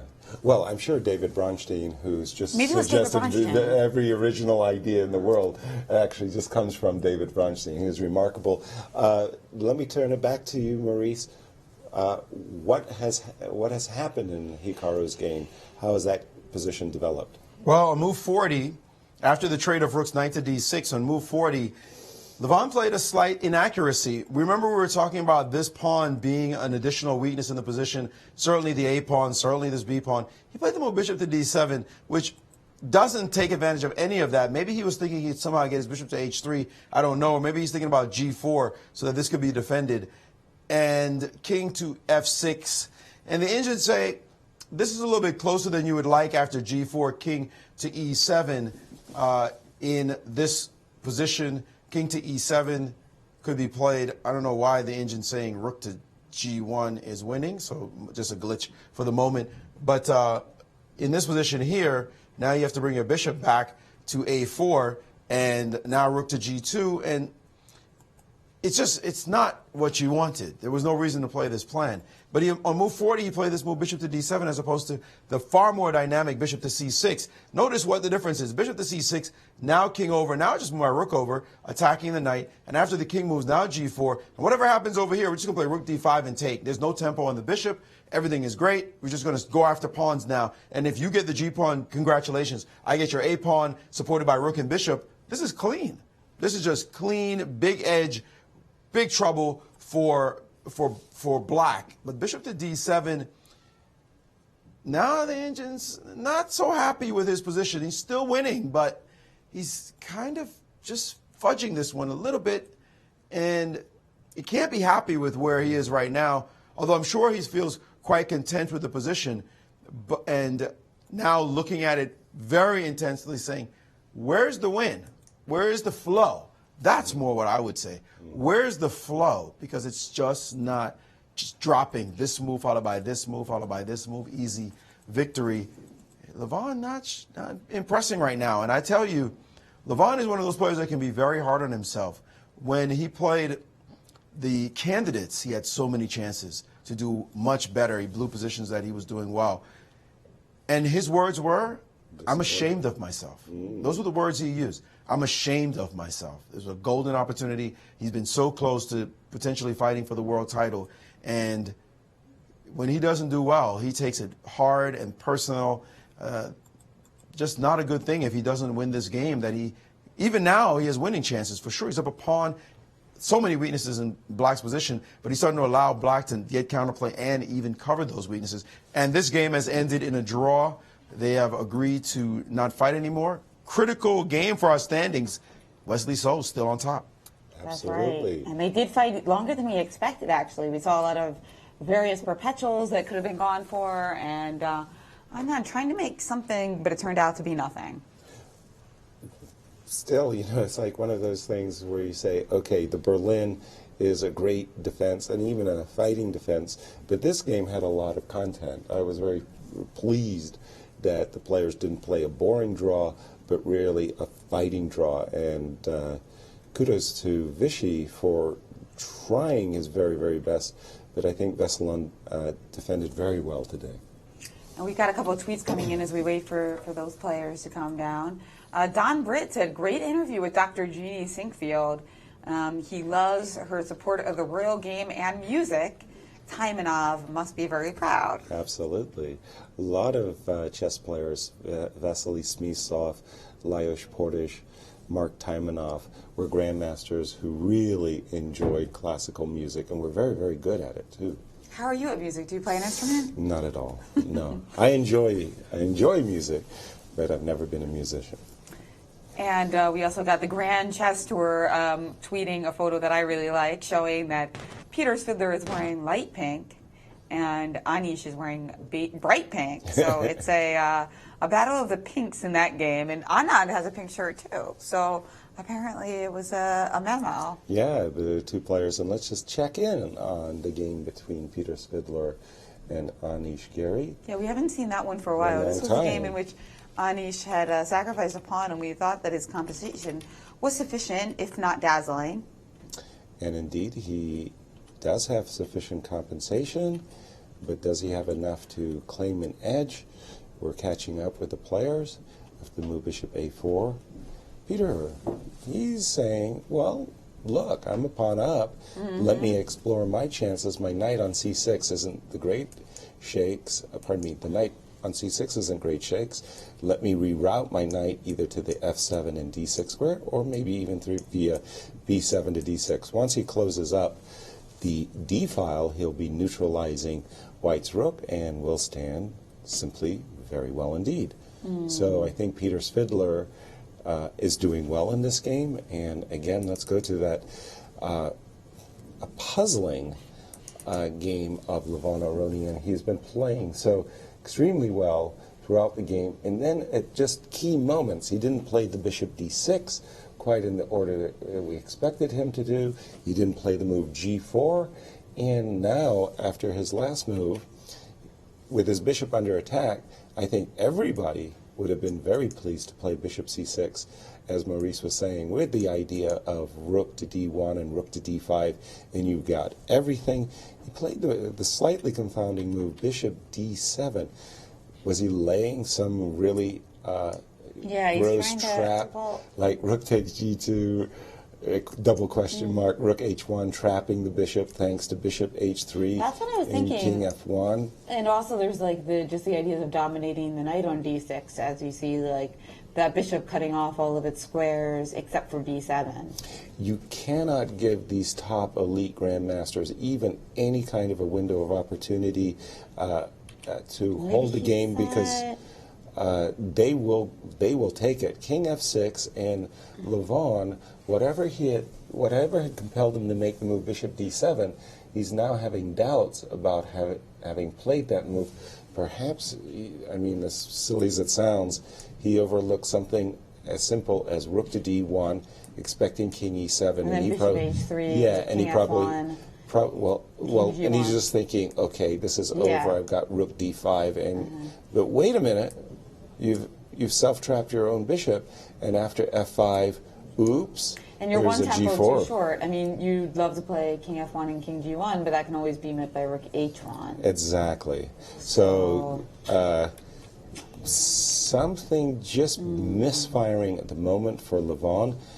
Can he right the ship? Has he spoiled his position or not? I still think he's a choice to win the game, but we're just not seeing his very, very best at this moment. But I think you're right. I think there was something in there with trapping, the combination of potentially dominating the knight and the rook that he just slipped. Yes. Which sometimes happens when you have this dominant position. Exactly. And we have in our studio former world champion Veselin Topalov with Maurice Ashley to explain today's exciting struggle against Vichy. Well, after a very interesting fight, Veselin Topalov finds himself still in second place, a tie for second at that. Veselin today was a Berlin, normally quiet affair. I mean, rich with content, certainly nuances. This one was bizarre. What did you think when his knight leaped into H6 and decided to plant itself there in the long term? I kind of prepared all this line, and then he made a move with the bishop, which I didn't think was so good, or at least computer doesn't believe it's so good. Bishop and E3 was it? I think so. I'm not sure. And then, it's quite strange position. Probably it's around equal. I don't know, but he should have played push the pawn, earlier in the game, and then which pawn? The F pawn, I think, and then. What happened was that he missed a mating thread I had, and I almost thought I was winning, Tell us about it. When he allowed me the rook coming to D3, here, I thought I was kind of better. But then I think he forgot that, no, rook E4 is probably okay, but maybe he should play F5 immediately and then exchange, so it's around equal. Mm-hmm. But then I think he just missed that I'm checking, and now my idea is to put the bishop on F1. Right. And then it's probably already lost. So he had to, to go back to F5, and I couldn't see anything else. In fact, I'm not sure I played the best moves, because here obviously black should be okay, but I don't know if I was. For example, I was a bit afraid of the move later on in the game when he could push H6 compared to the game, but probably I think I should be still holding. For example, here I thought H6, taking was okay, and then H6, probably it should be still equal, but this was, I couldn't really understand this move. Because now he wants to place his check, take, move, and now, for example, some position like this, it might be easily losing for black. I think the engine was saving this for black. I believe it's okay, but of course I thought it was critical, and it's an easy move, very obvious, and what he did is completely nothing. Actually, just wasting time, and he was a bit lucky, I believe, that that here, I mean, if I check, if I take the pawn, then no. If I take the pawn on E5, he goes to F2, and then it's still okay for white. Take, change the rooks, take on H5, and then he has this very strong check, and the king goes to F4, and then eventually he takes again that pawn. So it's still, I don't know, maybe I think it's still around equal. Well, it seems like two old warriors and old friends fighting it out and finding still a draw in this position. You're still only half a point out of first, and Maxime Vachier-Lagrave has thrown down the gauntlet, said he's going to go for the win tomorrow against Wesley So. No question about it. He has to if he's going to try to win the tournament. How will you handle your game tomorrow with the white pieces? I'm playing. Okay, it also depends a bit from the game of Levon now, but it looks like he's winning. And then, okay, we'll have it will be interesting in the last round. Of course, I'm white, which is always a bit better, but I think you said you weren't doing so well with white in the opening, did you? Well, maybe not doing well, but I won the two games I won with here. They were with the white pieces in Spanish, so we'll see. So most probably it will be, if I go E4, it will be Spanish, and if I go D4, some kind of solid openings as well. So we'll see. Well, you say it depends on what Levon does, but you're definitely half a point behind Wesley. If you don't win and Wesley draws, you don't catch him. So does it matter what the situation is? Will you just go for it against Levon? Yeah, but you know, about Wesley, the thing is, I don't care so much about the rest of the games. It doesn't depend on me. What will happen in that game, it doesn't really depend on me. So. Yeah, but you have no chance if he draws. So. No, not to win. But again, of course, I just gave him a pawn a couple of days ago. So a point, I mean, for nothing, more or less. So. It was quite important, and okay, if there's anyone to be blamed, that's me for that, you know. No chance of redemption, maybe? You get a chance of revenge? Well, so again, it would be nice, but again, I'm not really thinking so much about the winning, you know, just playing better, and if it's possible, and we'll see. Okay, well, we'll look forward to seeing you tomorrow then. Good luck. Thank you. Veselin, point that I'd like you to comment on.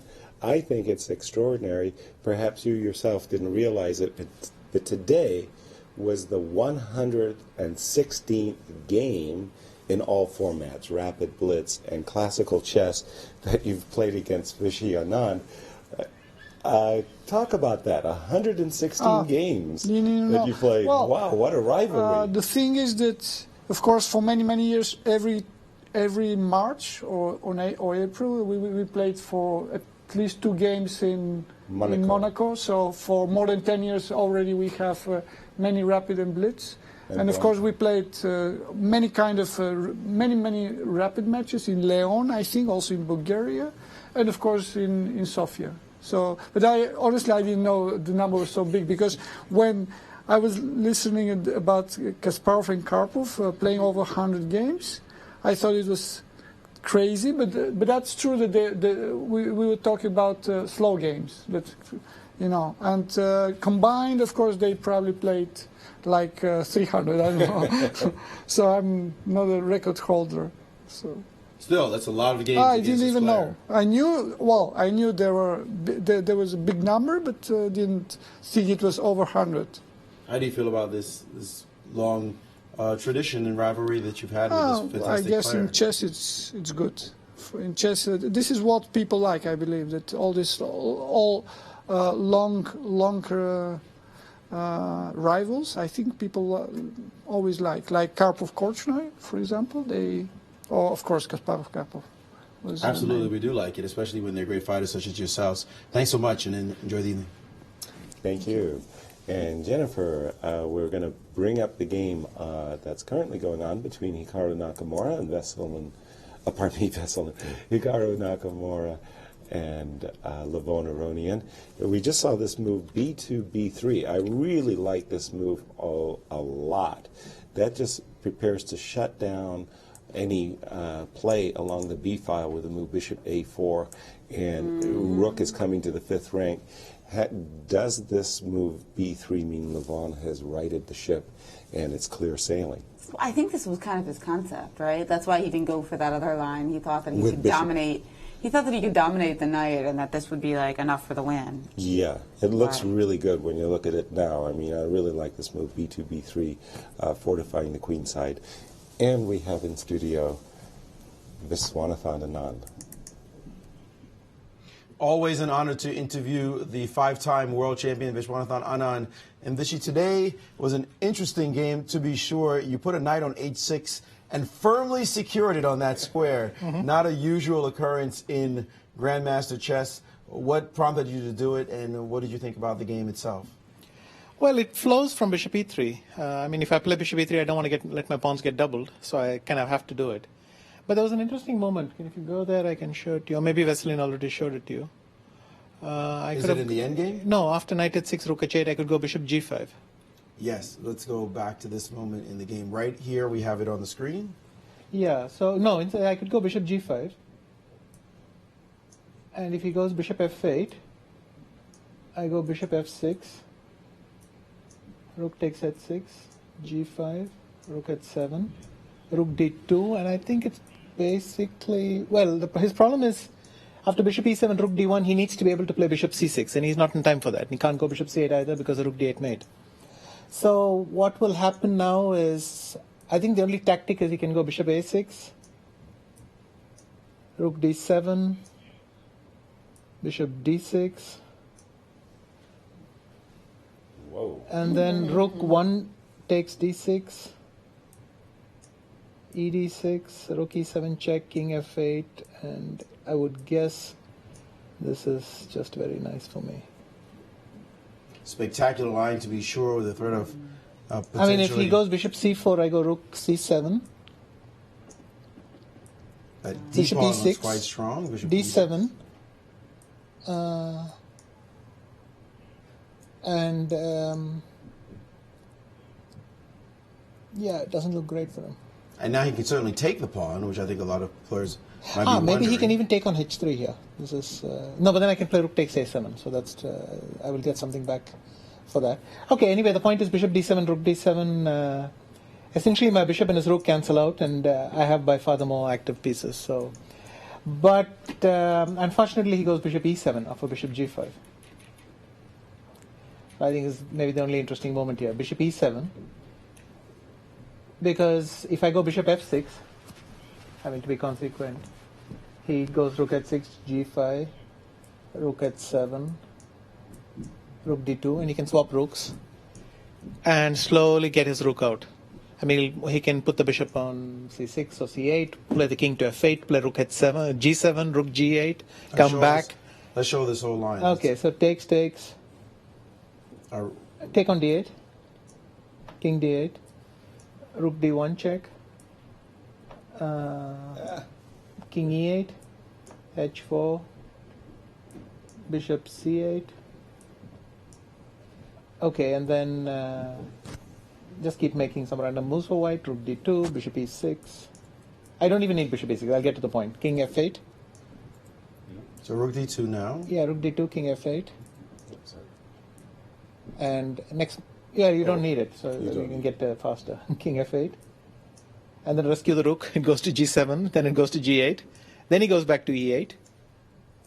Then he plays bishop d7. Then he plays king d8. Then he plays rook e8, and he slowly crawls out. What a weird idea. Bring the rook back and I don't think this works for me, unfortunately. But it's possible that already after bishop c5, I mean, I knew this idea and I misplayed it a bit.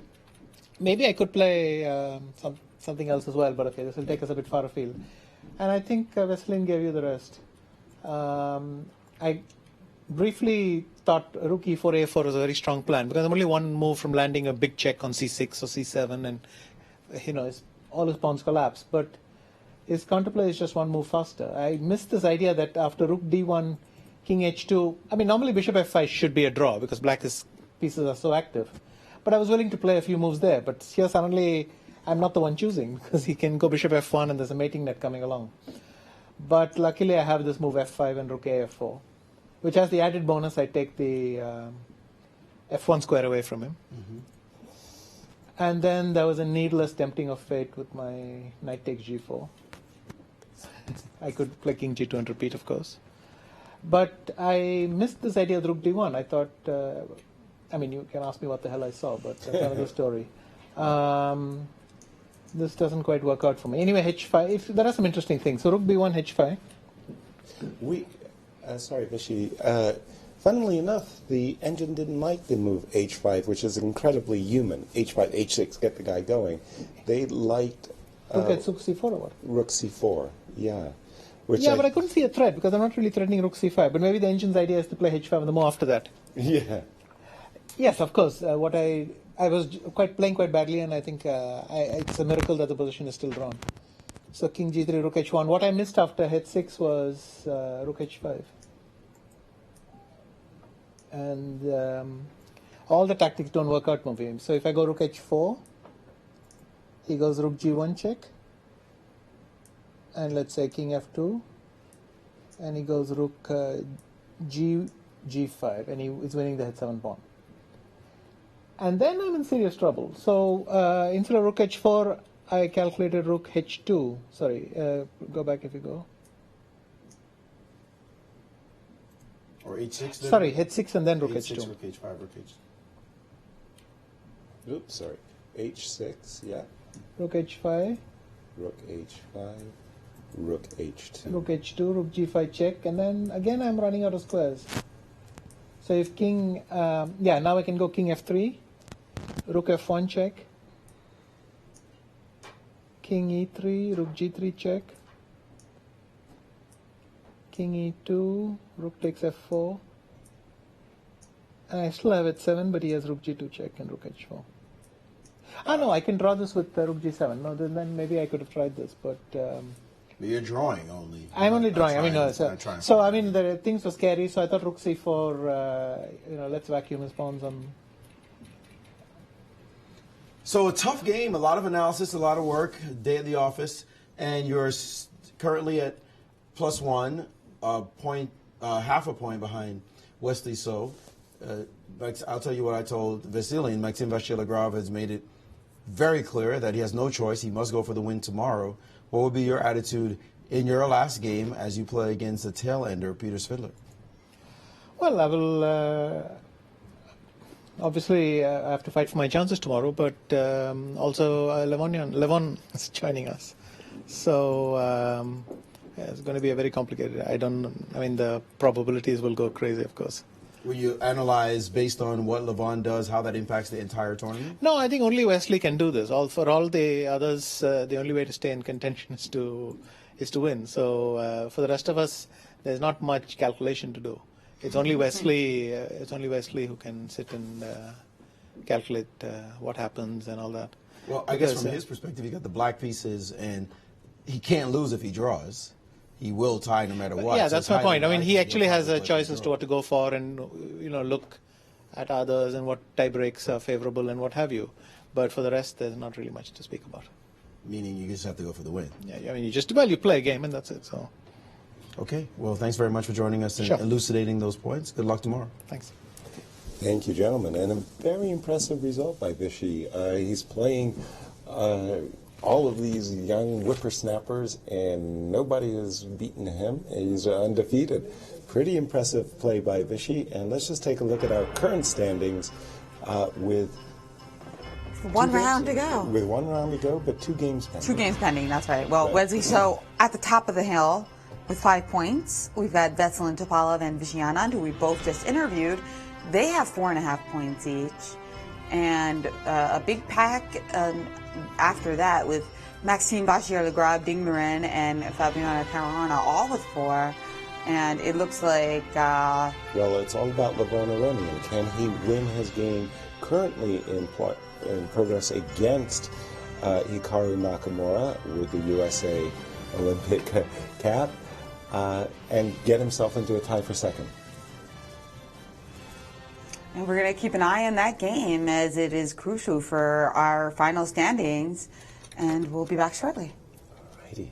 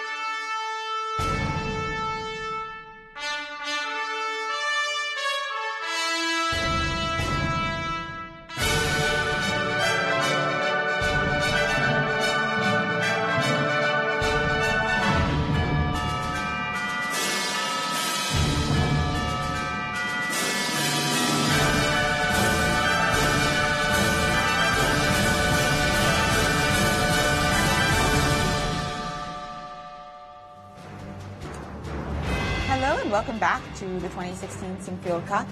We've got 2 games still going. Aronian is playing against Hikaru Nakamura, trying to convert this extra pawn advantage, and I think he's just snapped off on a5. You did indeed. He had a choice between snapping off an a5 or checking and then snapping off an a5. I thought the check was more accurate. I want to back up just a second before we get into live action. We had this position earlier in the game, and I thought the simplest move was the move bishop a4, and a huge advantage for Levon after, for example, f5, rook to c5, rook over to a8, forcing black to have a passive rook. Levon went for rook c7, which I just felt was another one of those little needling inaccuracies in his play so far in this game. And after rook h1, now allowing counterplay, we have reached this position after bishop a4, king f8, and we saw rook takes a5. I thought actually this move was a little bit more accurate. But having said that, yeah, he did play rook takes, and then we're about to see f7, f6, and he's got some serious work ahead of him to convert this advantage. Had the passer been an a pawn, it would be much more different. Also, with this knight on d6 protecting the pawn on e4, this is by far the best position that Hikaru could have hoped for going back 15, 20 odd moves. So Levon looking a little shaky as he tries to rope in the whole point here. But he sure will try. Without question. It looks like Nakamura's made a move. Yeah, I'll refresh the board. I think we just saw... He's trying to extricate his rook here. And there's the other game is still pending as well between Anish Giri and Peter Svidler. So after rook takes a5, check, pardon me, king f1, f7, f6 has been played. And now we are up to date with the players. And again, obviously the extra pawn, great chances for white, but a good fortress-like position at the moment for Hikaru. Whether or not Levon can break down black's defenses, that's a completely different question altogether. Well, he sure will try. Without question. And we've got some tweets coming into our hashtag Sinquefield Cup. Grand Chess Tour tweets a series of gorgeous photos of the players like all suited up, and I encourage you to go check that out. It looks like they're in a GQ spread, which is exactly what the Grand Chess Tour said.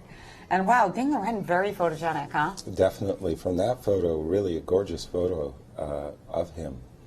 Indeed. And we've also got a question for you from Twitter, from Don Britt. He says, you interviewed Taimanov for No Regrets, didn't you?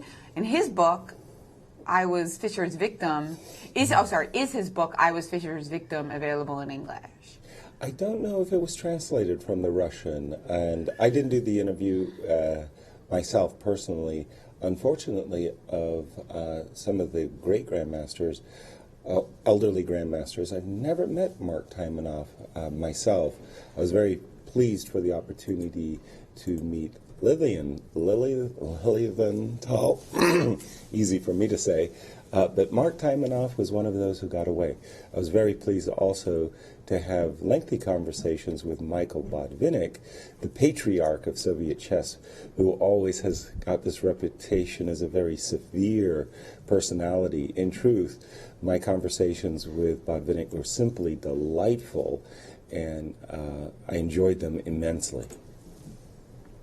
And the book No Regrets, what was that all about? No Regrets was the 1992 match between Fischer and Boris Spassky, where I had actually asked Bobby, he hadn't played in 20 years, blah, blah, blah, blah, did he have any regrets? And he said, no regrets. And I used that as the title for the match book. I wrote 2 books on matches, 5 Crowns and No Regrets. And actually, I think they're some of my best work. I just love match plays. What is your favorite book of yours? Probably my first one, 5 Crowns. It was just a brilliant book. I co-authored alongside Jonathan Tisdall. And that World Championship match in New York, Lyon, is still, the games are so vibrant, fantastic World Championship match. I think it was one of the best I've ever witnessed. How many books have you written? About 18. 18, geez. And the most recent one is Chess Duels, right? Yes, Chess Duels. And, well, it is not in print. It's only online. The curriculum, I would say, is the latest one on the St. Louis Chess for the club website. Exactly. Yes. So exactly how is Levon going to put the pedal to the metal here? The only thing I can really imagine him doing is playing rook d5, rook d4. He's got to get his bishop into the game, hitting this weakness on e5 so that he can get out of the way in order to play b4. So of course if White were to get in that entire maneuver of putting his rook on d4, his bishop on c6, and his pawn on b4, he's winning, and that's a maneuver that Hikaru is going to have to try and stop. Maurice, how is Levon going to win this, and has he spoiled it in more to the point?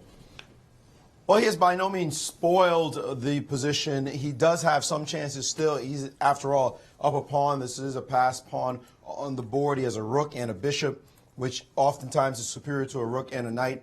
Plus, Black has some weaknesses on this side as well, as difficult that it is to probe those weaknesses, given just the constellation of pawns. He did play this move, rook a8 check and bishop to c6.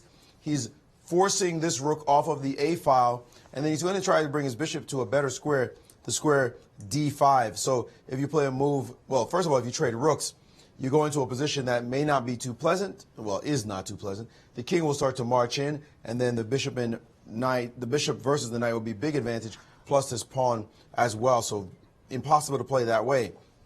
That means he must avoid the trade in this position after bishop to c6. Does Hikaru? He has to find a square for his rook that will be a long-term useful square. The move rook to b2 looks good. When you look at this position, however, rook check, be careful where you put your king. The king of the board is possible. You could end up on the square e5 only to find out that rook to a5 check is on the board, and suddenly your king has nowhere to go, and you have to give away a piece. So you have to go passive. Might as well do it now. A move like king to f8, for example. And now the bishop is going to go to the d5 square.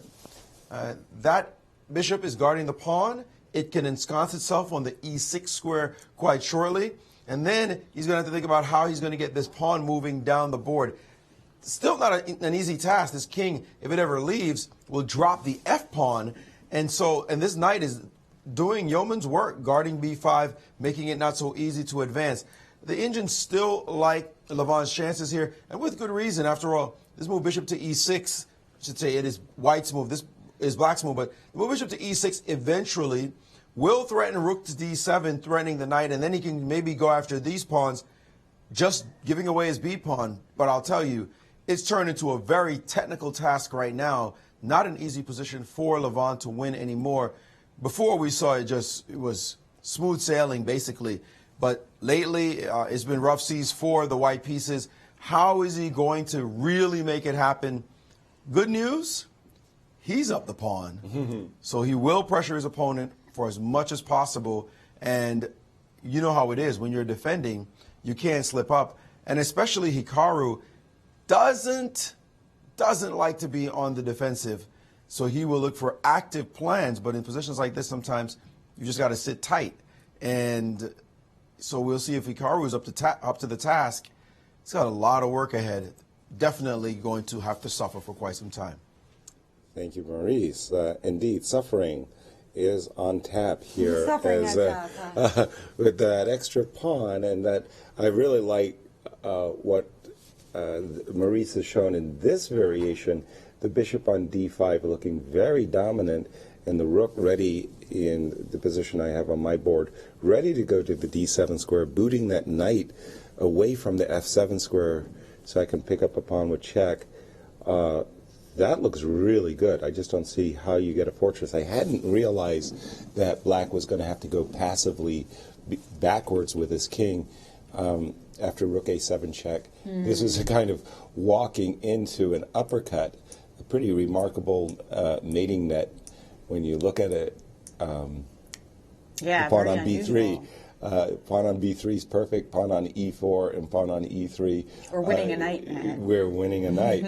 So I didn't realize at first blush that the check was forcing this passive king, and with the bishop coming to d5, and again, that huge threat of rook to d7, booting the knight, wherever the knight goes, then would come rook f7 check, and major issues for black all over the board suddenly. So maybe in this position, instead of the move rook b2, getting behind the pawn, you may have to play rook to d2. I don't think that really changes matters. I can still play king f1 and force the rook to make a decision. So Levon Aronian maybe has not played the most incisive moves, but he's still doing very well. How would you rate Nakamura's chances for drawing right now? Not that highly. 20, 30? Maybe 25%, yeah. Versus, you know, the rook and bishop just perform so very well, work so very well together. Let me just take a look at the other game that is pending. It is between Peter Svidler and Anish Giri. Anish very early in the opening middle game essayed a long-term pawn sacrifice. At the moment, it hasn't paid dividends, not at all. And with the trade of the light squared bishops, I don't know exactly when that came, but back here, now Peter's got a very concrete idea. Look out, Anish. Knight is coming to d6, making the move a5, a4 possible when this pawn on c4 gets undermined. And if black can execute that maneuver, I really like Peter's chances of winning his first game here in the 2016 Sinquefield Cup. That's right, and that would actually make this game really irrelevant for the standings, because even in those scenarios where Wesley So wins, neither of these players, I mean, where Wesley So loses, neither of these players would be able to catch them if Peter wins. Right. Whereas if Anish were to hold a draw, if Anish win. Yeah, if Anish were to win, which seemed like a hypothetical possibility some time ago when he had like that robust compensation for the pawn, but not anymore. Now it's just Peter or a draw. Exactly. And it looks bust, though, for Anish, actually. He's starting to look really bad. Yeah. He has to sweat to save this position. In the case of this case right here, after this trade, rook back to d1, knight to f7, a very nice move, ready to put the knight on the d6 square, as you mentioned, yes. g4 has been played on the board, a quick swap by black in this position. And now, instead of being correctly passive, knight d6 looks fine, like a fine move. What about just a4 now? Really send the message, your position is terrible. What are you going to do? Trading looks pretty forced. Knight d6 now hitting the pawn. And what can you do about it? If you defend this pawn, there goes the other one. And those pawns on light squares really don't help the bishop to defend. This is a terrible position for white right now, and all he has to do is play the move a4 versus knight d6. I think knight d6 must be playable as well, given the circumstance. Knight to d6 is playable, rook to e1, back out of there. But the only problem is rook to a1, just to create a little bit of complications, a little bit of resistance. No reason to let that happen if you can play a4 right now. Peter is definitely looking at it right now, followed by knight d6, followed by money in the bank as far as Peter's fiddler would be concerned. To finally get a win would just be beautiful, pulling him out of the doghouse, at least by himself, because Anish Giri would join him there. And Peter could say, well, I got tie breaks on you. Yeah, everybody likes Peter, so we wanted to have some positive memories of St. Louis, even though, of course, somebody wins, somebody has to lose. And Anish just did that 90-second plank for us. Ended up being 2-minute plank. So that was a very good sporting gesture, wasn't it? Indeed. Because we were like in the middle of like a broadcast where we were going to be studying this like rook endgame for 2 hours, and it was like so exciting to see these planking contests, right? Wow, we only asked for 90 seconds and he gave us 120, so that was a very impressive performance by Anish. But on the chessboard, he's definitely suffering. And if I saw that right, Maurice, after check, after the check, Hikaru's king came up the board, a move that we thought wasn't possible. But it was just a small nicety. He forced he was trying to keep the bishop out of the e6 square. Right. And so he Out got of the to this d5 square, yeah. No, out of the e6 square, in fact, because the bishop wants to go to e6 eventually. Right. So all this did was just a subtlety. So bishop check, king over. He played bishop f5 check, forcing the king backwards in this position. And when the king, now the king is on e8, and now bishop back to e6. And he's gotten the very key square he wanted, and there he goes, and he has played it in the game. So the bishop is guarding g4, guarding b3, ensconced on that square on d6. He's preparing on e6. He's preparing rook to d7, chasing the knight, and then he's going to head over to f7 and go try to eat some more food. This looks juicy for And white. that bishop on e6 is showing the power of the bishop, its ability to guard on multiple sides. It does so much work. As it moves, it continues to do work, and it continues to do even more work. Mentioned it could shoulder so much responsibility. So Nakamura needing to be careful here. He's now playing the move rook to b1 check. He would like for the white king to hide over on g2 so that maybe he can play rook to d1 at some point when you attack his piece. So like now, for example, and so now you cannot... And he has played king g2. Yeah, now you can't force the knight away, and he's played rook back to b2. And now if you attack his knight, which looked like the whole plan, intention, yeah. then rook to d2 does become playable to try to keep things together. But king even F1. in this position, is this going to be stable? As you mentioned, king back to f1. Doesn't look like it's going to be stable. No, it does not. In And fact, it's going to be easy to break. And by the way, I mean, this pawn, now that the rook is tethered to the knight, b4 is going to be... b4, that's the real trick. b4. And king e1 and king In fact, e2 and f3. right. You know, considering that he's frozen, b4 might have been a better move than the king move. Or maybe more accurate as opposed to... So we better. have rook b2. We're expecting rook d7. Yes.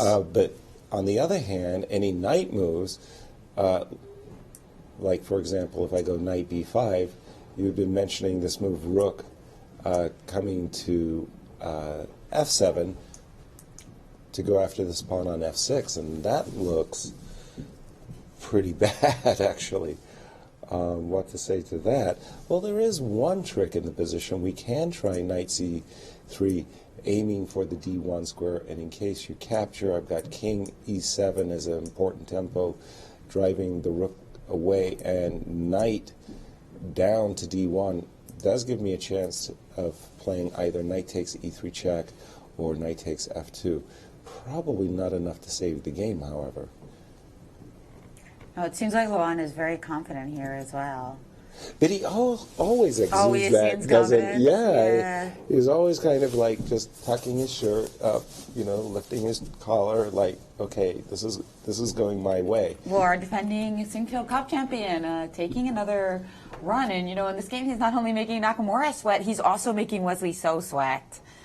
We've got a couple tweets coming in. Voss King 1 says, I chose to stay in and watch you guys, and after that, I'm going out clubbing. No regrets. No regrets. Quoting your book. Well, hopefully there will be some fruit for your effort watching, and we'll see some blood spilled this round, and it looks very likely in this game. Maurice? Well, I was out clubbing last night, and I'm having some regrets as this game goes longer and longer. Well, rook to b1 check. This position is intriguing because the engines say that instead of rook b1, king g2 was not the most precise. I said that rook b1 is fine. King g2 was not the most precise move. King e2, not worrying about anything, was more precise. The point being this, check this out. King to e2, keeping an active king alive, dealing with, you remember that idea you talked about, Yaz, this idea of being able to attack the f-pawn eventually. The engine's saying, okay, we'll just wait, and when you're ready, we're just going to give you the f-pawn. Changing the nature of the game, of course, because he's no longer a material. But now after rook to d7, this looks even sweeter for white. The knight is not going anywhere. It has to be very careful where it goes. Knight to b4, and you can just hand us the knight. Thank you very much. Your knight has absolutely no squares whatsoever. Given that you're dominated. So you have to go back to this square. And now you can already see the pieces, the way the king, bishop, and rook are beginning to harmonize in this position. The engines actually give rook to h7, knight d6, and now king to d4. And now it's just getting worse and worse as an active king, bishop, and rook. Those are scary. Those are scary pieces. And this knight looking somewhat silly. Even if your rook were to show up in some kind of way trying to defend, after this move, king to c5, your knight is just dominated. There's nowhere to go. B pawn's going to go down the board. There are no moves. You're just going to get crushed. So that was the active way to go. Levon choosing the move king to g2. You know, he's been playing this whole thing slightly lazy. I mean, just slightly. He's not playing incisive moves. So when you look at the position on the board now, this one, he's still better, but he could have had his king coming toward this side of the board, not worrying about this pawn at all. And so he's sort of, he's like, I'm just going to play the natural one here and another natural one. And he's played a few of those. Remember when he could have played b4 many moves ago? Very incisive, very aggressive, going for it, maybe sacrificing a pawn, but getting that play going.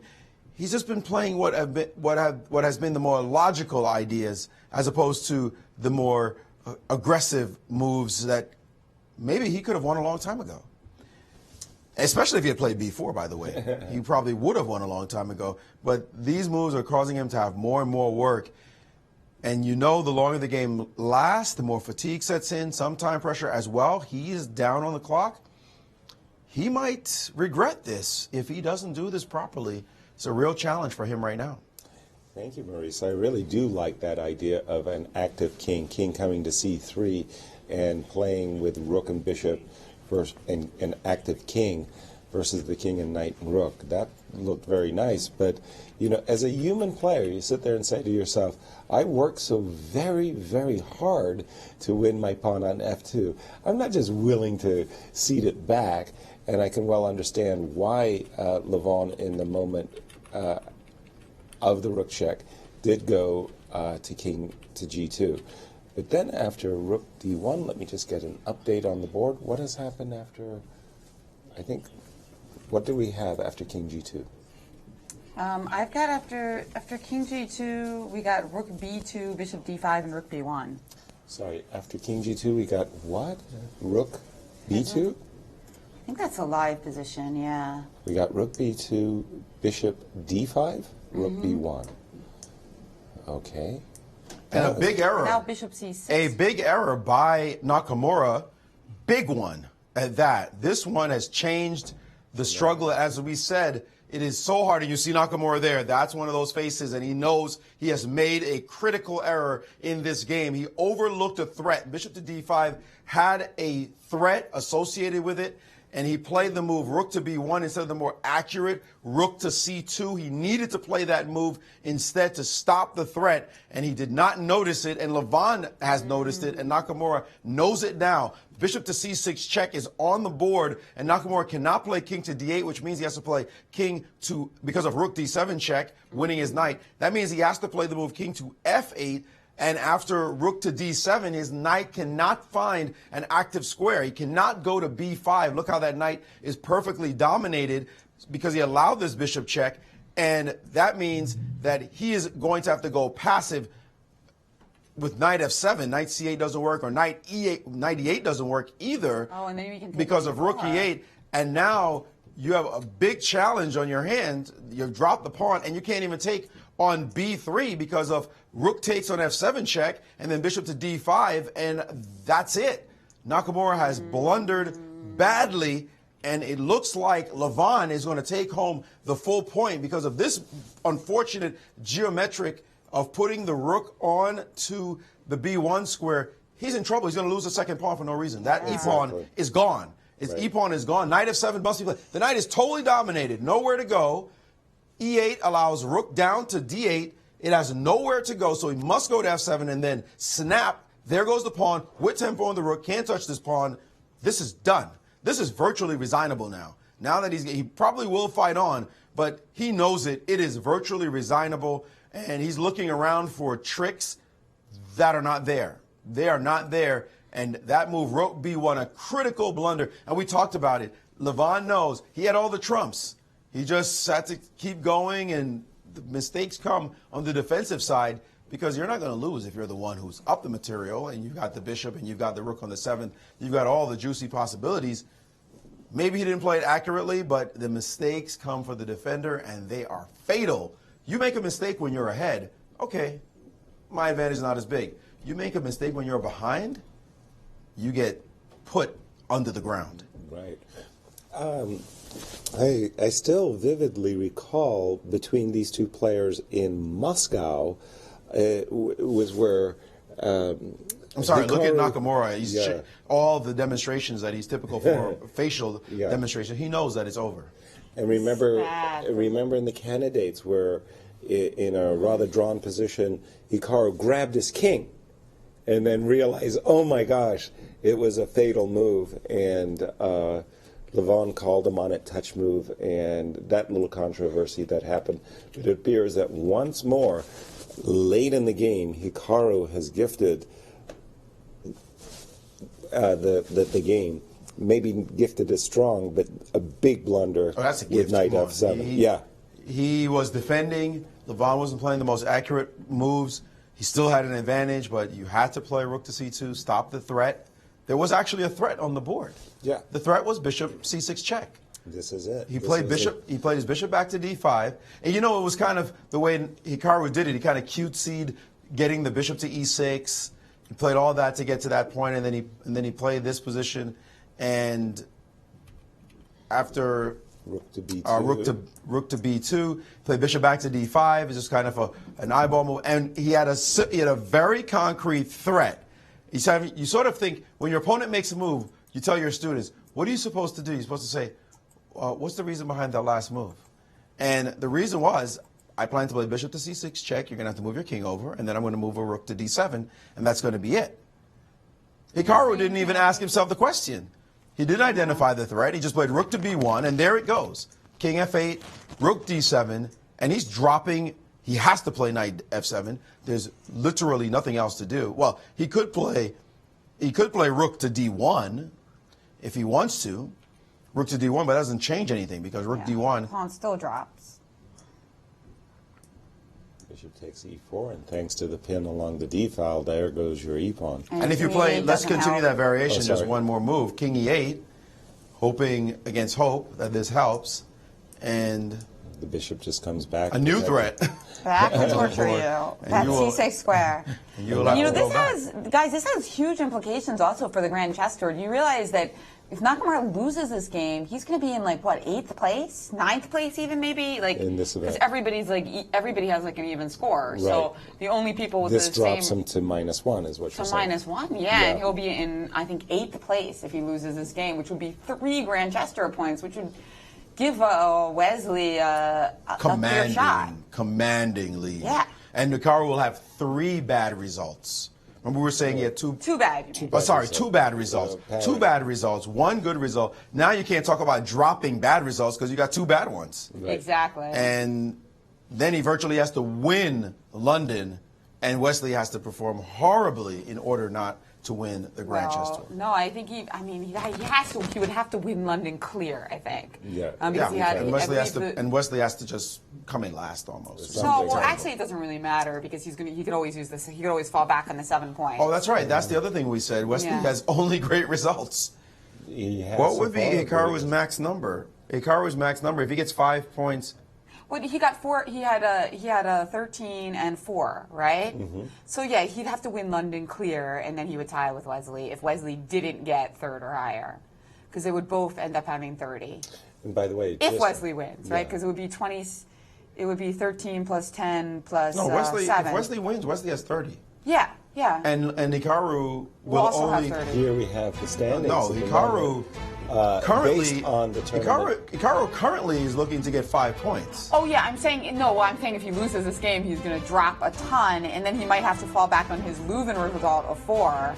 And then if he wins London, but he only has 17. Right, so he would have to win London clear. Yeah, he'd have to win London clear. And Wesley can't improve on his 7. Exactly. And by the way, if you look at that graphic, you'll see that if there's one guy in the whole Grand Chess Tour Hikaru didn't want to lose to, it's Levon. Yes. Because this really helps Levon's chances enormously by knocking Nakamura out. Exactly. That could also give Levon a big chance. And These are the standings after Leuven before we came to the Sinquefield Cup. yeah, but we're going to start needing to put two groups of standings together because, you know, there's the ones with all three results and then there's the one with just their top two. Exactly. Right? Yeah. And you see that Wesley just looking really hot. Brilliant. Brilliant. And for MVL, he's got to stop the Wesley So train tomorrow, and he'll have the white pieces. That game will be just so huge. That'll be big. Yes. So and we have big, seen big win Bishop for takes Levon. E4 with the tempo against the rook. The rook has just, Hikaru has played the move rook b2 probably in disgust, knowing that now with a two-pawn advantage, he's made it very easy for his opponent. Levon Aronian. Levon probably playing a move like King G3, anticipating knight E5, and then with the move Rook B7, he's got everything secured. So it's just a beautiful two-pawn advantage, no problems whatsoever. Levon will be cruising from here on out. Yeah, I mean, this is the type of position where, you know, after looking for a few tricks here and there, Naka could just resign at any time. Exactly. And let's just check in on the other pending game. Has the luckless Peter Svidler played A4? No. After the move G4 takes, Maurice was pointing out that this move A5, A4 on tap after takes knight D6. This looked like a very winning position for Peter Svidler. Instead, he played this move Rook A8, saying, you can't stop A4, and it's still looking very, very good for Peter Svidler. Can he put an otherwise unfortunate event behind him with a win in the penultimate round? That's always sweet. If you've had a bad tournament, to leave the tournament with a win at the end makes you feel a lot better. And I know that Peter would be very pleased. And he's discounting the first two losses, by the way. So, the first two losses, jet lag, tired, fatigue, whatever. But to break even in the rest of the tournament, he'll say, you know, I didn't do, and he still can win tomorrow as well. Of course. So Peter Svidler still looking very good after this move Rook A8, but maybe he too, feeling the fatigue, missed the more incisive A5, A4, which I liked a lot more. And we're coming back to the game of Levon Aronian.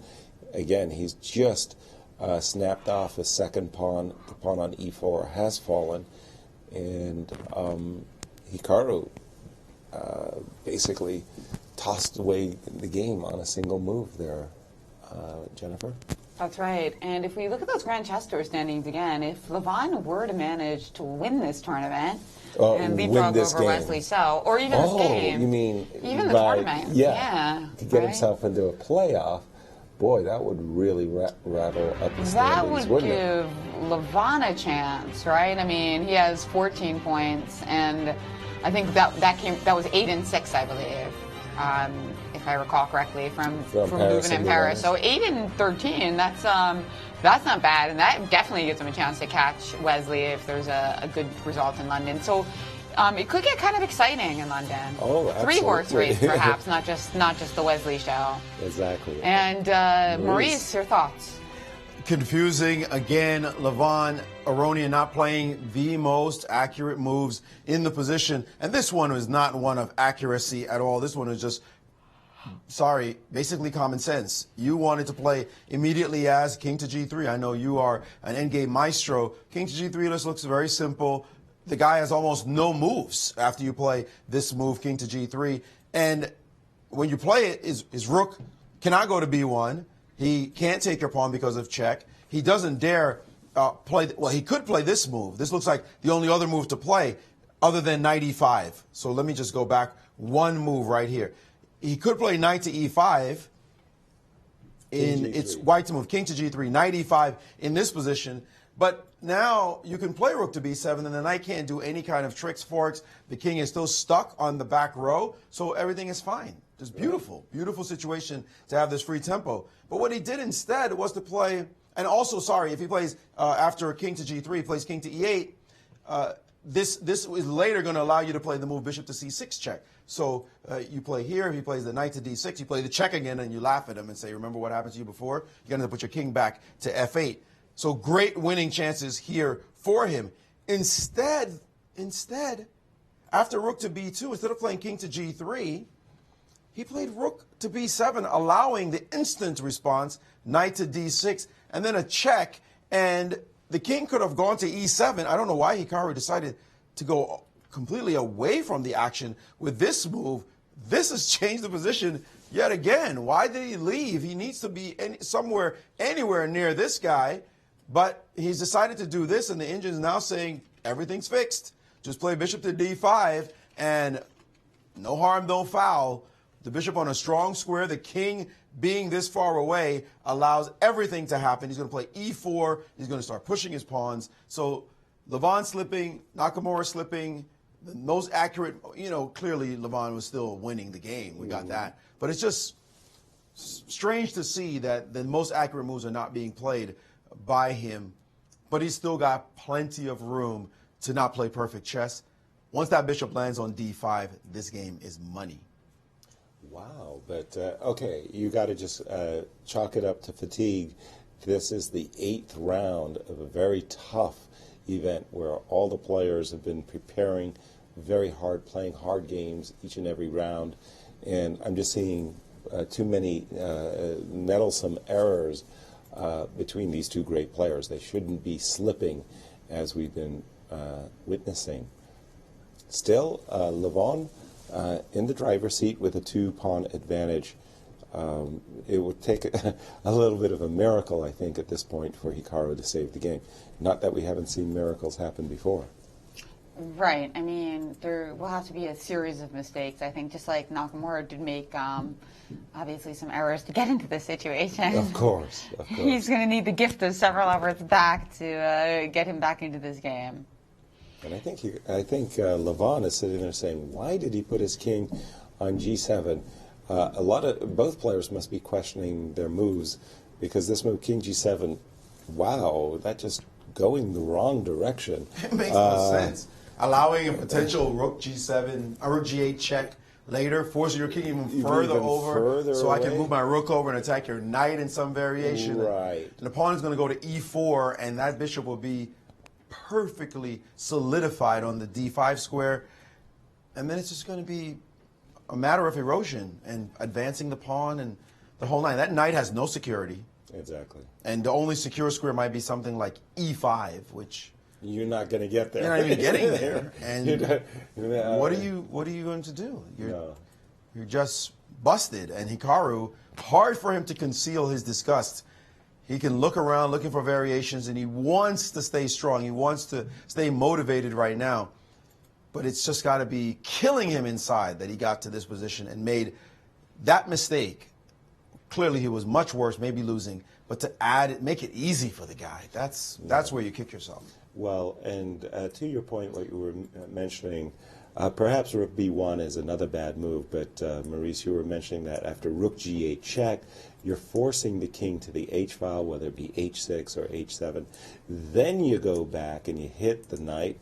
When the knight goes to its only square, well, now you go back and say, well, give me this pawn. Oh, wait a minute. No, there's bishop e4 check. Bishop e4 check. No, rook b1. No, I can't do it that way. I have to do it another way.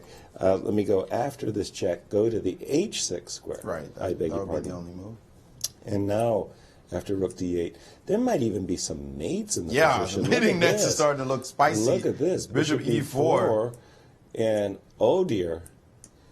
Ooh, yummy. That's a nice mating net to have. And again, it goes to show the power of rook and bishop versus rook and knight when you can do these types of things. And e4. E4 just now securing the bishop forever. Cementing that move. And F5 by the only chance, maybe not seen by Levon, and Levon is thinking, I don't think so. Cannot be right. And he's right. This is about to be 3 pawns down by force, according to the engines. Just simply take with the g-pawn, allow knight takes. Beg your pardon, if I may. Rook to d8, attacking the knight, inviting you to play knight e4. So, what am I thinking about? Now it's my turn to be fatigued. Now I'm going to play bishop e4, and there's a pin. I apologize. No, sorry. Maurice, your line was? Just take the pawn. take. And after knight takes, that knight's not doing anything. Just move the king up to f3. Sidestepping the potential threat of knight e3 check and knight d5. Yeah. And there's nothing that he's doing in this position that's going to bother you. Yeah. A check on d4 just allows king to e3. Right. He's just stretched. Now white has a second pass pawn. The e pawn is now passed. And there's no way the knight defends this position. By the way, there's also rook check, isn't there? You got to go to h6. No. Okay, yes, you're right. Just simple chess should be enough. King f3, good enough. Wow. What a tussle these two are giving us. But Hikaru, tussle, yeah. Tussle. No. The mistakes that have been made big mistakes are clearly fatigue generated. But here he goes. He's going to take the pawn. G takes knight f5. takes, and knight that's takes all he can do is just to take and hope for tricks. Levon knows knights are tricky, but if you pay careful attention to them, he's played rook to b7 check first. Check. That's also a good move. Now you can't play king f6, you can't play king g6. King f6 walks into rook f7 check. King g6 hangs the knight with check. I don't think you want to go to h6. This move is likely to force black's king to back up. The king has to go backwards, and it's over. Yeah, that is true too. Then it's totally over. The king, this is really resigns after this move. If your king has to go to h6 or h8, which it looks like it has to. Yaz, did you make all the moves on the board that he could make? Because that just drops the knight. That, yes. Yeah. In the same way, king f6 drops the knight in exactly the same manner. So the f file is so the f file is mined. The g file, you can't go to g8, you can't go to g6 because that just drops the knight with check. So you have to choose h6 or h8. Those are your only two options. Those are miserable. The king is now in the H file, right, miles away from the action. Now you can play king f3 and really smile and say, well, what do you plan to do? He's playing king h6. And now you can play king. I like your king Interesting. f3. He's played yet another check very quickly. Another check very quickly. So he's got to go back to g7. You can't walk up to h5 because, again, this bishop will come with check and the knight will be left hanging. So king has to drop back to g7. I wonder what his point is. The Indians really liked him just moving his king right away, but a quick check, maybe gaining some time on the clock. Is that a factor? 28 minutes to 47 minutes? Not a big issue at the moment, but he also drives the king away from the G pawn in some variations. So maybe that was his point, playing very logically. Whoa, king went back to h7. Normally that's always a warning sign when your opponent has a bishop to avoid putting your pieces on the same color of your opponent's bishop. It just makes them a little bit more vulnerable, but king h7 was Hikaru's choice. Also, the thing about this king h7 move that's worrisome for Hikaru is after king f3, knight e7 no longer exists. Right. You have to choose between h4. H4 is random. H4 or d4. Totally then we get into g4 though, and we could. Yes. Well, then knight d4. We have king e3, just forking. Well, you got knight d4 king. You can at least you don't lose a piece, but that's about anything about the best that you can be said about your position is you're not losing a piece. On the other hand, knight h4 puts the knight, clearly off sides. And besides king g3, you also have this option of going super aggressive and trying to get black's king in a mating box. For example, something like this, and your two pawns up. But in any case, we're talking styles. How do you want to win? Yes, different degrees of winning. And just for my curiosity, Maurice, what does the engine say? 2 points or 3 points for? It's almost at 4. It's almost at 4. Oh, that's huge. This is busted. This is not even close. Just as we see it as busted, it's just busted. It probably would be calculating the queening of the B pawn, or even the E pawn. Not the E pawn, the B pawn for sure. If it were within range, you gave this to an engine overnight. No question about it. It would solve that white is winning hugely so. This is just so bad. Knight h4 check, king to g4, even giving away this, like you said. And the Indian doesn't even take the g-pawn. Imagine King that. h5, It decides in this position to play b4. So you can do what you want on this side. You can send my king into your position. No big deal. I'll hide behind the g-pawn and give you no checks at all to work with. My rook will push you back, and already it's just building and building in point value for this position. So this is over. This could be resigned at any second, and Levon is just making sure that there are no little tricks with that knight in any variation. He's well aware of the fact that this is a point in his pocket, and this will certainly surge him in this tournament. Well, there is one ghastly trick to avoid. Do not allow the move knight e3 check, which would fork the king on g2 and the bishop on d5 and give Hikaru theoretical chances in a rook upon endgame. The best move anyway. Right. Yeah, just don't fall for that one tactic that does exist in the position. King f3 just secures the game very, very nicely. Knight e3 is the only hope that Hikaru has left. May I point out as well that, and he's checked again. He just keeps having a point and then just repeating himself. Rook b7 check. Still waiting for king f3 to happen eventually. This is still winning completely. He has just different ways to do it, but king f3 is the key move that he'll play eventually in this position. We doubt.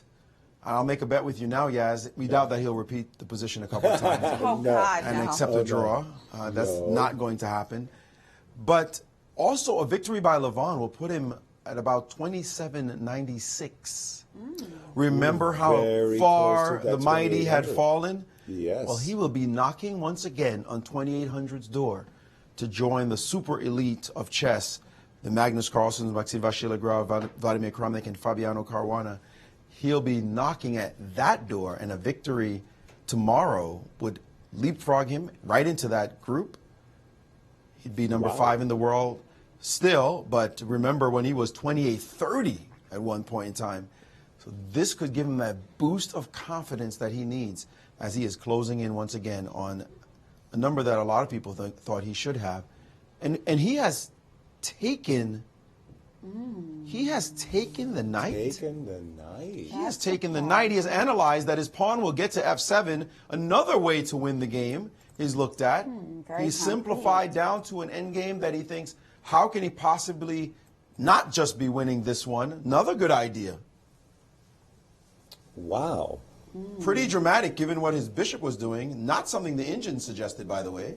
I am sure for myself that I would never have made that trade of that gorgeous bishop I felt for the knight on f5, which, by the way, really didn't have any good squares to go to after king f3.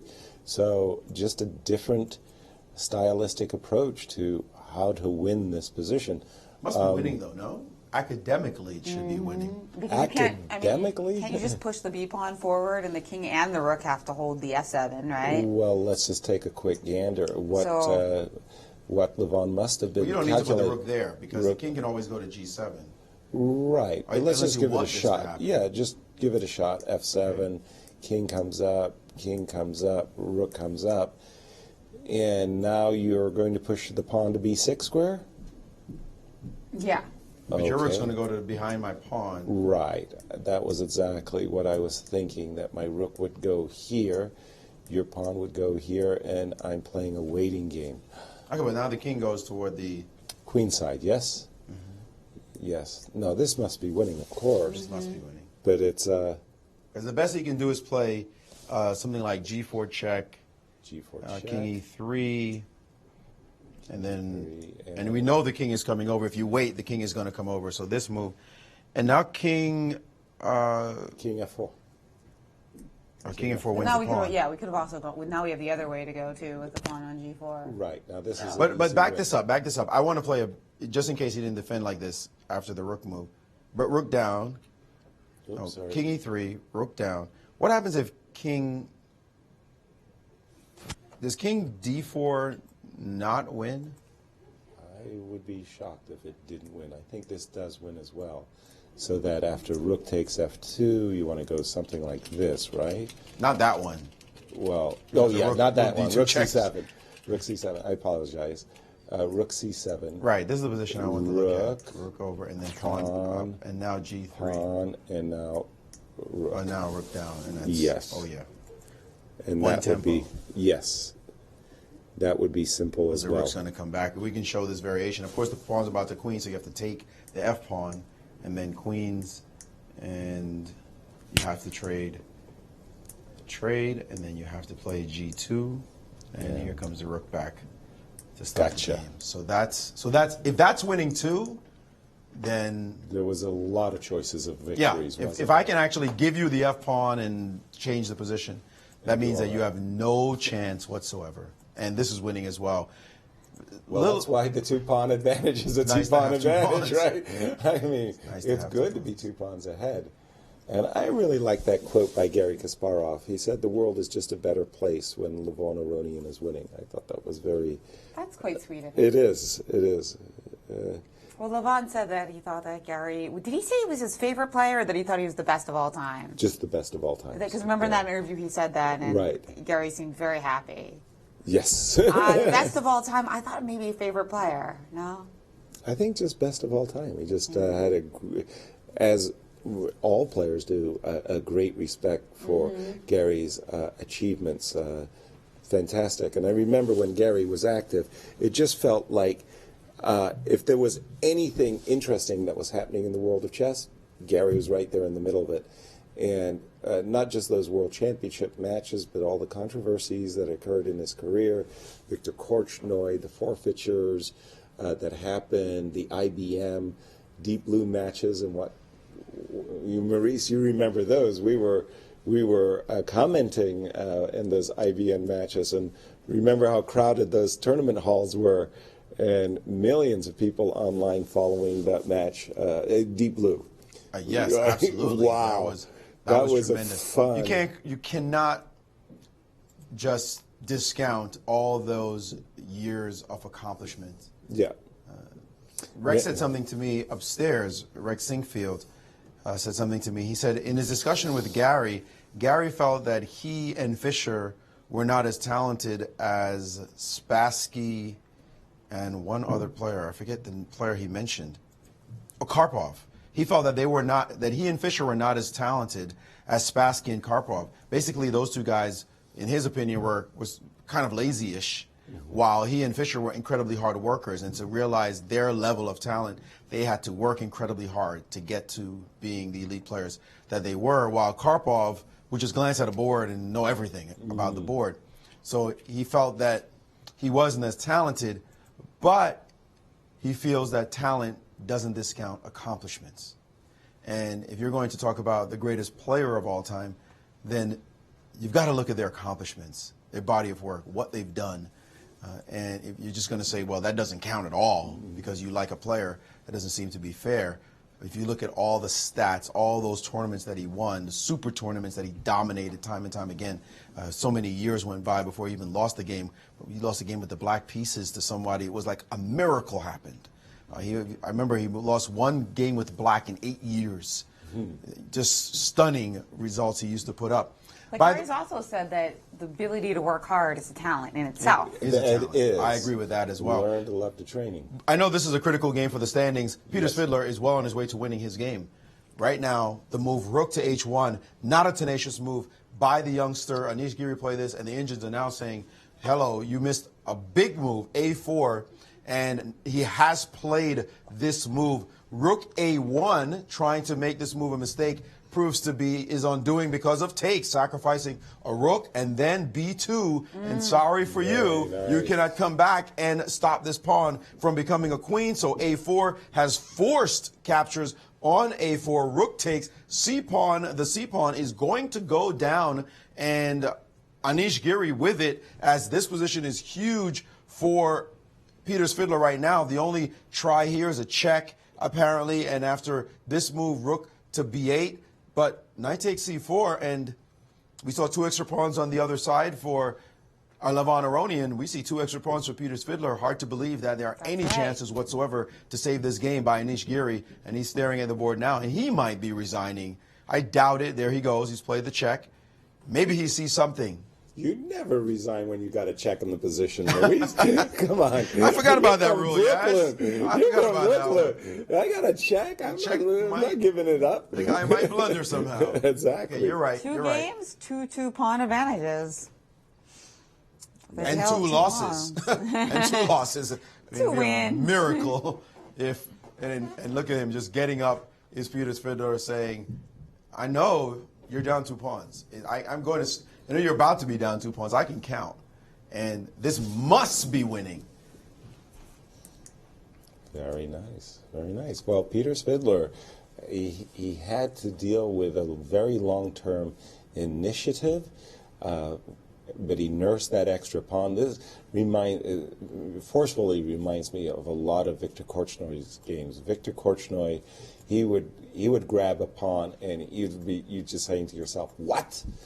You give me all of this initiative, and he would neutralize the initiative, and then he'd remain a pawn ahead, and wouldn't you know, Victor would end up winning the game. Well, very much in Victor Korchnoi style, this is what we've seen by Peter Svidler today. He said, okay, you got the initiative, but it's temporary, and I'll take the pawn. An important line here, by the way, we did see the rook h8 line that we just looked at, but a very important note, bishop h4. This could have been a move that caused some kind of concern, consternation by a player in the position. You know, you're hitting this pawn. What are you going to do about it? But this nice move, knight to f7, trapping that rook on h7 would make this bishop essentially have to hightail it out of there. You stop having any real advantage right now, and there goes that c pawn, and the rook is just doing nothing. So that beautiful setup, king on f8, knight on f7, would have stopped any demonstration by white, and so black would still be winning the game. So that's why he went for this other line instead. He played the check and rook over. Now, he doesn't look as though he's that bothered after knight takes. The interesting thing here is, how are you going to get this moving forward, right? That's the main thing that will concern black right now. How do you get this beautiful setup to go forward? I'm thinking a king's going to show up over there, and then that's how it's going to go. But maybe he thinks he's going to get some counterplay against the e7 pawn, and that's what he's counting on. But it should be winning. What's interesting about this position that I would note is that even though he's up 2 pawns, and the engine should be saying 2+ or near 2, that's because a 1 pawn is 1 point. So 2 points should be 2. Simple math. The engine's only giving black 1.49. Let's see what the number is now, 1.58. Not the full 2 pawns. What that means is the engine's also evaluating and saying white does have some compensation here. There's some difficulty with the king. Fighting against the bishop, when you're fighting bishop and rook versus knight and rook, even 2 pawns can sometimes be tricky because that bishop is so fast. And that's why, at least my explanation as to why there could be some compensation here for white. Some hope against hope that he might be able to save this game. Indeed. Rook and bishop coordinate very well, as we've been saying. Just turning the attention back to this very crucial game between Levon Aronian and Hikaru Nakamura. We have seen a few moves. The players are going towards that position that we had analyzed. Did it go king? I think Hikaru played king g6, by the way. Oops, it's white to play. Is it really? What was the last move? Rook to d4, f7, king to g7 is what we have on the board, and the simple king g3. So what we're anticipating is simply Levon marching his pawn all the way to the b6 square, and then willingly trading this f2 pawn for the g5 pawn. And then with the pawn on b6, he'll march his king all the way back across. We have this position, but with white's pawn on b4. He did play b4 right now. It's black. White just played the move b4.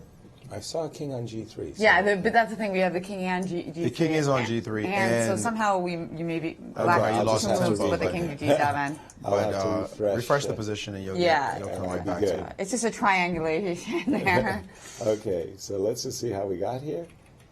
Okay, after this trade of bishop for the knight, it went f6, rook up king, and this is this is what we have. This is lost. Yes, most certainly. 2-pawn advantage, huge. You know, it's a 2-pawn advantage, but it's a double pawn, so you could dream that somehow this is not a win in some fantasy land. But even, you know, this ending, if the B pawn were an A pawn, right, it would be even closer, so to speak, to a draw. Right, because you only have the A7 or A8 square to hide. Right, and the only thing is, it's this ending where you push the F pawn down the board. The white pawn is on A7. You know what I'm talking about? Exactly. The white pawn's on A7. The white rook is on A8, and then there's this trick where you can't touch the pawn. But you couldn't get it in this position. I'll show exactly the position that you're talking about, Maurice. Let's imagine it's black to move. Black plays back.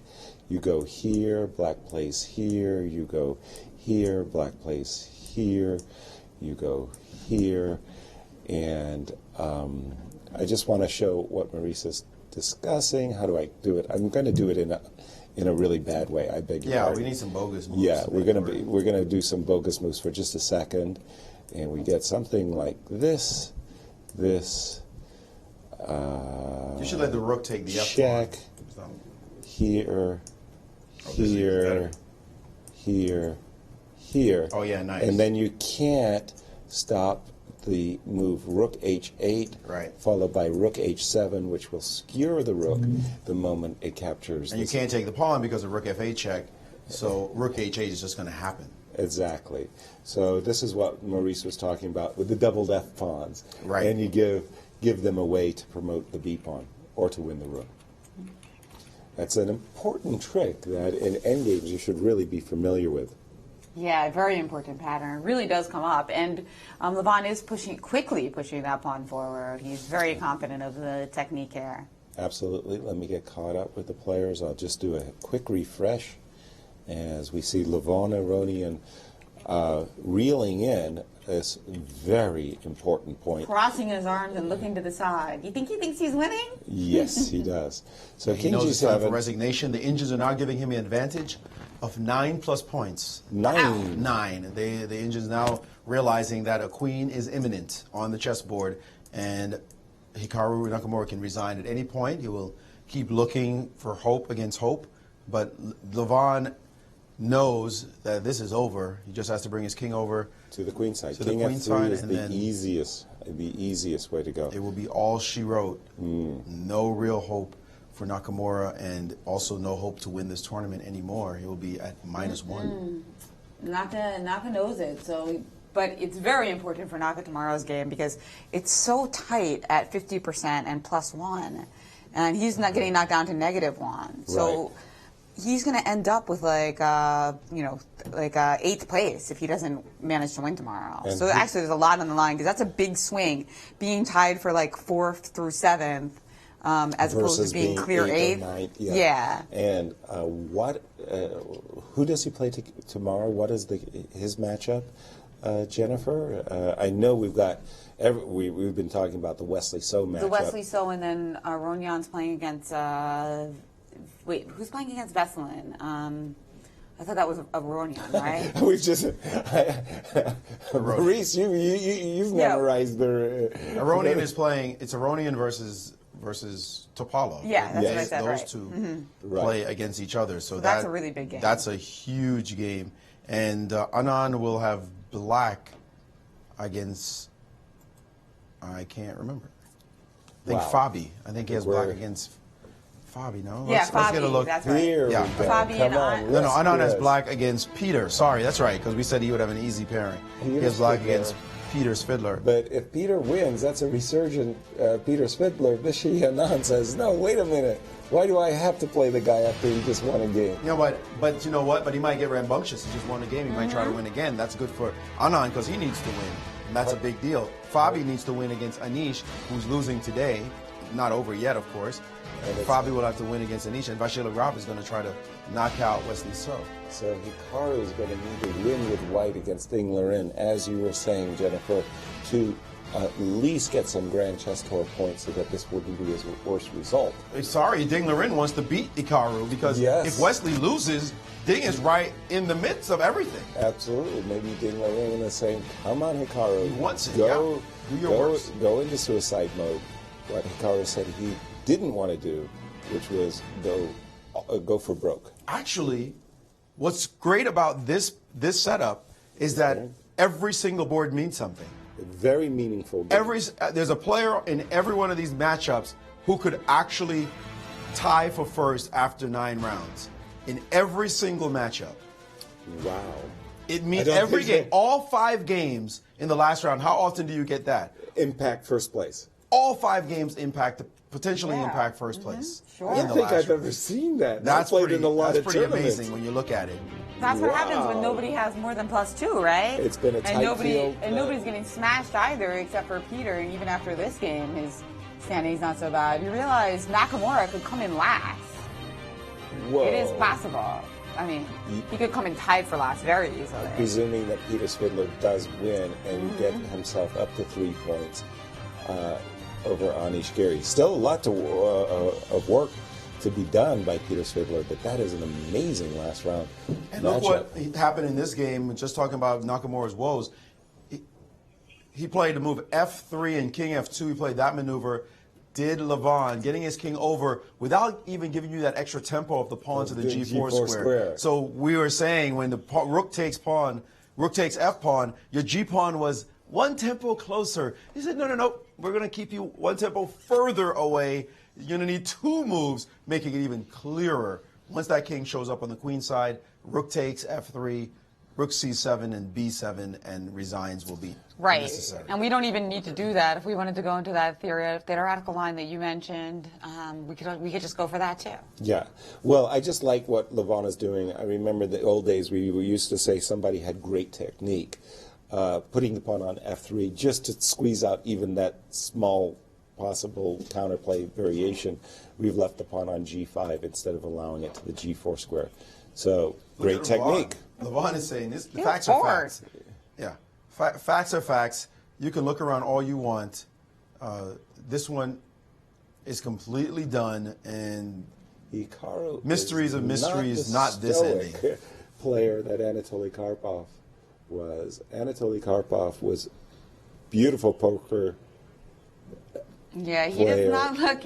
Although it's funny, he doesn't actually look that unhappy here. He actually just looks like he's thinking about a complicated middle game, not a dead, lost, resignable end game, right? Yeah, he's resolved already that this game is gone, and maybe he's just trying to recall what he did wrong earlier. Final blunder was. Yeah, that is something that they do sometimes. These great players will be looking at earlier in the game. What went wrong? How did I find myself in this situation? I remember the first time I played against Vasil Ivanchuk, and Ivanchuk was one of those players who didn't really like to look at the board itself, whereas I was always looking at the board. Vasil would often look up in the air and calculate blindfolded, and he'd be looking at the ceilings. Well, after 4 or 5 hours of play, I kept looking at Vasil, who's looking at the ceiling, and after 5 hours, I was looking at the ceiling as well, trying to see what he was seeing up there. But here, Hikaru recognizes it's over. Some more now suffering. giving 14 plus points to White. Total overkill in the evaluation. Yeah. 14, I guess, is a queen and a rook. That's a bit much. I don't see that happening on the board. You probably just end up with maybe an extra rook, because the F-pawn will go, the F-pawn will have to go from the board, and both F-pawns will disappear, and then the rook will disappear as well. So White will not go up that much material, but that's irrelevant for our purposes here. A win is a Is win. it against the rules to start making, because Levon seems a little jittery, is it against the rules to start making a castle with the pieces? Like the tower with the pieces, like the little kids do. No. He looks like he wants to just do something with his hands. This position no longer interests him. Right.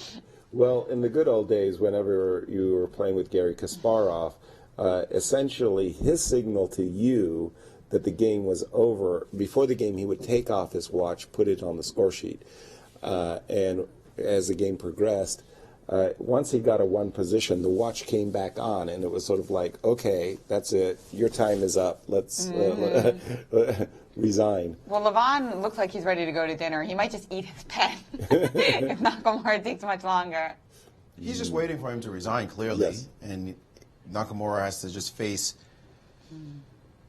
the bell tolling for him right now. It is clear that this is over. Levon knows it and saying, you're just wasting our time. And Nakamura will look feverishly. I think he'll probably resign right now. Well, it's always one of those things when you're absolutely desperate and lost. You want to find one trap, just one trap that the opponent could, easily avoid, of course. But if they allow it, you've got a rescue, a sudden miracle. I don't even see the chance for the single trap. That's the problem. And this is what Hikaru is desperately looking for. Is there one cheapo in Let's the position? replay the line that actually shows that this win is academic right now. I'm going to play some moves because maybe viewers came in late. A move like king to g7, just waiting. Actually, I'm going to play a more restrictive move, the move rook to b3, preventing this king from coming on the board, but the king doesn't care. It'll start to move over.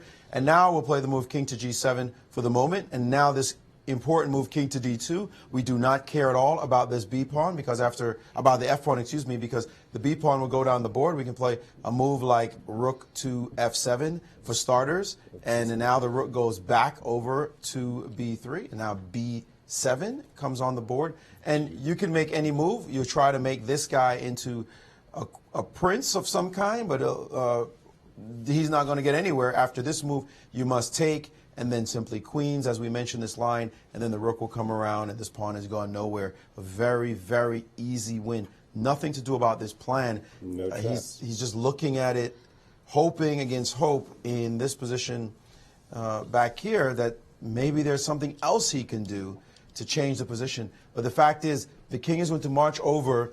Matter of fact, before he took the pawn, he could have waited around again in this line, but this is the problem. The king will go here, and now let's say the rook decides to stop the king from coming up. Well, you just simply can't do it. You can stay behind this pawn if you like, but this king is just marching up the board slowly but surely. Now you can start a series of mad checks, hoping that you can somehow deal with this king, but sorry, the king can go here in this position, and after this check, now his king can actually go to this side of the board. Another problem, this f-pawn is important, hiding behind his pawn.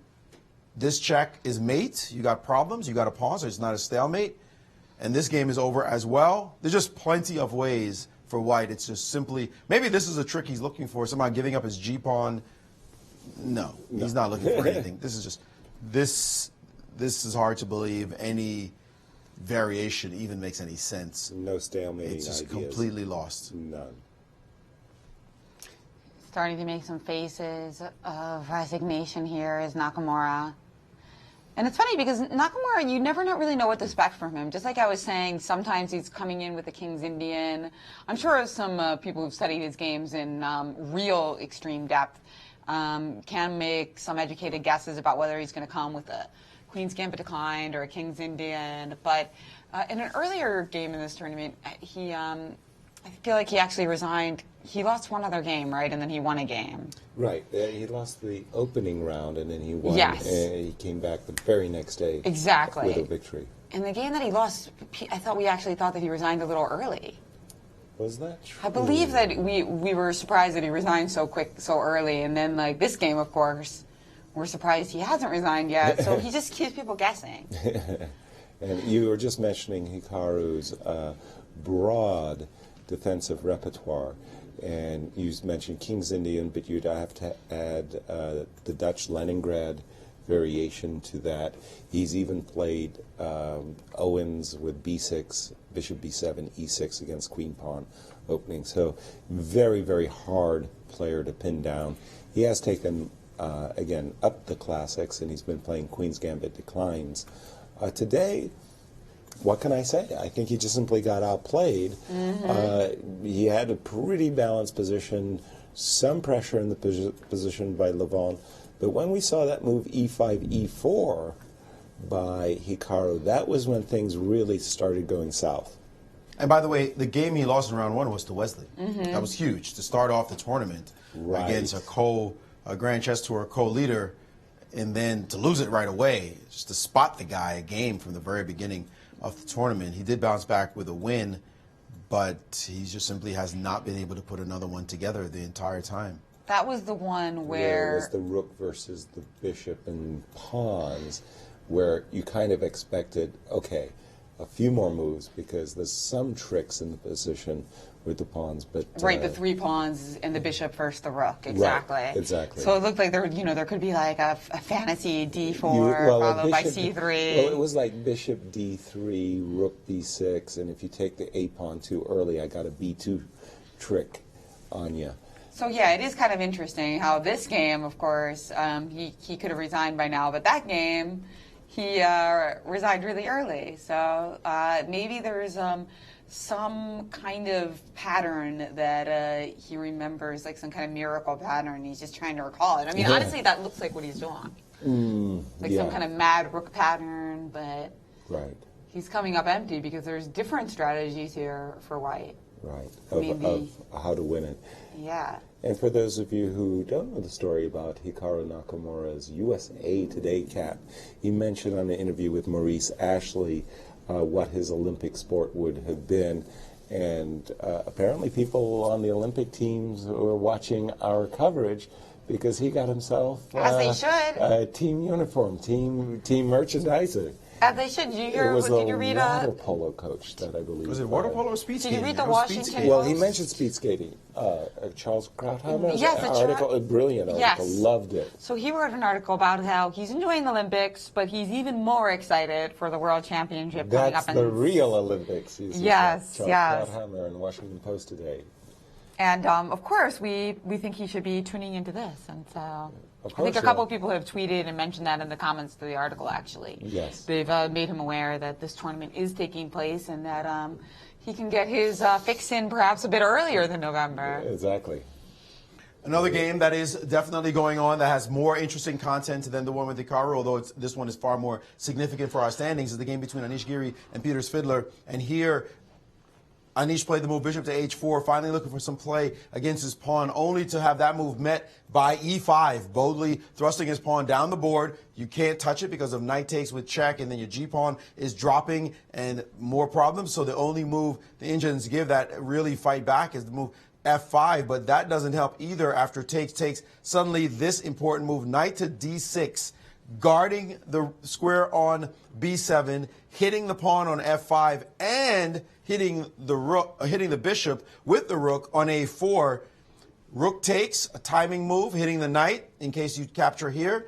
Oh, suddenly rook check to the king. The king can make any move at once. The Indian's giving king to e2 as the best move. You don't want to go to g3 because knight takes f5 check and you lose your bishop. So king to e2 instead. After this check, king to e2, and now knight takes on f5, and at the moment, bishop to g5, looking like a rook f6 check might happen, but first, oops, knight check, get your piece out of there, saving that piece, and after king to e1, now rook f3, and black is looking to now use his 2 pawns and get down the board. Certainly a technical position here. Is it completely winning? The Indians like black for sure. This one we're expecting to see go down a similar route to this. We have a move finally by Nakamura. He did play rook to b3, king to e2, so he did not resign just yet. We'll see what he plans to do or how long he plans to play out this position, forcing Levon to win the game on the board instead of just simple resignation. Well, I tell you guys, this is something you absolutely have to know. We've been taking lots of calls. How do I get better?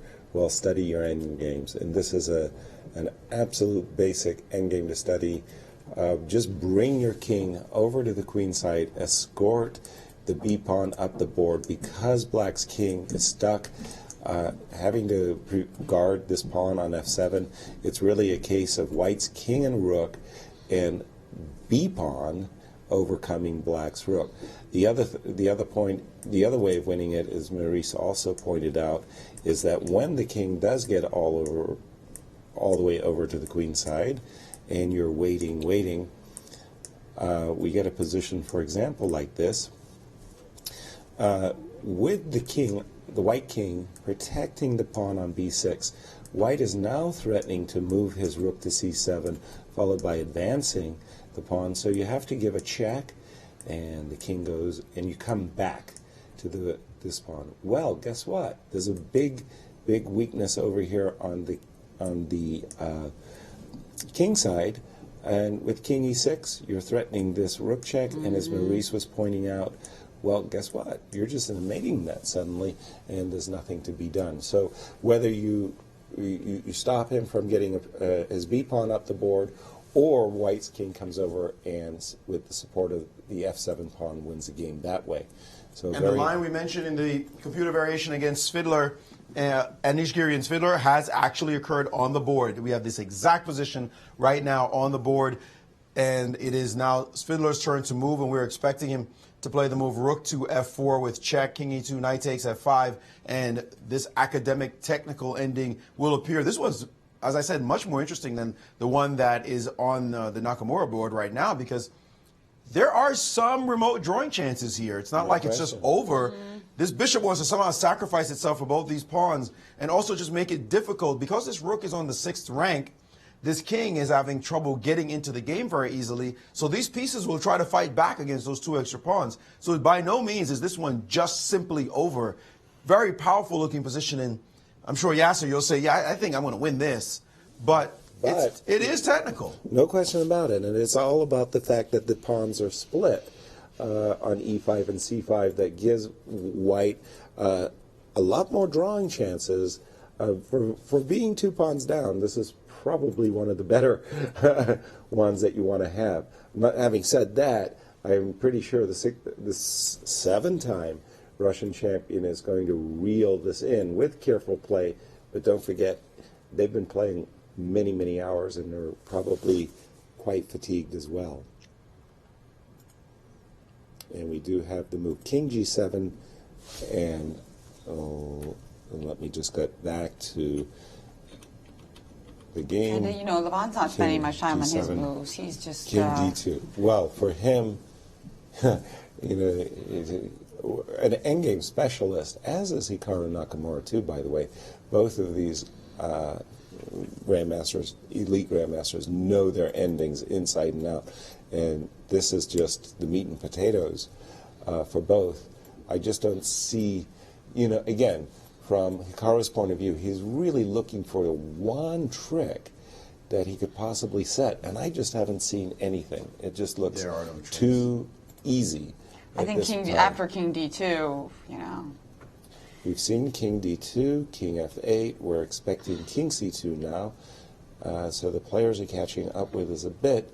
This is just too easy. White's king, and he has played king c2. Instantly. And we're likely to see rook b5, and then we'll see king c3. And the white king, at last, is freed and will march up the board to support the b pawn, or cut across the board to pick up the pawn on g5. And there we have it, king c3. Right. Just each move quicker than the last. Ready to go to dinner is Levon Aronian. King g7 has been essayed, and now we're expecting king c4. Simple chess. Facts are facts. It's hard to understand why Hikaru hasn't resigned just yet, but I guess somewhere in his bag of tricks, he's somehow figured out something. This is interesting. Well, let's see if he has set at least one trap, because I couldn't even see a trap that he might be able to set. I'm expecting king c5. But you know what this line though, the white king has to go to b8 in this line, doesn't it? No, it can go to e7 as well. But what is it doing on e7? It can go to e8. Yes. It can go to e8. Yes. That's the trick. Sorry, King c5, rook c1 check has been played. Again, with the king protecting the pawn on b6, rook c7 was on white's agenda. That was why we saw the move rook c1 check by Hikaru. I'm expecting king d6. And if you go back, then I'm expecting king e7. And I don't think threatening check. And then if you go here, I'll go king d8. You're right. And now again, you've got to go back, and now back to e8 again threatening to promote. You'll give me a check, but now I'll block with rook e7, and we can sign the score sheet. That's right. Well, you know, I don't mind Nakamura playing it out now because he's playing so quickly. So he's actually showing the viewers the lines that you've been demonstrating, which like really helps you with your endgame knowledge. Exactly. And again, we do see the move king e7. Boy, I tell you, Levon, he missed some fine, incisive moments, but here he just knows exactly what to do. Oh, yeah. I mean, if he didn't, he wouldn't be playing so quickly. I mean, this is a huge moment for him. And it's just like he could do this in his sleep. He could do this in a bullet game, I think is what he's saying. And that's why he's playing it like a bullet game right now. Oh. So this is the instead trick, of rook perhaps. b1, he has played rook back, rook to e6. All right. So Very now... nice. And now I think we're just going to play king to c8, and we're going to hide out over here on the b8 square, or maybe even the a7 square for that matter. So king to c8 is my expectation, with the idea of king b8, king a7. Again, with the b pawn protected, I can then move my rook to c7 and advance my pawn. But Levon, thinking about it for the first time in many moves, every other move he basically played like on his increment or much less even. Right. What's funny about this position, though, is that the king will have to go to b8 eventually because of the way Nakamura has played this. So after king c8, Maurice, how do you after read king to c8, simply rook to f6. Rook to f6, king to b8, yeah. Exactly, and then king f8. King f8, and then king to b6. King a7, pardon me, Right, supporting b6. King to a7, and now rook takes f3. Rook takes f3. And you're forcing, the king will end up in front of the b pawn. Right. After rook c7, rook a3 check, king b8, g4, and after b7, g3. And finally, king to c8. King to c8, threatening the queen. G2. G2. Well, this isn't that and difficult. then he queens if you go G2. So that's Yeah, queen. Queens, and we're going to make another queen as well. Unfortunately, that's after you not queen. I've got a check to skewer you. Bring out the spare. Yeah. Uh-oh, yes. Well, there we go. Well, you also had. I got 3 queens you on also the had board. queen g8 check. I know. That was what he did. I mean, you know, when you get the opportunity to put 3 queens on the board, okay, I couldn't resist. Sorry. You're right. Queen g8 check. Every grandmaster's dream. Exactly.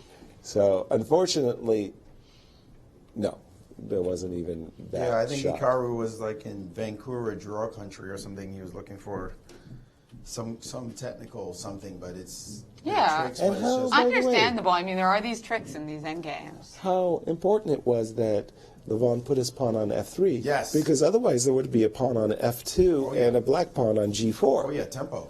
Big tempo. That's a very big tempo indeed. And so now Levon, of course, double checking everything now that they've gotten closer to the position, because before it was like visualizing stuff and. Well, before he knew automatically what to do. The closer you get, the clearer your visualizations become, even at this, you know, super grandmaster level. Rook e6.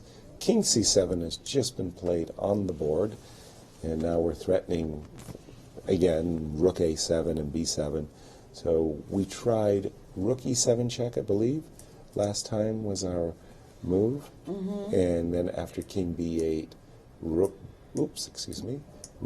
back to e6, king a7, and we were trying this move, rook f6 followed by rook f3, and that was how we got that variation. This is the most human way to do it. The engine actually thought that rook to b8 was more accurate than king to c7, and getting the pawn to b7 and then directly winning the game that way. Well, now that I'm thinking about it, Maurice, why can't I fall back on that old line that we had, which was b7, and I put my king on b8, but if I had gone here and just gone for this stuff, remember how that worked a moment ago. Wouldn't it still work? Actually, I think Maybe, what if I checked you a second time? Oh, not... No, instead of G4, play check.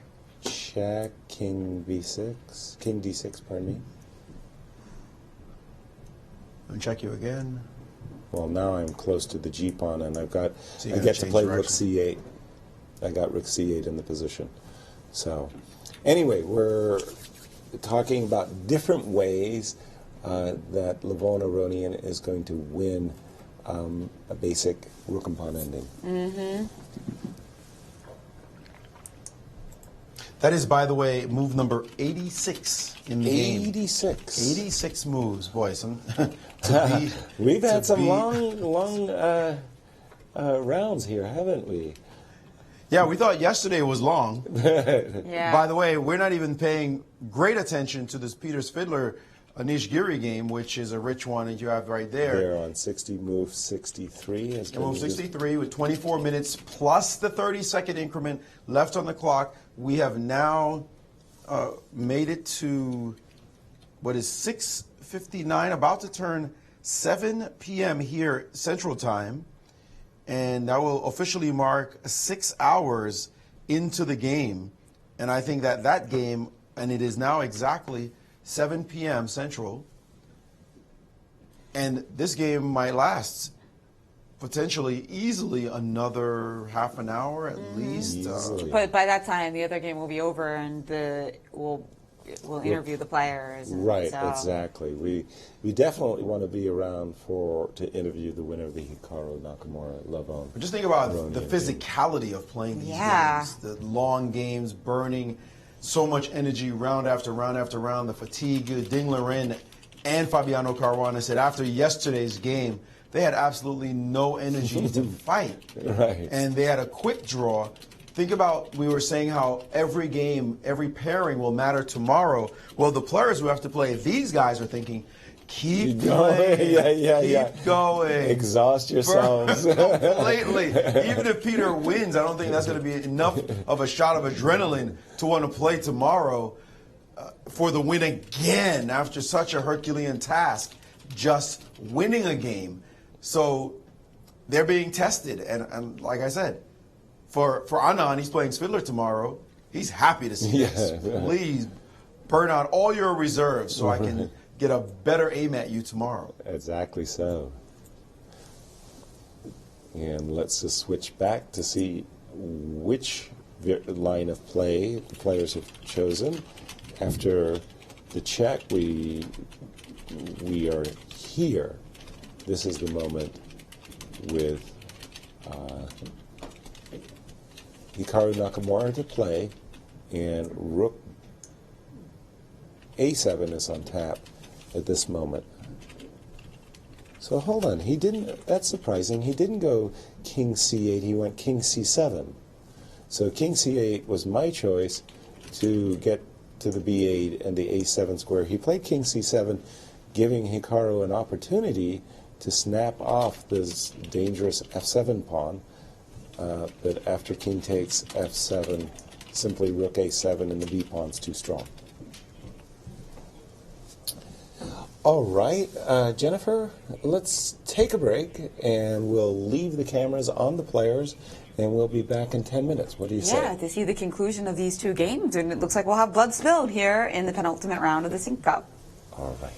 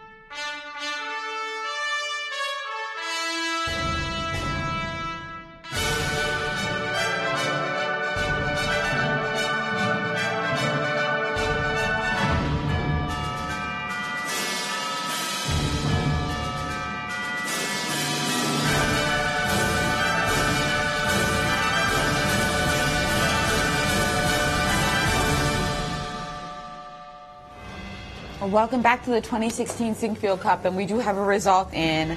Nakamura has lost. Levon Aronian creeping him up closer to Wesley So. Exactly. Along with Anand and Veselin Dobolov. And Nakamura is with Maurice. Well, a big result for the tournament and also for the Grand Chess Tour standings. A difficult game for Hikaru Nakamura. Hikaru, today's game, it looked like maybe you had some holding chances, but then all of a sudden your position went critical somewhere around E4 in the game, and it seemed like you still could hold, but it just got more and more hard to defend this position. Yeah, I mean, well, first of all, it wasn't my intention to play this opening, but I got very sick last night, so kind of this morning I just decided, it's better to play something safe than stick to the original plan, and so, the position, was probably fine, but I basically, I didn't play precise at all. I think. Even out of the opening was always just worse for me. Maybe I can hold with correct play, but I just thought it was pretty bad. And I thought actually Levon did not play precisely at all. The game should have been over. I think like 2 or 3 hours ago. If he had played this, I think if he had played B4. Yes, we did. If he just played B4 and Rook C5, I can just resign right there instead of this whole Rook F1 thing. But the position was so bad that it was just losing anyway, so it didn't really matter. So a difficult result for you. The Grand Chess Tour the tournament you can't win anymore. The Grand Chess Tour standings somewhat tricky as well. What are your plans for tomorrow's game? You do get the white pieces. Well, I just like to play good chess. It's it would be a little bit more upsetting perhaps if I had played well and lost today. But the way I played today, I should have lost, so it doesn't change anything. But yeah, hopefully I can maybe not have a headache or throw up like I was, and maybe things will go better. But yeah, right now I just try and just play something decent tomorrow at least, because right now I just feel terrible. Well, we know it's been a long game and a long day. We'll give you a chance to rest, and good luck tomorrow. Thanks. Thank you, Hikaru and Maurice. And feel better soon. Yeah, and let's take a look at the standings after this huge result. That's right. That means Wesley So still at the top of the heap, but with 3 wolves chasing him: Levon Aronian, Veselin Dobolov, and Vishy Anand. So lots to play for tomorrow with Maxime Vachier-Leroy, also with Destiny in his hands, at least to some extent. Of course, he could still be shut out if he wins, but Levon, Veselin, or Vishy. Exactly. So, and we have today's winner thus far, Levon Aronian with Maurice Ashley. A decisive game today by Levon Aronian has certainly caused the tournament to be now topsy-turvy. Who knows what's going to happen to all those potential matchups tomorrow. But Levon, what matters to you is that you did manage to win the game today. To win on call is always very difficult. How do you feel after this victory? I'm very happy, because generally winning a game is the goal. So it happened. So I'm happy now. Looking forward to the next game. The game itself was a little bit shaky. It seemed like you had a really nice position, but you didn't quite get everything that you could have gotten. At some point, you could have played B4 early on and really pressed them. But it seemed like you were very methodical, if you will, trying to play this position. I was kind of trying to avoid any complications, but that's what happens. When you try to avoid complications, they follow you. So yeah, perhaps I should have been more aggressive at certain moment instead of trying just to contain the position, just grab it. But it's still, it's an unpleasant position, and gradually I felt that I'm going to win if I don't do anything extremely unusual. Right, you were happy here in this position. You played E4 and you weakened his pawns. Your knight got into the position. Suddenly you had 2 bishops and all kind of advantages.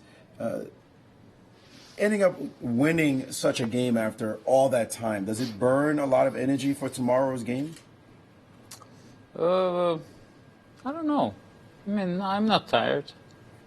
Most of the game, I had an easy play. It wasn't that I was, at any risk of spoiling my advantage. So even with not the most precise moves, I still got there. So it's normally you're tired when you have to play very precisely.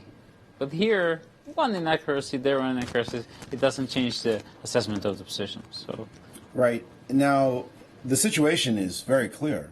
Wesley So with the black pieces. Certainly, his opponent, Maxime Vachier-Lagrave, has made it extremely clear to everyone that he's going for the win, all out, must win given the situation he's in. What is your situation right now? You're tied for second place with two other players, and you play one of them tomorrow, Vasily Topolov, and you play with black as well. What's your attitude going into this game? Veselin is a great fighter. I have respect for his fighting spirit, and I think he's kind of a player that always gives chances for his opponents to play on. So let's see how it goes. I mean, hopefully it will be an exciting game. That's what I'm looking forward to. Well, you get a chance to defend your title. We always look forward to seeing that opportunity, and get your rest, and we look to see you tomorrow. Thank you. Levon Aronian, his opponent may have been sick, but he knows about that. He experienced it already in the event, taking his chances, winning today, and now we may see a defending champion get a run at doing that once more. Thank you, That's Levon right. and Maurice.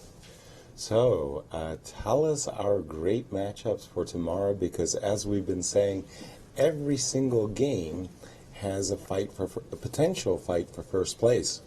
Well, of course, the really big matchup is Maxime Vachier-Lagrave versus Wesley So, because that one, if Wesley wins, he takes clear first. Absolutely. But if the game is not decisive, that gives a shot to 3 players to at least tie with Wesley.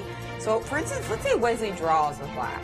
Okay. That means that if there's a decisive result in Veselin's game versus Levon, we will have a playoff. Exactly. Well, yeah. And Vichy could potentially match that playoff with a win as black against Peter Spidler as well. Exactly. Although, honestly, the result, I'm really starting to feel like the most likely outcome right now is a playoff on Monday. Wesley between the winner of Veselin and Levon, because, hey, they got to play an exciting game, right? Oh, well, absolutely. And this is the current standings. Again, Wesley So with a half-point lead. He has the black pieces. Should he lose, we could have a massive jumble tie for first. And guess what? Should he lose and, for example, Aronian win, then he's clear first. Levon Aronian, provided Vichy wins. Right. Very, very good point. Exactly. So there's tons of scenarios tomorrow, but we said a couple rounds ago that there was a 50-50 chance of a playoff. I'm thinking it's more like 70-30 now. Wow, I'm not sure it's that high, but it's going to be a very exciting round. And Maurice, with final thoughts.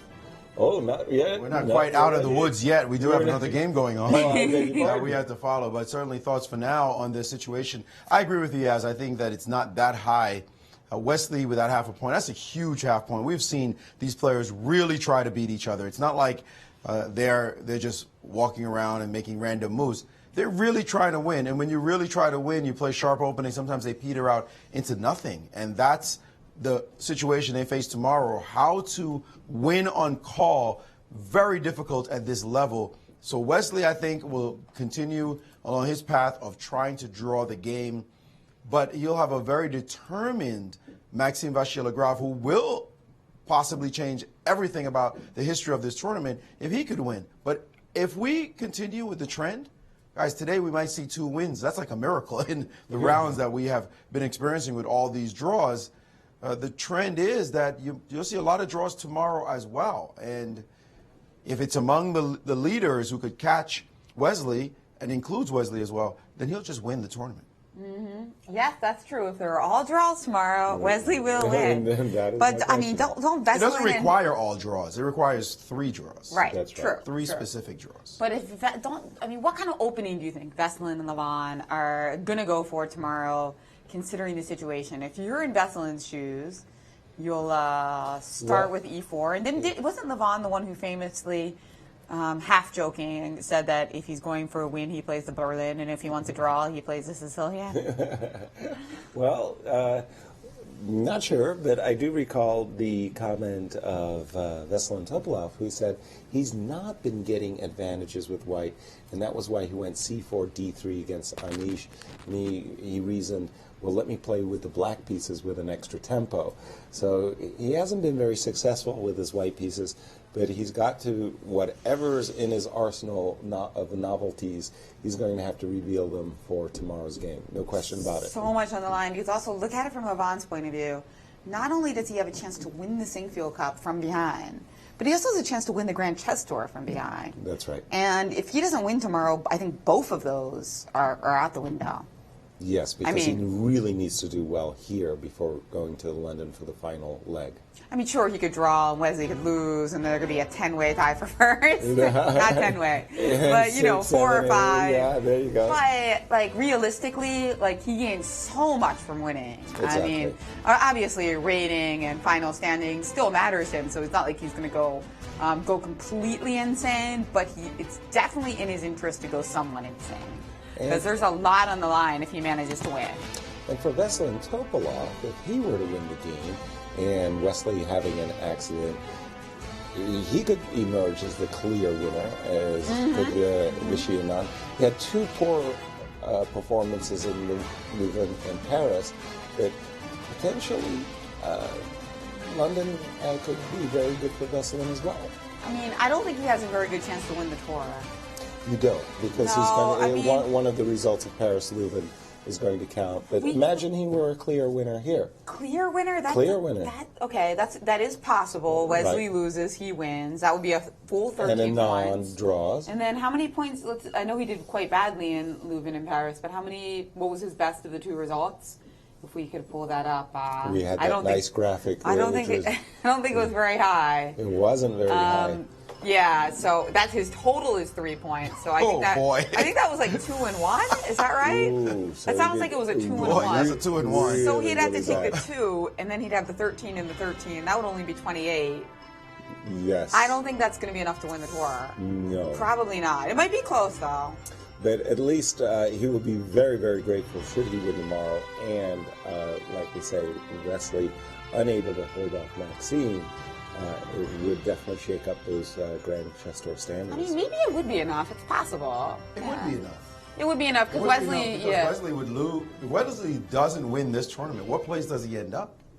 Because if he ties for second, right? How many points does he get? He gets like a bunch of people tie for second, and it'll be like a 10 plus an 8 plus a 7. Right. So his points will come. Yeah. His points will come further back down, and suddenly he doesn't look as invincible anymore. Right. In that situation. So if you had a massive tie at second through, for example, 6th place, and 6th place is only 5 points, so you've got to add up 10, 8, 7, 6, 5, and then divide by the number of players.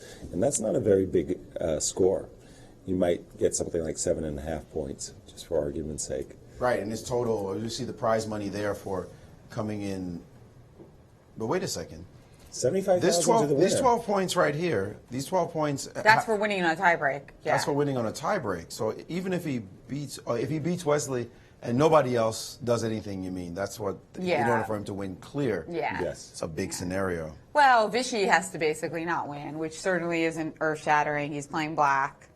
And Aronian has to. Well, but he they're would have playing beaten each other. Aronian. Yeah, they're playing each other. And Maxime Vachier-Lagrave has to beat Wesley. Yeah. Right. It's all about. That's a lot to happen for him. Yeah. To a lot of potential scenarios. He also has to win London. No, that's a lot of many potential scenarios for tomorrow's huge game, which is going to determine, obviously, the winner of this year's edition of the Sinquefield Cup. Yeah, I mean, there's really a lot. Well, it won't really determine it because there could be a playoff on Monday. Very likely. True. Very likely. Well, it'll determine who's in the playoff. Probably around 50-50. I mean, I think I was overstating it with 70-30 because you're right. Like, even though they have everything to play for, they're also such good players that sometimes it just ends up being a draw, like despite all valiant efforts, even if you play the most exciting line there is in chess, the Sicilian, the King's Indian, sometimes it's just a draw. And if that does happen, then Wesley drawing and Vichy drawing will just be enough to have a lovely tournament for Wesley, but somewhat anticlimactic finish. Right. But the thing is, if there is all those draws, they'll probably be like kind of tense draws, especially the one between Veselin and Levon, because that's not a good result for either of them, honestly, with the tournament standings. Totally tense. Yeah. Totally That tense. will be a reluctant draw from one side or the other, for Right. sure. And we see the final game that is pending between Anish Giri and Peter Svidler. Peter Svidler has managed to push his c4 pawn all the way to the c3 square, and Anish desperately trying to hold the game 2 pawns down, but this pawn on c3 has really made great progress. Rook h6 check. We've just seen a move king f5. Stepping up the board is Peter Svidler. The whole point, of course, is that after bishop takes c3, rook c4, pinning the bishop to the king will mean victory for Peter Svidler. So I'm assuming that this pawn is untouchable. I'll probably But wait a try second. to In trick- that line, aren't Oh, you sorry? getting into the? No, you're What not, am because I? I just hanged my rook, right? You mean like this, yes? Rook Yeah, check, I was king wondering back. if you can just go back that way. And then, Yes. Unfortunately, I'm going to be losing my rook here. You can't play rook takes e5 because rook takes c3 will come with a check, and the rook will be hanging as well. So that pawn on c3 is taboo. Right. And Maurice? It's interesting because we're looking at this position and it feels very, very good for black, of course. But they just haven't found a way to just put it out, just to say completely winning position, as we see rook check and king f6 on the board. Yes. And now he can again play this rook check and then play bishop c1 check in the next couple of moves. So let's play rook h6. Rook and h6 check, yes. And after king g5, bishop to c1 with check and king to g4. Do I have to play king to g5? Can I No, you play don't. King? No, you don't. Okay, but go ahead. You could go backwards. King g7. King g7, for example. And you still have to play bishop c1. And bishop c1 gets played. This is a weird blockading scheme. Whoa! Whoa! Where did that come from? Bishop takes c3. What just happened? Clear the cobwebs. Hold the phones. Bishop takes c3, the move that we had rejected because of rook c4.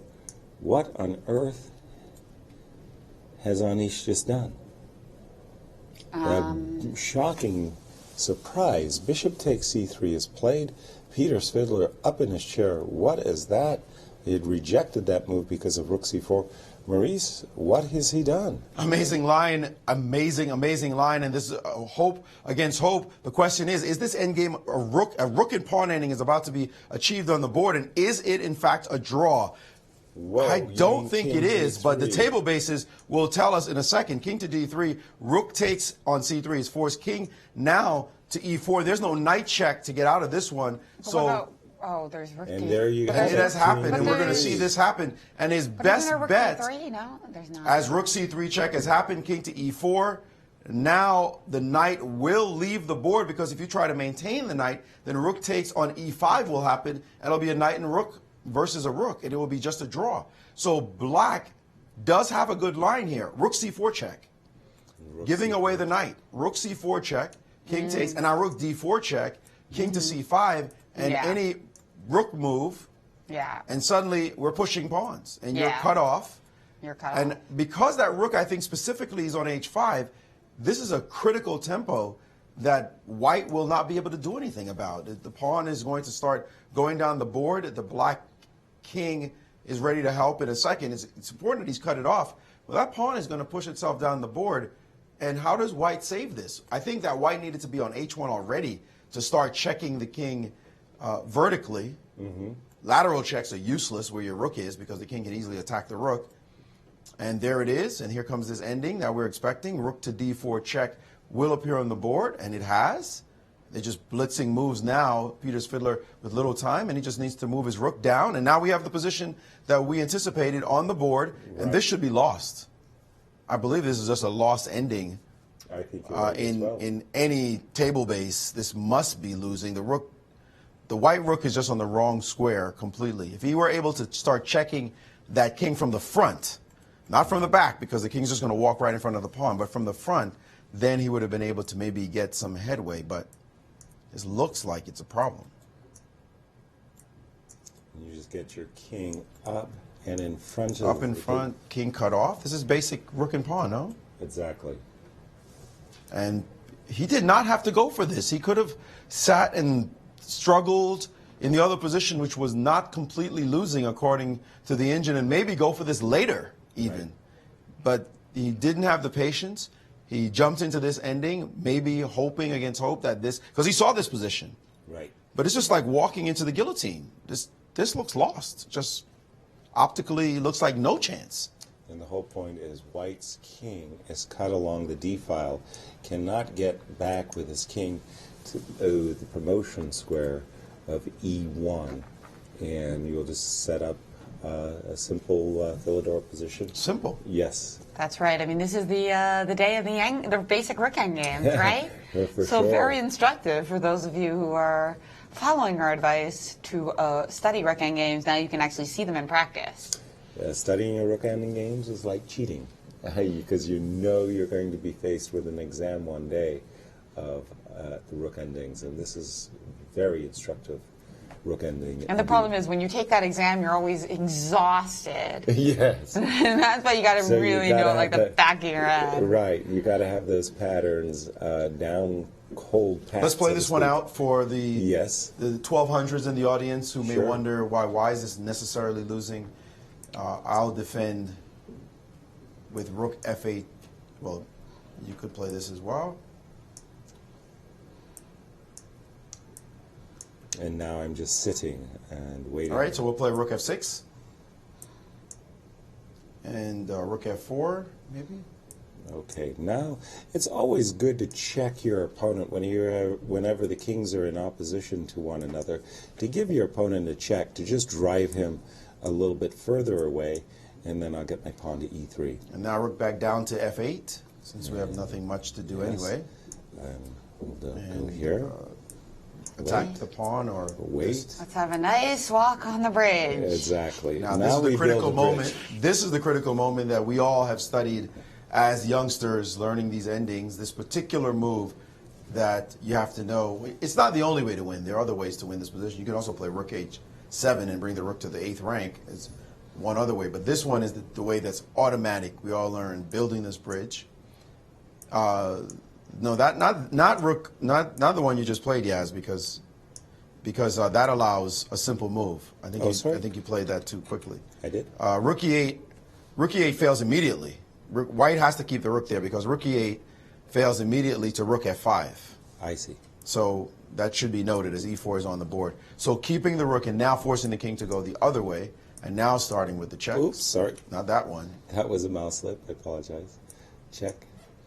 All right, check number 1, and black is threatening to queen, so check number 2, and the king over. And now you don't want to check anymore, because if you do, rook check, king to e4, and now a next check, unfortunately, runs right into rook e5. Building the bridge. That rook was there.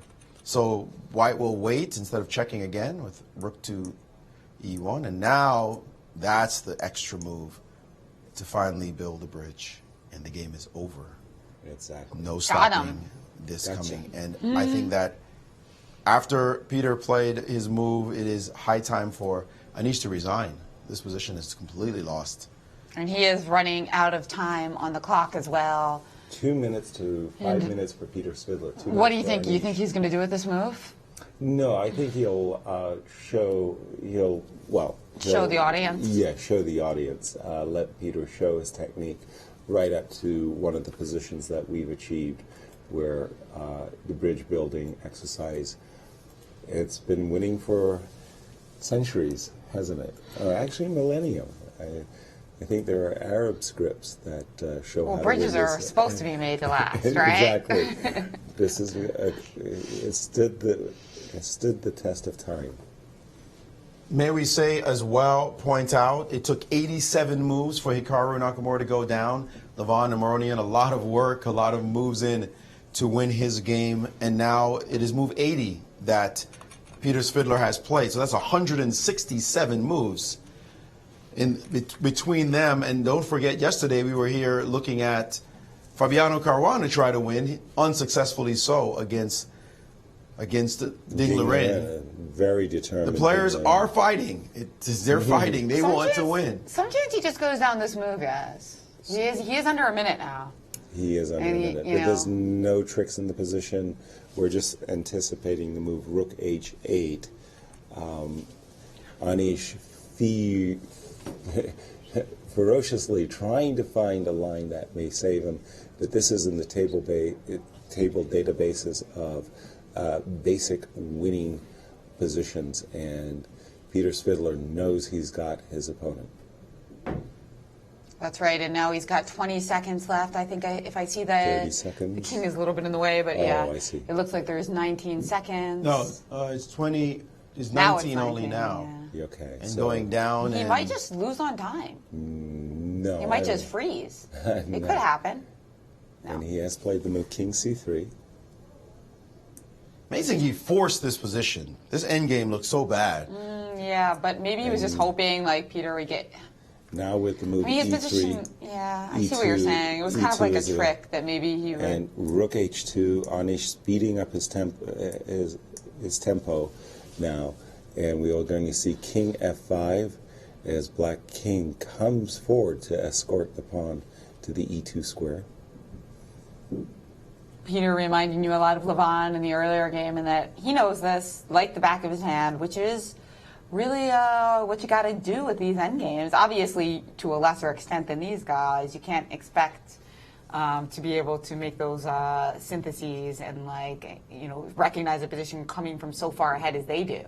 But you should do the best you can. Oh, absolutely. You have to know these endings if you want to master chess. You've got to know these rook and pawn endgames inside and out. Bad decision, though. Bad decision. Bad decision. Even here, bishop to c1, we look at this position really quickly. Bishop to c1, the engines are not giving a 3-point lead. They haven't even said white's winning a piece. When I'm looking at the variations, and I look down the line, there's only one pawn move in about 10 moves.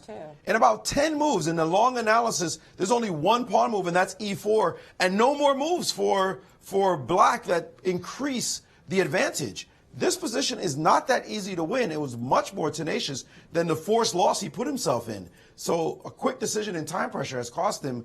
Maybe he was losing anyway, and he'll say that, I'm sure. I think I was losing anyway. But the one he played just loses, no question. Again, tenacity in defense is the hallmark of a great champion, and he just didn't go for it. Didn't want to suffer. There now he will suffer with under 10 seconds, few seconds left, and he makes a move with 5 seconds to spare. King C2. The thing here is it doesn't matter if he loses on time because he's going to lose anyway. Yes. So there's less at stake for him just going down to the last seconds.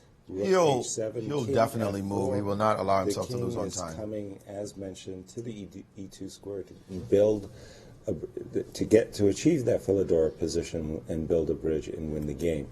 And Lucina, yeah, that's no doubt now. It's zero doubt. There's no way to do anything here. And isn't his clock mesmerizing though? Yes. Maybe he will 2-1, and instead of losing on time, he have a handshake. Beats the clock by a handshake. Peter Svidler at -3. The luckless Peter Svidler has turned things around with a nice win with the black pieces. Our congratulations to Peter Svidler. And for Anish, a tough tournament just got a lot tougher with this loss with white. Sure. I mean, it's easy to root for both of these guys, but of course, Peter having a miserable start to the Sinquefield Cup, I know he has a lot of fans out there since he also does commentary and is he's a marvelous commentator, known as a friend to so many players. A lot of people are happy to see this. Absolutely. Well, he said it well himself that his role in the last 2 rounds is to be spoiler. And he certainly has achieved that today against Anish Giri. And tomorrow's a big day for him too, if he's playing that spoiler role in the in full regalia because he's going to be playing against Anand. Anand, who's having a great tournament with chances for first place. Can Peter Svidler continue that spoiler role? Maurice. Incredible tournament at the moment. The situation, we saw a lot of draws, but now in this penultimate round, 2 wins. Not really affecting the standings is the win that we just saw, but confidence for Peter could be important, or maybe it's just fatigue on his side that could be the factor tomorrow. Which one, we will not know because they're going to intermingle, of course. We will ask him when he comes down here in the interview. But that win by Aronian, huge win by him against Nakamura. That definitely has affected everything in this event as we see the standings there. Wesley So standing pretty at 5 points, but being chased not just by the 4.5s, but by the 4. One of them, by the 4s, one of them being his opponent tomorrow, Maxime Vachier-Lagrave. I think we got the standings wrong. I beg your pardon. Anish Giri losing the game against Peter Svidler. So Peter and Anish should each have 3 points. But you look at 7 players in this event. Is it mathematically possible? Yeah, it is mathematically possible, incredibly, for those 7 players, any one of those 7 players to be tied at the top tomorrow with playoffs. It's definitely possible because there could be draws that result in players being on 5, but it requires Wesley So to lose. For a number of those players to have chances, Wesley So must lose tomorrow, otherwise only the 4.5s can possibly catch him if he only draws. Yeah, how many people can we have that get +1 theoretically? We've got, I think, 6. I think we could theoretically have a 6-way tie for first. Can we look at the pairings? Could we have a 6-way tie? I think so. Is that possible? That's we have to take a look at the pairings to see for sure. Maxime wins against Wesley So to create +1. So they'll both be +1. Ding Liren beats Nakamura. That would be a 3rd +1. That's right. Fabiano beats Anish. That would be a 4th +1. And Topola and Lavon draw. That's 2 +1s. So that's 6. And wait, and draw. And Vichy could draw. We could have 7. Yes. That's insane. We could have a 7-way tie for first. All 7 players? Yes. And I guess the tiebreak for that is probably like a game 10 round robin or something. I don't even want to go there. There's no way 7 players could tie for first. No, we would have a game. I think we would have a round robin game 10. Yes, what else would you do? Of course, it's impossible. I mean, that's luckily the time control is so short for this tiebreak that you actually could finish that in a reasonable time span. That would be extraordinary. So many grand chess tour points up for grabs. 7-way tie playoff. My goodness. Well, that would definitely be one that you'd want to tune in for, that's for sure. Wow. One thing's for sure, if Wesley loses tomorrow, there will be a big, there could be a very big tie. Right. Yeah. There will be a lot of players. There probably won't be 7, but it could easily be like 5 or 6. Easily. But we do have the man of the 7th hour. Peter Svidler is with Maurice. Well, sometimes it takes a marathon to win a chess game after 80-plus moves over 7 hours. Peter Svidler has finally, and also 8 rounds, Peter Svidler has finally won a game here at the tournament, but how sweet it is to actually feel the taste of victory, remember what it's like to win these games. Yeah, it's nice to, because I felt, I've been, not that this redeems me or anything, but I felt that I've not been really doing the tournament justice with my play, and it's nice to show a glimpse of what, I assume the organizers wanted when they invited me, I'm pretty sure they did not want what they got in the first 7 rounds. So, yeah, but still, my technique, I need to go back to school at some point and kind of relearn how to win positions with 2 extra pawns. This is definitely not the way. And he could have played this move, Bishop C1. It was bad, but it was not. No, sure.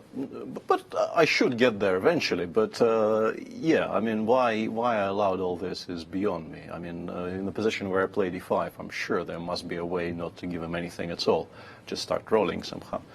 But up to that point, I felt I played pretty well. I think this is a decent game. And And I even managed not to completely screw it up, which is useful, because had I not won this from the position I had around move like, say, 45, that would be, I don't know what this evening would look like. A lot of gnashing of teeth, for sure. I mean, that would be bad. That would be pretty bad. Well, there are two ways to look at the situation now for tomorrow's matchup that you have against Viswanathan Anand. One is that you're super inspired and you're ready to go and it's a new tournament, or you're super tired and you don't really want to play tomorrow. Which one are we going to get? I can't tell you right now. I mean, I think I'll have to decide on the day, because right now the super tired is probably winning out. Especially, since I at some point realized I might not win this game, and that made it, the last hour particularly grueling. Because I felt, this really is, as I said, this would have been hard to stomach, not winning this position. But yeah, I'll have a look at what's what, and it also depends on Vishu in many ways, I think, because how much does he want to beat me? Yeah, well, of course, if he wins and So doesn't win, then he's tied for first. So that's a big result for him. Vishu's repertoire is extremely solid, and well, hard to say anything right now. Right now, I'm just happy I got over the hill somehow here, and winning a game is nice. It sure is. Winning is sweet. Congratulations on your victory. Thank you. Get your rest. We'll see you tomorrow. Sure. Peter, just before you go, you bolted upright in your seat when you saw this move Bishop C3. I'm sure. No. I saw that. By that point, I even worked out that I have to go into this rook ending. I want just to show you. Maybe you covered all this after knight king e4, move 77. When I went for this line, when I was playing c3, if we can, yes. King d3. Here, king d3, rook c3. King e4. I thought knight e3 was winning. And only then I realized that if he starts with rook h6 check here, I think he makes a draw. Rook h6 and then rook h3. No, rook e5, rook c4, I win the rook. Yes. And if he goes rook h3 immediately, I play rook c4 check. And once again I'm winning, because there's this fork along the third. But then just in time, I spotted that he can start with rook h6 check. And wherever king goes, he now goes rook h3, and he will take on e5, not on e3, if I go rook c4 check now. Oh. Yeah, that would have been one way to commit suicide here. But I managed to dodge it just in time. And also, I have a feeling that in the position after rook d4, king c5, I need to go rook d1. If I don't play rook d1, I might not be winning. But rook d1 is not a hard move to make. Right, because the rook wants to start. I need to take away the h1 square, because from h2 he doesn't have enough squares to give checks. Exactly. But from h1 he might have had enough squares. The Russian school taught you well about these rook and pawn endings. It hasn't, but I still can make some basic decisions correctly in these positions. Again, get your rest. We'll see you tomorrow. Thank you. Wow, that would have been terrible to fall for such a trap with knight e3. What Peter was showing, very, very nice trick. That rook h6 check, rook h3. Really nice tactics but at the end. He did it. He got his victory, and what a victory it was. And our new standings here as we go into the final round tomorrow. Wesley So, top of the hill, but a lot of hungry beasts looking to catch up to him tomorrow. And the key participants, Aronian, Veselin and Topola, Vishy Anand. And we got to single out Maxime Vachier-Lagrave because he plays Wesley himself. Final thought for Maurice Ashley as we go into a dramatic final round. Well, we saw plenty of draws in this tournament. It was very close all the way through. And now we get the treats for all those draws, the possibility of all kinds of scenarios, a 7-way tie for first going into the playoff day. That's just simply stunning. These players will be gunning for the wins. Somebody will, we know for sure, Maxime Vachier-Lagrave will be absolutely going after Wesley So. He's already declared it to us on the air, and the other players as well know that there's a golden opportunity to win this tournament. So what you want for the 9th round, what else could you ask for? But battles everywhere. It should be extremely exciting. See you there tomorrow for the finale of the Sinquefield Cup. I can't wait. Me either. Good night, everyone.